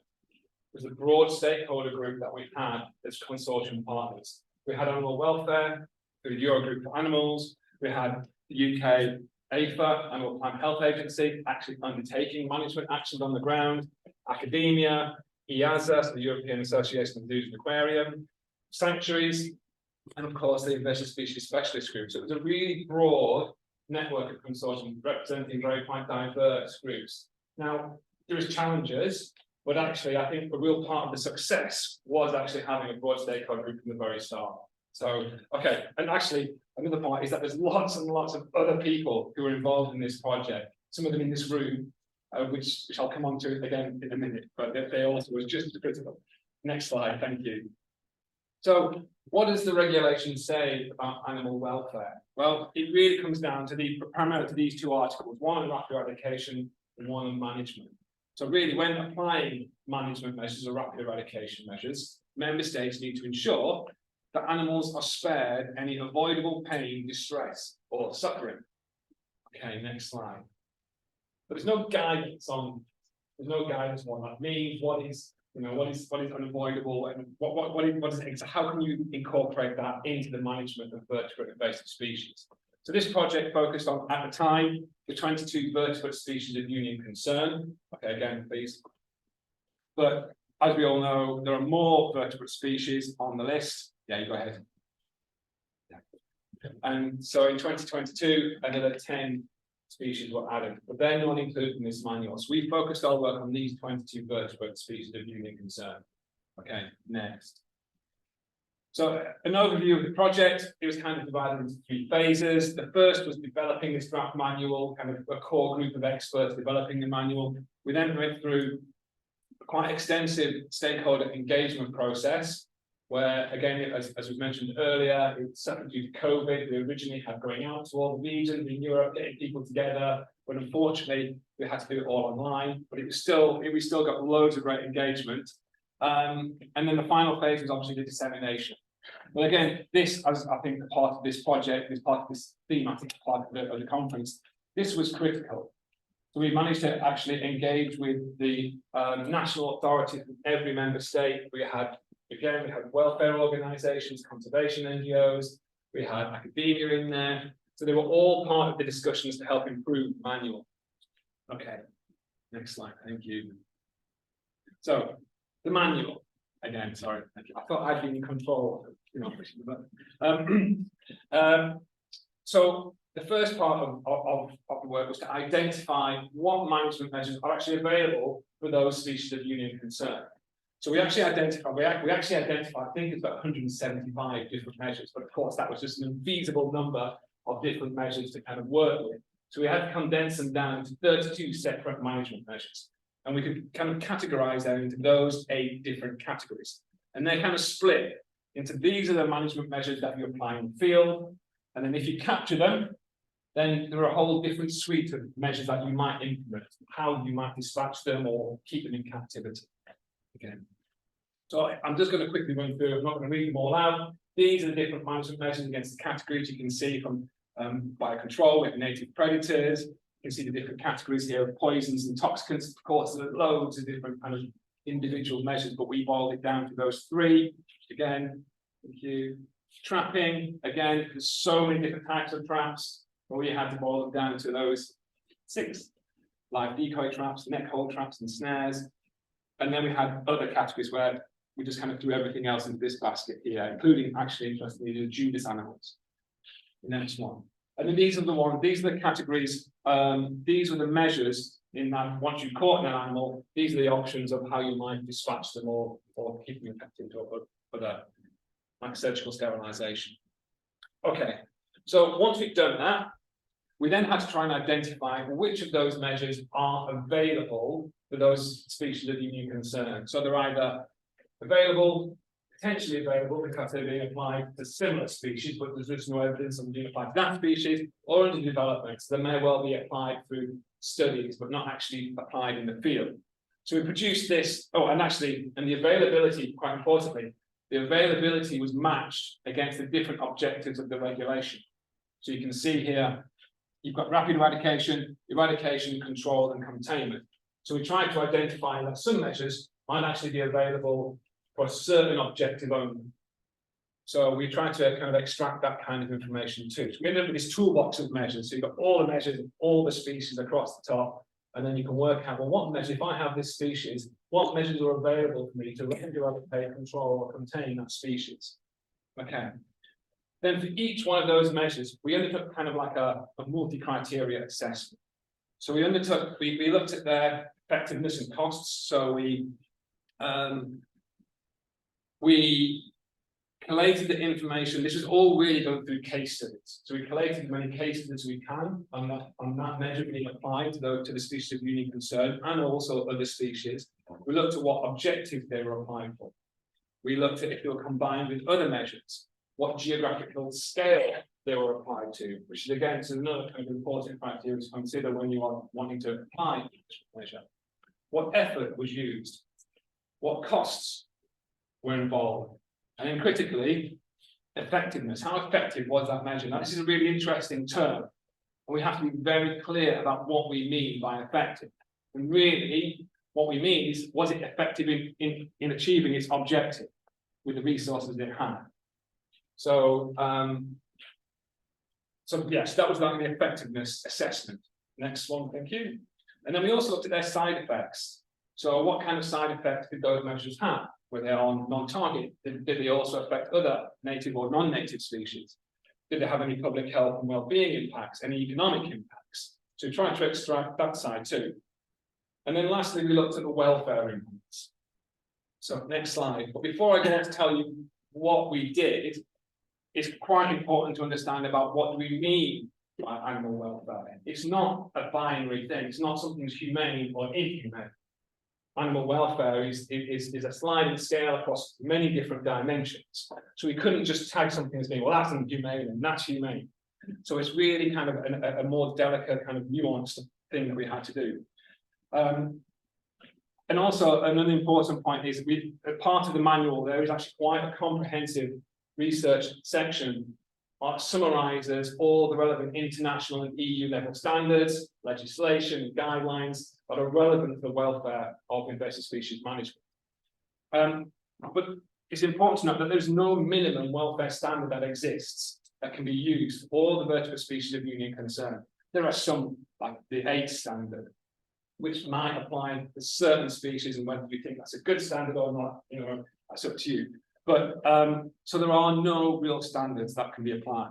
Okay, next slide. So we used what's called the 5 domains approach. And this was we kind of adapted this approach. It was from Sharp and Saunders in 2011, I think, in Australia, where they really kind of developed this approach. So here you can see that animal welfare is boiled down to 5 kind of key components. You've got water, food deprivation, environmental change, disease, injury, and functional impairment, behavioral or interactive restrictions. So they're all what I call the physical components. We then have what's known as the mental components, anxiety, fear, pain, and then which leads to an overall impact on the animal's welfare. So for each one of these, we assessed every measure against these different categories, and we kind of scored them with either having no impact, mild to moderate, severe to extreme. And there's a whole kind of criteria that Sharp and Saunders developed that we kind of had to follow. But then there's also this one on mode of death, with a separate assessment. If that measure kills the animal, then how quickly does it die, essentially? Okay, so next slide. So in the manual itself, every measure has got the scores that we applied. We kind of gave it for each of the 5 domains and the mode of death, with also a rationale of why that measure was scored that way. I'll show you again a bit later, but all the detail of all our assessments are produced in these quite detailed appendices of the manual. So this is just a summary of what we did. Next slide. Oh yeah, and it's also important to note, we stress this, that it's just a guide. We do recommend that full technical review is done before any management project takes place. You need to understand the specifics of the management options that you have, what resources you've got, what public opinion there is. So you do need to consider all those aspects. So this is just a guide. Next. So the key recommendations that came out of our work, it's really important. So I think we kind of came out, and this is where we have a broad consortium so that every one of these different organizations were kind of saying the same thing. So this is quite, it might not seem a huge amount, but when you've got, you know, the animal welfare group saying the same thing as the people who are actually undertaking the management actions, we all agreed to these kind of key recommendations. And that is that the lowest, that you should really strive to apply measures with the lowest welfare impact without compromising the effectiveness of the management objective. So that the control measure causes the least amount of animal harm to the least number of animals, taking into account costs, benefits, feasibility, and public perception. Okay, next slide. You also need to consider the welfare impacts during your management actions, but also once you've done. So what are you doing with the animal once you've captured it, once you know, whatever it is that you're doing. So you need to, for example, if they're kept in captivity. Next. And you need to continue to evaluate the welfare impacts during the project with the aim of developing improved measures that will improve the welfare impacts when you might apply them, improve it going forward. Next slide. So I just want to really stress one of the key points here. This I'm going to explain to you all here. This is the classic invasive species, invasive species curve. Introduction here, kind of spreads. Here you can see the kind of the status of that invasive species at different stages. You've got its absent. When it's introduced, you might have a small and localized population, increasing spread, and then it becomes widespread. Okay, next one. And these are kind of the management objectives or kind of your options. You've got prevention, early detection, rapid response, containment, and then permanent control and asset protection. Okay, what does that mean in terms of animal welfare? Well, this clearly, prevention, not only is it the most cost effective, but it's also the best for animal welfare. You can invest in prevention, you are preventing essentially this. So it's really important from an animal welfare point of view to really kind of push the message on prevention. Obviously, if you can eradicate a species, you are actually you're having a welfare impact on a restricted number of individuals, and it's time limited. If you end up in a control situation, even if you use a low welfare impact measure, that could be going on forever. So the number of animals that are going to have some kind of welfare impact is potentially massive. So if you can hit it again. So if you apply, if you take on a measure that's not very good, that's not very effective, maybe with a higher welfare standard, you might think that it's actually having a lower welfare impact, but if it's not effective, you could end up in this situation. So this is why it's really important, again, that you can't compromise the effectiveness. Choose the lowest welfare impact without compromising the effectiveness. Next slide. So the species account, we have species accounts in the manual. So for every species of unique concern, it outlines the effectiveness of all the different measures that are available for the species, including those to kind of dispatch or keep the animal in captivity. Next slide. So these are the measure appendices. These are all the detailed information. You can kind of see all the common names. I'm going to just next.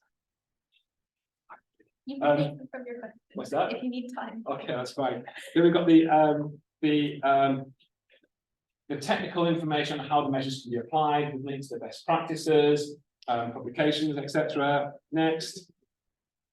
Again, we've got that kind of that toolbox approach where you can kind of see for this measure, you know, where is it about, where do we know it's being applied for different objectives? Where is this measure being applied for rapid eradication? Which species is it available for? Next. Then we've got the more detailed information on why we apply those different humaneness categories under the welfare impact. Next. And then we've got the cost and effectiveness case studies in there. Okay, just keep on going. Then we've got the side effects, text, and then we've got the full references and the conclusion. And again.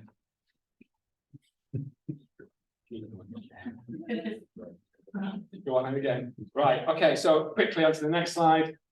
So so once we've done the manual, this was a really important part. We ran these 8 separate stakeholder engagement workshops across Europe.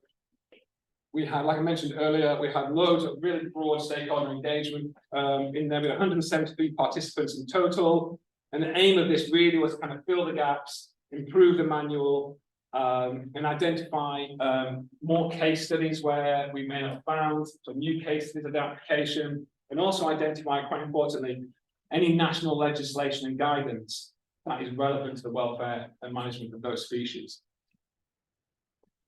So based on that, we ended up with a whole other set of appendices, which really kind of outlines for each member state where there might be national legislation, any restrictions on applying that measure, where it might be banned in a country, and we kind of detail, go into a bit more information on what that legislation might be. Now, again, it's really important to know that it's not legal kind of guidance, because a lot of this is already out there. National legislation changes so quickly. Okay. And then lastly, keep going. And again, we had a conference which was hosted by INVO here in Brussels in 2022. It's kind of the final dissemination where we had, again, all the different stakeholder groups from across Europe. We had the national authorities, welfare groups, conservation organizations, big discussions on welfare and application of the manual and dissemination in general. We presented the case studies. You can find the manual here on these websites, and I think that's it. Oh no, nearly it.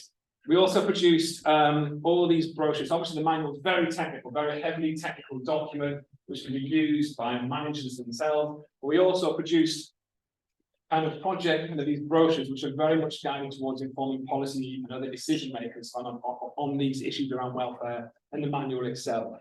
So we've got in all these different, most of the EU languages. Some countries said they didn't need it, so that's fine. I think that's it.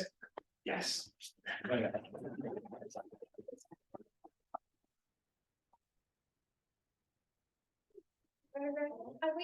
for questions. Yes. Thanks for your thoughts.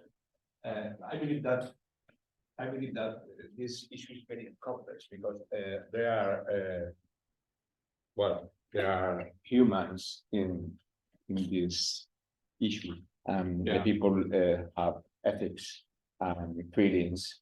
How come it's very difficult to introduce this in the management? No?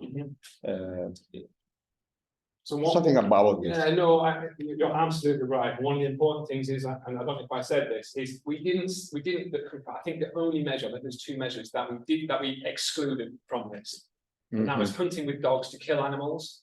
And I think leg hold traps was the other one that we excluded because of the regulation. So I think they're the only two measures that we said, you know what, we're not going to have these in there because they don't belong in a modern day invasive species management. But all those other measures, we're not saying you shouldn't use this measure. Some of them have got, some of them have got very high welfare impacts. But because of the situations, it's different in each country. In Italy, it might be much more difficult to do certain things, as in Romania or in the UK or in France. So it wasn't, we wanted to provide the information in the same way that we put on welfare, that we provide an effectiveness. It's not our place to say, don't use this measure. You're going to have your own set of, how many resources you got. Yeah, but all the people what the press might do is very different. But if we can tell you what those welfare impacts might be, at least you have that information and you can take it into consideration in the same way that you would consider effectiveness and costs and other side effects. So yeah, we didn't want to produce something that says, don't use this, use this. It's really, because that's very context specific decision making. Okay, thank you. I have a quick question. It was amazing talk. I was wondering, you said you looked at the how these measures affect other species or how they go beyond this one species if you apply them. Did you look only on effects on other species or also on ecosystems or ecosystem functions or on people? Or yes, how was this kind of indicator? Maybe not as detailed as you might be expecting. So we kind of looked at environmental impacts from the sort of non-intended impacts of that management measure. So obviously, if you're kind of spraying, some kind of chemical, you're going to have impacts there. But what might have unintended known impacts might be, and on native biodiversity and the wider environment and ecosystem functions, they were kind of included, but maybe not, as detailed as you might have liked. Very quick. So have you had since last year's conference, have you had feedback from different countries? Do you know if the indicator is being used and how is it going? Have you had any data? No, we don't. There's no real indicators of such in there, but so we have had good feedback. We also presented to the European Parliament, and they were actually the funding kind of came through them at the very start, and they were very kind of keen they were very happy to see it. No, I haven't had any feedback as such. What we do know is that we would like to do it again also for the new species of human concern, and maybe even broaden out to the vertebrates as well. We think it's the first time it's really been done, and to kind of balance that decision making with welfare and effectiveness. So, yeah. Thank you very much, guys.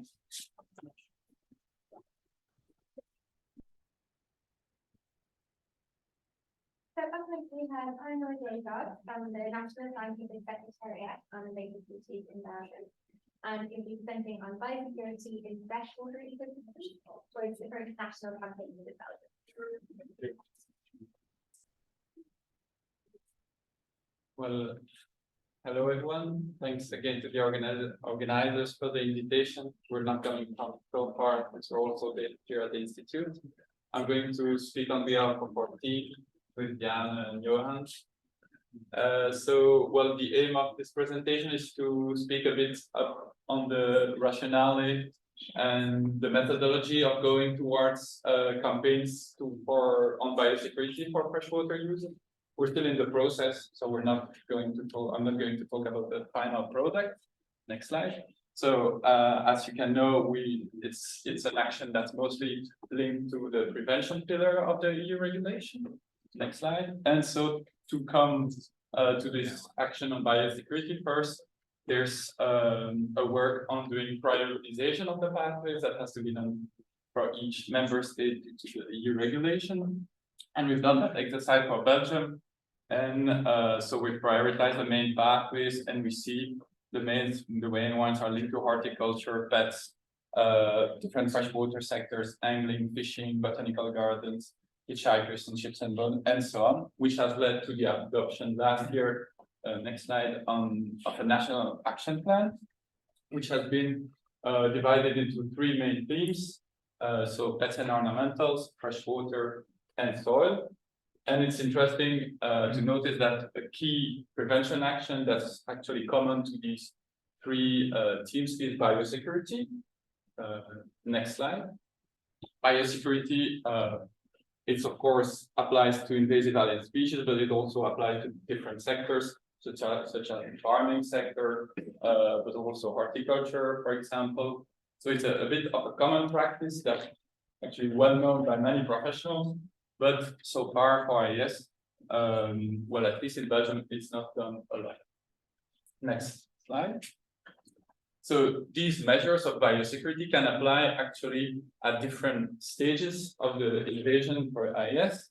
So either, well, at the entrance, so for the introduction, so that's going to be more rules that can be applied for border controls and for rules, for example, of sterilization of the goods that are coming, but also to prevent the spread.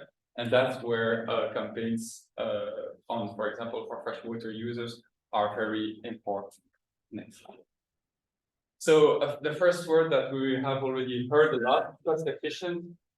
So that's probably the main justification to go and to advocate for biosecurity, but not only, because also we cannot ask everyone to remove the IS they see on this. It's very difficult to spot, so it's good to have just a habit of checking, cleaning, and trying, as I will explain. But also it's good to advocate to all the users that it's a common effort. It's a common effort, and so a collective responsibility. So that's we think a good way to approach the different sectors that we are approaching. Next. Yes, just a previous one very quickly. No, yeah, okay, yeah. So as most of you know, the common practice for biosecurity is the famous check, clean, dry that's been developed by our UK colleagues. And for professional people, more for managers, the planning is also important. By that, we think about for example, leaving the contaminated sites for at the end of the day or for a day later, and also to think about at which season you are going on the field. Is there more risk of propagule spreading, for example? But the rules are quite simple and easy to explain. Next. And that's why a lot of countries have already developed their campaign. That's been first developed in different Anglo-Saxon countries, New Zealand, the UK, Ireland.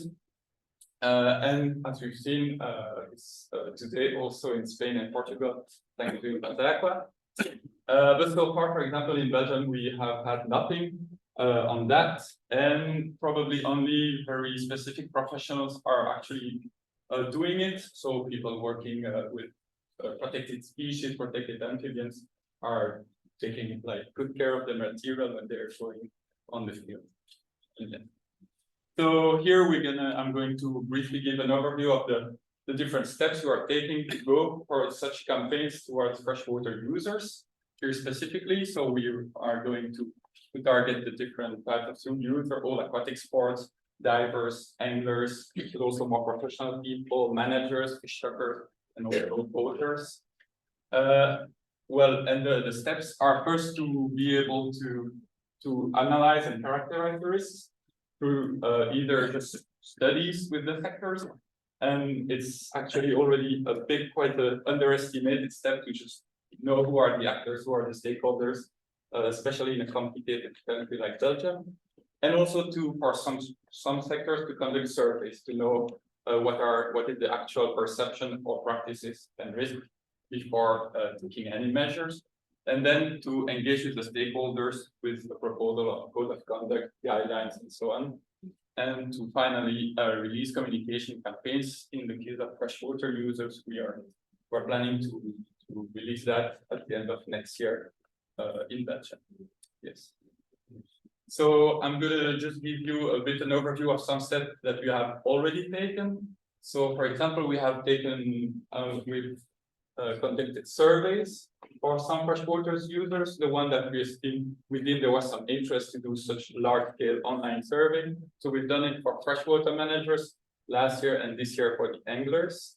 The objective of such a study is to first know who they are, mostly what are the practices in link in relation with the risk with IAS, to also know which their awareness on IAS, and also to have to already raise their awareness on IAS.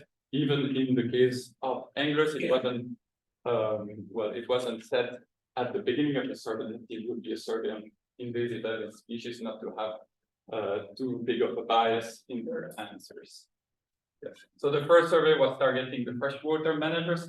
So it's also a wide variety of people. It can be just the municipalities just cleaning the garbage, but also everyone doing monitoring, trapping, and bigger dredging or mowing work along the water bodies.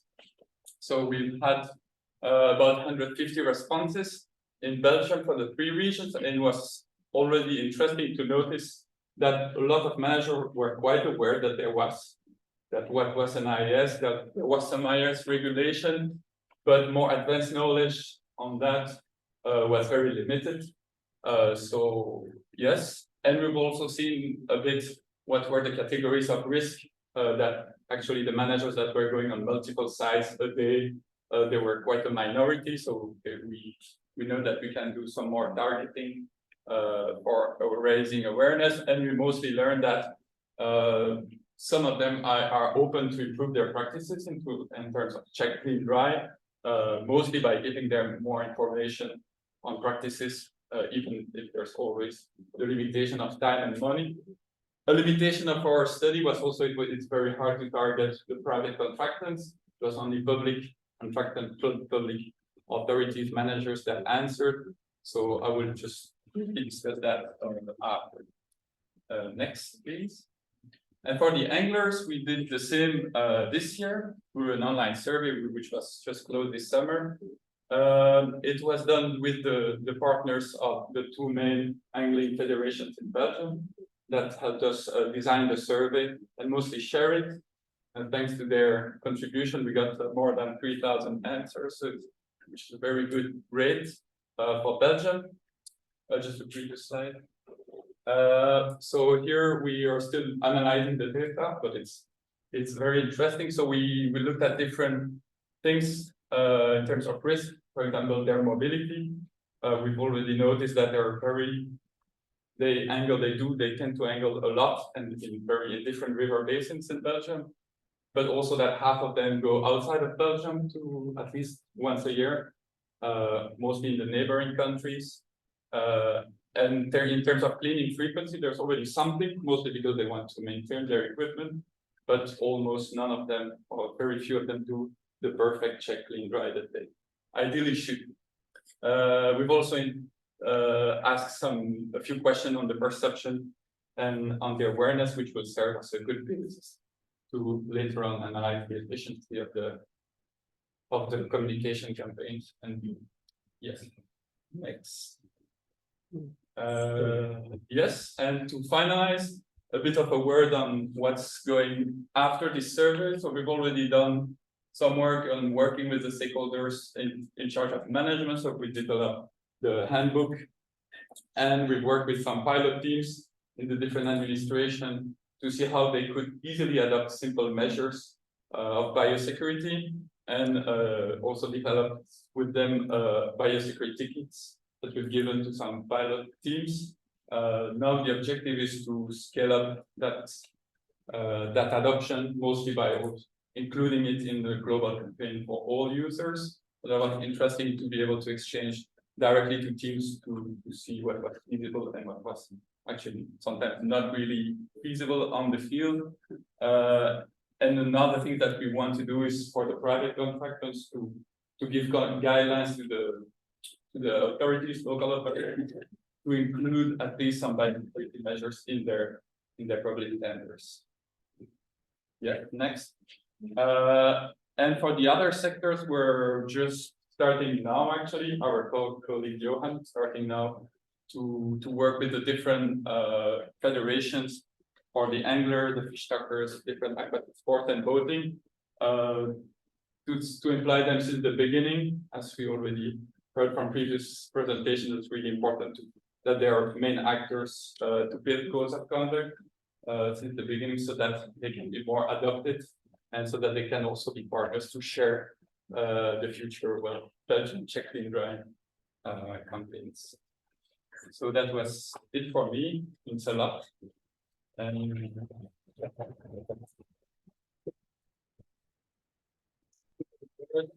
as a thank you for coming here, there's 2 posters of yes in English, so you can take them. They're being drawn by the illustrators here at the meeting. Really interesting. Does anyone have any questions? Because if not, I have a question. Wait, after you. Just, do you already have these data on the surveys available or not yet? For the anglers? Any of them? Yes, we have them. In reports? No, it's no, we just have them, but not them like we're still analyzing them. So they're just fresh. So they're not out. Mine kind of follows from that, actually. The response rate to your survey was really, really high, which is brilliant.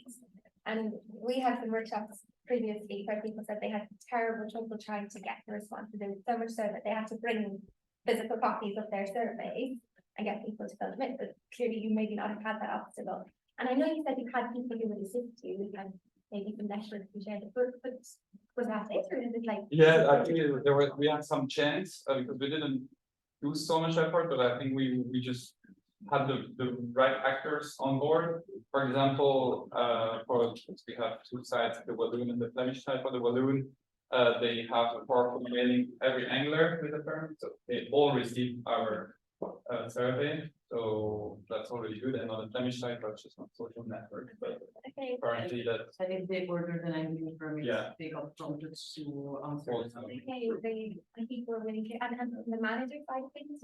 the manager that was, mostly retargeting them all of it individually. Okay. Possible. So that was Yeah. What is it? I mean, amazing. Yeah. Well, really, how's your idea? Thank you very much. I was just thinking, I know we've kind of had some stuff, from the same Portugal today, where they've done a different group of people, them, that you can know your stakeholders. I wonder, thinking of transnational cooperation, and you're saying that actually some of the emails managers are going outside the country, actually that would be really useful information, I think, to share, to kind of think about what can we do to try and reach those audiences. That was, it's more of a point rather than like a question. It's something that's kind of come to my mind today. It's been actually really useful to take forward. I know for myself in the angling community, but for all the other kind of stakeholders as well. Yeah, that was a great idea. Okay, well, thank you very, very much.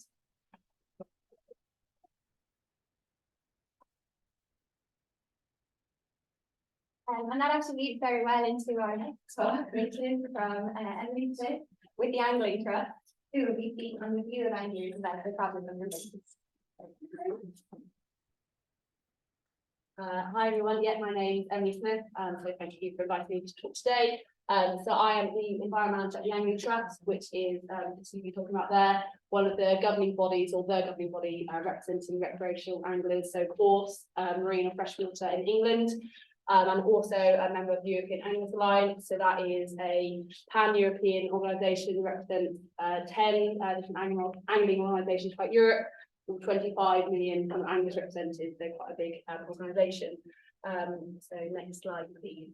So there's various different ways I thought about my talk today, what I talk about, but recognising it's about stakeholder engagement, I thought I would take the pathway action plan and code of conduct and kind of talk about how we're trying to encourage, raise awareness of them and also encourage the uptake of the measures within them. Like we've heard earlier, so the GB and Great Britain undertook a comprehensive analysis of the unintentional pathways of invasive species, and recreational angling was identified as one of the priority pathways. That work was completed in 2019, and as a result of that, a working group was formed to create the Angling Pathway Action Plan. So that involved various stakeholders, that had government, water companies, all the regulators, the angling trust and other kind of interest groups, just to make sure from the outset that everyone was on board with the actions that are being produced. And that has been signed off by the GB Programme Board, but you recognise I've got this pre-consultation draft written across it, because there is going to be a consultation stage where the public have the opportunity to input into the target as well. So even though it's already out there, it's still under review along with the other pathway action plans. But the focus within this is around, there's a variety of actions, but I've kind of grouped them into 4 themes. So the first one is around awareness of the border, recognising that we've got recreational anglers that are going fishing in Europe and America, around the world. So trying to make sure that when they're returning to the UK that they're following best practice, as well as if we're getting any anglers that are coming to the UK for fishing, making sure that they are following best biosecurity and minimising the risk of contamination. Second one kind of goes hand in hand around raising awareness. Third one around identifying priority species sites and events for additional measures. So this is around kind of competitions or that kind of alert species. And the final one was around encouraging reporting. So I'll kind of go into those in a bit more detail. Next slide, please. And finally, or simultaneously alongside this, we have the code of conduct. So we saw earlier that there's the EU code of conduct for recreational fishing. So we kind of took that and we produced a complementary one for GB, just kind of drawing upon those measures and trying to translate it even further. And as I said, this is kind of voluntary code, but trying to go hand in hand with the action plan to kind of indicate, okay, this is what the key stakeholders are doing, but this is also what you can do as an individual to kind of help with this issue. And these are around adopting effective preventive measures, making sure that they're engaging with checking dry, invasive species week and all these other initiatives to raise awareness, and also just trying to put measures in place on the ground to try and again increase uptake as much as possible. Next slide, please. So thinking about that action plan and the first kind of key theme was around biosecurity at the border. So since 2016, there's been coordinated signage at all key ports and airports. I know there's still ongoing work to try and get something on Eurostar, which is very complicated and still ongoing. But since then, it means that if anyone's kind of going to these locations, hopefully they're getting that visual prompt and they are tailored to the different audiences. Obviously, being Angling Trust, I've included the angling one here, but they have one for paddlers or just general kind of water users as well. And also there's been the creation of a dedicated non-native species inspectorate. So before 2019, we had 5 regimes of biosecurity, so plant, bee, animal, disease, but there was nothing on invasive species. So actually a lot of work has been going on in recent years to really highlight that there's all this work going on, but invasive species was falling through the cracks a little bit. We really need a dedicated force out there to try and raise awareness and increase uptake. So what happened as a result of that? There was a 6-month study that was undertaken where they reviewed it, identified 17 different pathways and maybe different areas that weren't currently being covered by the current 4 regimes. So a dedicated inspection was established, which started off with 4 staff and now has 8 in place. And they're doing a lot of different work by going out, engaging with all the different groups, going to into pet shops. They're kind of going to angling events and kind of talk to them and check what they're doing with their equipment. The idea is also that they're going to be at the border to be able to take inspections for people coming in, and as part of that awareness raising activity kind of going forward.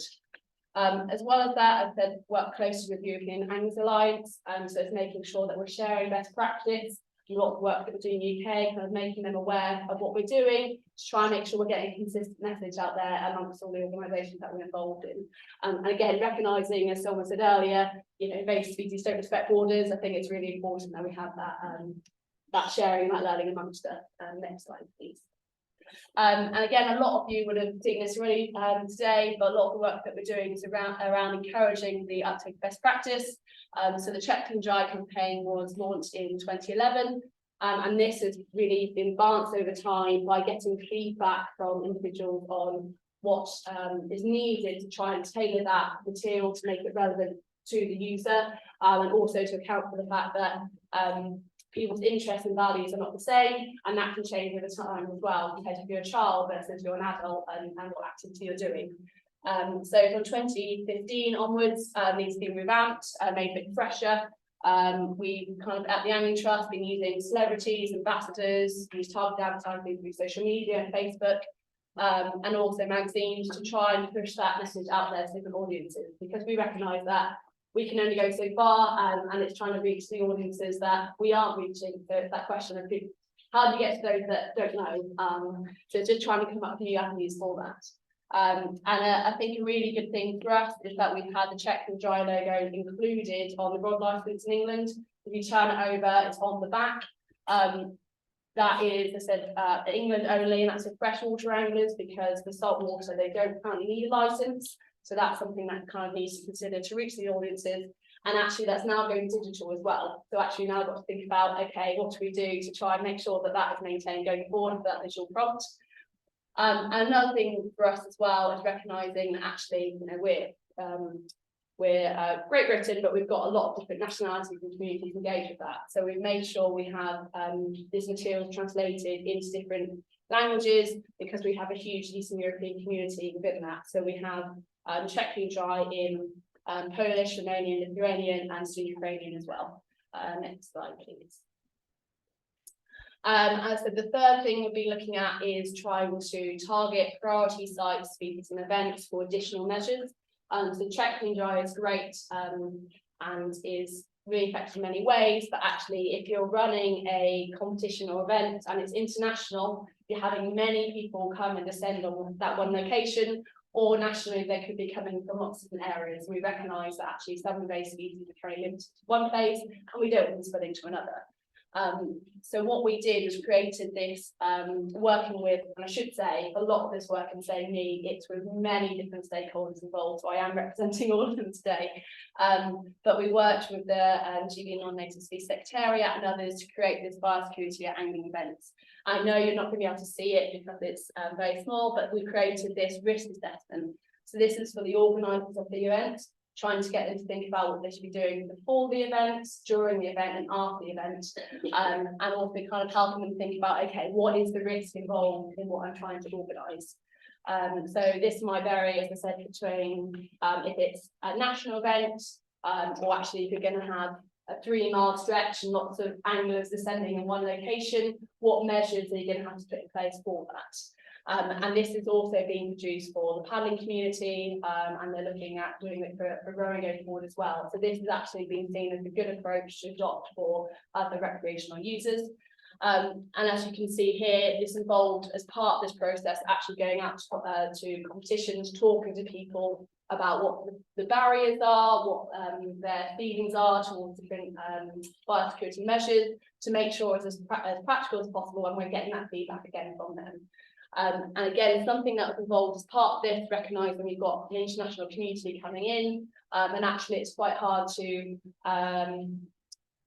sometimes you want them to be doing this before they arrive in the UK. So we have lots of these materials translated into different languages. I think it's 13 different languages, which are all available on the Non-Native Species Secretariat website. This meant before they could come, they got the materials about Check Clean Dry and making sure they clean their kit before they arrive in the country. Next slide, please. And the final thing was, or the fourth thing on the path action plan was around encouraging the reporting of novel species. So again, we've got a lot of different bits of work and kind of going on this, from having pocket guides that are waterproof so people can keep them on them if they're going out and about, having laminated posters, but actually getting feedback again was recognising that not people out there aren't taxonomists. Sometimes they're going, this is great, but I don't quite know what I should be looking for on this kind of A4 thing you supplied. So actually having videos that kind of look at the species throughout the year and kind of say, look, this is what it looks like in the spring, that's in the summer, and these are the really key things that you have, and looking at the size, all those things we found were really helpful in increasing that awareness. And something that we're increasingly doing as well, great photo, but taking some of the species out and about to engage with schools, going into schools or running at events, having them preserve in resin. So I've got an Asian hornet that I kind of carry around, and people always say to me, oh, it's not as big as I thought it was, or that's the colouring. And it's really great for starting those conversations. And Chinese knitting crab in particular is a favourite because they can't get over how furry the claws are. So that's something we've really found to be good at kind of starting those conversations. And something we're now exploring is an interactive educational tool. So recognising we've got all this amazing material out there, but trying to get feedback from people on what they enjoy, what they're still struggling with, and actually getting opportunity for them to say what they want next. So the idea of this, we're going to be creating that in the next year or so, is that then there'll be kind of quizzes, there'll be ideas that opportunities for us to then run online workshops following on from that. So it kind of gives that, or builds the idea of community, then they can see how many people are involved, and then we can get that information as well. So that's kind of something we're exploring and feel like is a next avenue to take this forward. And the other one we again talked about earlier was InsMapper. So through Rapid Life, kind of created it on the web, had a website form, but this has now been launched as a mobile app. And the reason for this, and something we think is really important, again for the young community, but for base management overall across the UK or GB, is the fact that we would get feedback from people saying, one, I don't know what I'm looking for. So as in you're kind of going, okay, can you submit to, we have kind of iReport or these other systems that were developed traditionally for reporting native species. But if they don't know what they're looking for, then they can't report it. Or they would report it and then go, but I'm not getting any feedback back, so I'm not going to do it again, it wasn't worth it. And that was some of the frank kind of conversations we were having with people. So the idea of this is you can go on there and it has photos, I think, to begin with. You still have that verification process, so then you still have that as the next step, but hopefully they can then look on their phone and go, okay, yeah, that matches up, I've got that, I feel more confident about what I'm submitting. Also crucially, it then showcases that what management is happening on that species in the area. So they can go on there and go, I've submitted my record, and actually upstream, I can see that there's some work kind of happening in that area, and downstream of that, and then the managers can also get that data. So that means we can be more strategic in trying to hopefully have a catchment approach to kind of tackling some of these. So we said it's been in the last month or so, but we feel like that'll be a really valuable tool going forward. And hopefully get around that question of, well, what's happening with my data, because they can see it's going online and there's something being done about it. And also crucially as well, it's still linked in from this app to all the other national kind of databases we have, so they are still getting that link through. Next slide, please. I included this, apologies for it's not the best graphic in the world, but this is trying to illustrate a little bit of hope, hopefully, in the fact that we had Asian hornet first sighted in GB in 2016. However, by having this a rapid response team in place, if we got alerts in from the public, able to go out there and find the nests and find the individuals and eliminate them, we've been able to try and kind of keep it out of the country so far. I say that with a slim of hope because actually the record this year that we've had quite scary. I think over that time period, we've had maybe 16 sightings. I think this year there's been 30, 37. But we're hoping that we're still kind of getting on top of them and keeping them out. And again, I'm saying we, the animal community, involved in kind of helping to report these, but it's being done through kind of national level rapid response team from the Bee Health Unit. So yeah, it's definitely their credit and not mine. So next slide, please. So I wanted to include this to talk about, is it working? I think we've kind of heard from a lot of talks today about the importance of monitoring what we're doing, having that baseline to establish yeah, if it's working or not, and actually getting that feedback on what we need to do to try and advance this. So again, not the best graphic in the world, but I wanted to kind of focus on this kind of stat here, which is around the animal community who are stating that they are cleaning and drying their kit after every trip. And that's something that we really want to be encouraging them to be doing it routinely. So this was 2011 when it was first launched. And you notice we had good uptake in 2018, and then it kind of leveled off in 2020. And of course, in 2020, there's a lot of other things kind of going on, but we did kind of say, well, think about the practice that you normally undertake. And arguably, given what was going on at the time, actually think the idea of biosecurity might have been heightened. So I'm not quite sure that's the reason behind it. That we should also say, even though kind of received similar responses of 4,000, I think it was 4,000 responses that year, 3.5 that year, so really good responses. There is a slight bias in the data of we're getting slightly older response demographic compared to the broad license. So there has to be some caution, I think, when viewing the data. But overall, given the volume, kind of thinking, okay, this gives a little bit of indication of what's going on. The next slide, please. Thanks. So within that questionnaire we ran in 2018, 2020, we asked them for the reasons behind why they aren't routinely undertaking biosecurity. Because for us, we're thinking, right, that's where we're going to next. We've got the materials, we feel like we're not saturating that, but we're doing a lot on that area. What should we be doing next? And the feedback we got from them was the basically around kind of practicality. So they're saying, look, there's not enough facilities at the site. I don't have enough time, it's dark, or I get home and I don't have space to kind of dry it. And also they did say lack of information on the correct procedures, but particularly to do when they're out in the field. So as a result of that, at the Animal Trust, we created a guide for fishery owners, fishery managers on what they should be doing and what they can create at their sites, recognising that we've got one person's got a river with various entry points, someone else has got a still water. So it's a lot of things to kind of consider, and also what they've got in terms of they've got clean water, access to electricity, or is it very much a very remote site? And so that, there's a lot of different things to kind of think about. Next slide, please. And we got the feedback then from them say, look, this is great, thank you very much, but we don't have any money. I mean, we all had that problem. But actually kind of thinking about this and going, look, we think this is really important. We went to the Environment Agency, so they are the organisation who receive and administer the income from rod licenses. And we said, look, this is what your community is saying. I think it's really important. This is a threat to fish and fishing. You should be supporting it. And they took that on board, and they actually ring-fenced some of the money from rod license income to go back into the community and fund work on biosecurity.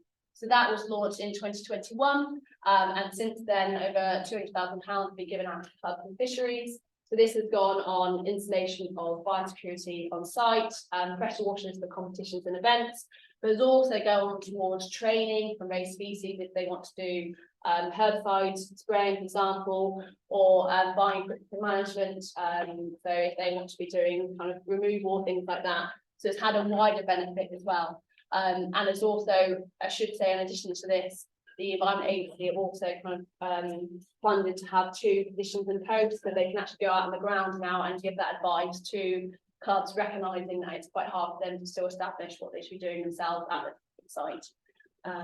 Next slide, please. So I think it's my last slide, but I think for me, so the key conclusions were recognizing, I think we've heard from a lot of people today, that actually within a community there's lots of audiences, so you need to make sure you're tailoring messages to them, and actually the attitudes can also kind of change over time. Ensuring the measures are practical is important to kind of encourage uptake, and also listening to communities, taking their feedback, because that can change over time as well, and important to monitor progress. So it's embedded within the Angling Pathway Action Plan for us. We have indicators of success that we can measure against. So the uptake of biosecurity is one of them. Also, kind of uptake at events is another. I think that's really important for us going forward as we're trying to encourage the uptake of the Pathway Action Plan and the Code of Conduct, so we can see how we're getting on. And yeah, I think it.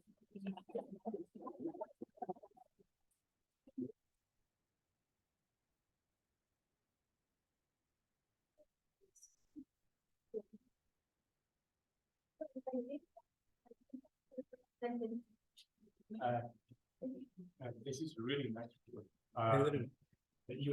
Sorry. This is really nice work. But you have been dealing mostly with the involuntary transport of things. How do you deal with what really sometimes is most of the problem, like transporting fish or releasing fish, invasive species again, because this is one thing in which in Portugal and Spain we were not able to change the mind of the majority of the fishermen. Yeah. The ones that are transporting them, they do not come forward and say, I'm doing it. But the ones that are catching and releasing, they do it and proudly say, I'm not following the legislation. Yeah. I don't want to. Yeah. Yeah, I think there's going to be certain audiences that you're never going to be able to change their mindset, exactly that. So for us, yeah, this was mainly around unintentional spread, but people knowingly doing it. I think for us, it's been really powerful in trying to articulate the economic kind of impact on them. So obviously top-up budgeting is a really important one for us. That's kind of saying, look, your fishery is going to shut. It might be there might be growth zone kind of happening too, and that will be catastrophic. So trying to express what might happen, and actually then the managers say, well, we don't want this. Obviously, then they're kind of spotting or they're hearing about members that could be coming to their locations that are interested in doing that, then they can say, no, they can then put that message out for us. So that's one way that we're trying hard for that, but also thinking about the kind of welfare issue. And actually, we do get instances where people are catching stuff and they don't need to. But obviously, they are then like, well, I'm taught to catch and release.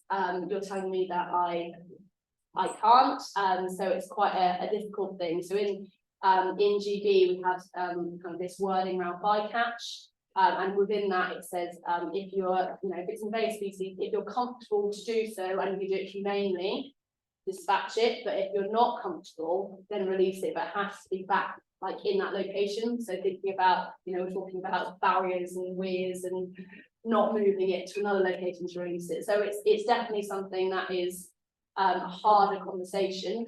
But that's just some of the ways that we're trying to do it, trying to take into account their values of fishing, they like a particular species, but hopefully over time, understanding actually by returning that, you're going to be impacting kind of all the native other species and environment that you love. It might change it, but that would only work for some anglers and not others. Like I was saying, the attitude, some of them go, I don't care, as long as I'm catching as many fish as possible, they can be whatever they are. Or then you have some that more environmentalist, conservationists, and that messaging would work better. So yeah, it's very complex. And then we have a Yeah, a question on your last point, indicators of success. On one of the slides, you mentioned that actually lack of motivation is an important resistance to applying correct biosecurity behavior, and the indicators of success that you showed and also in the Belgian baseline have been established are all about uptake by security measures. But what about the real indicator of success, which is the rate of introductions? Is anyone monitoring that? Because we have some experience at my institute trying to push for a chytrid fungus biosecurity application indicator and scientists that go from one place to another.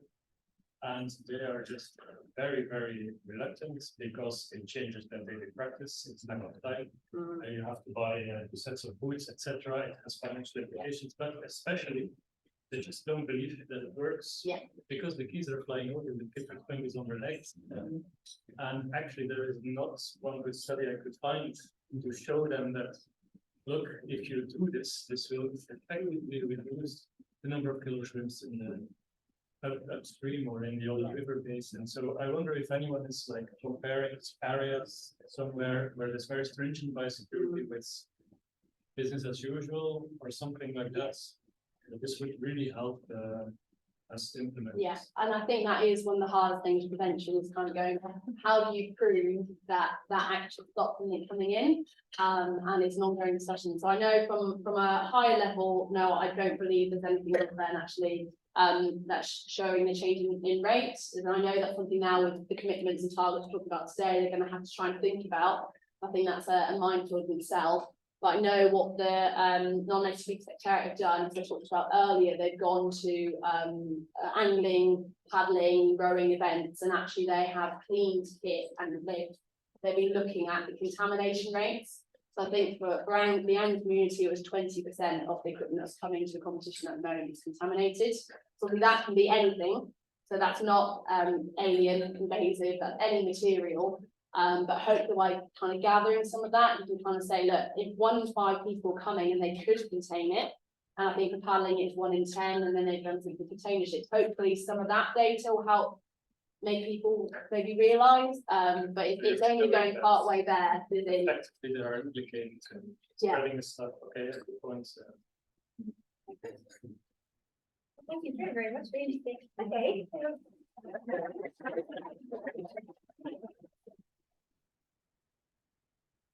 I think it's time for tea and coffee, exposure maybe, and then we convene. I think that is 5 and we are in the proper time. That means we can come back at 4:10, huh? Some more minutes, okay? Thank you. Yeah.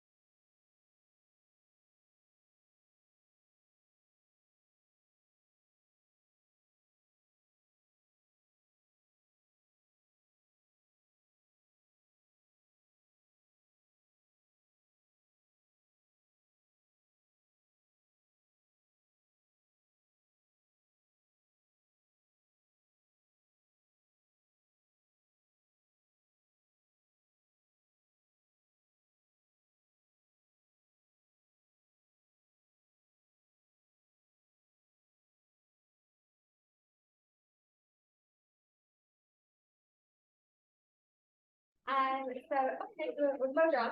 Up next, we have Francis Lindsay, who's from the Technological University in Ireland, and is speaking on invasive alien species, improvement of understanding and communication. Hello, everybody. I'm using my notes because it's late in the afternoon. That's my excuse anyway. I might be the dinosaur in the room here because I've been working on invasive species for 25 years now, so it's quite a long time. And amongst other activities. So I want to talk to you about a project that a large number of people across Europe were involved in, including several people in the room here, Emily Smith, Tim Adrians, maybe some other people as well.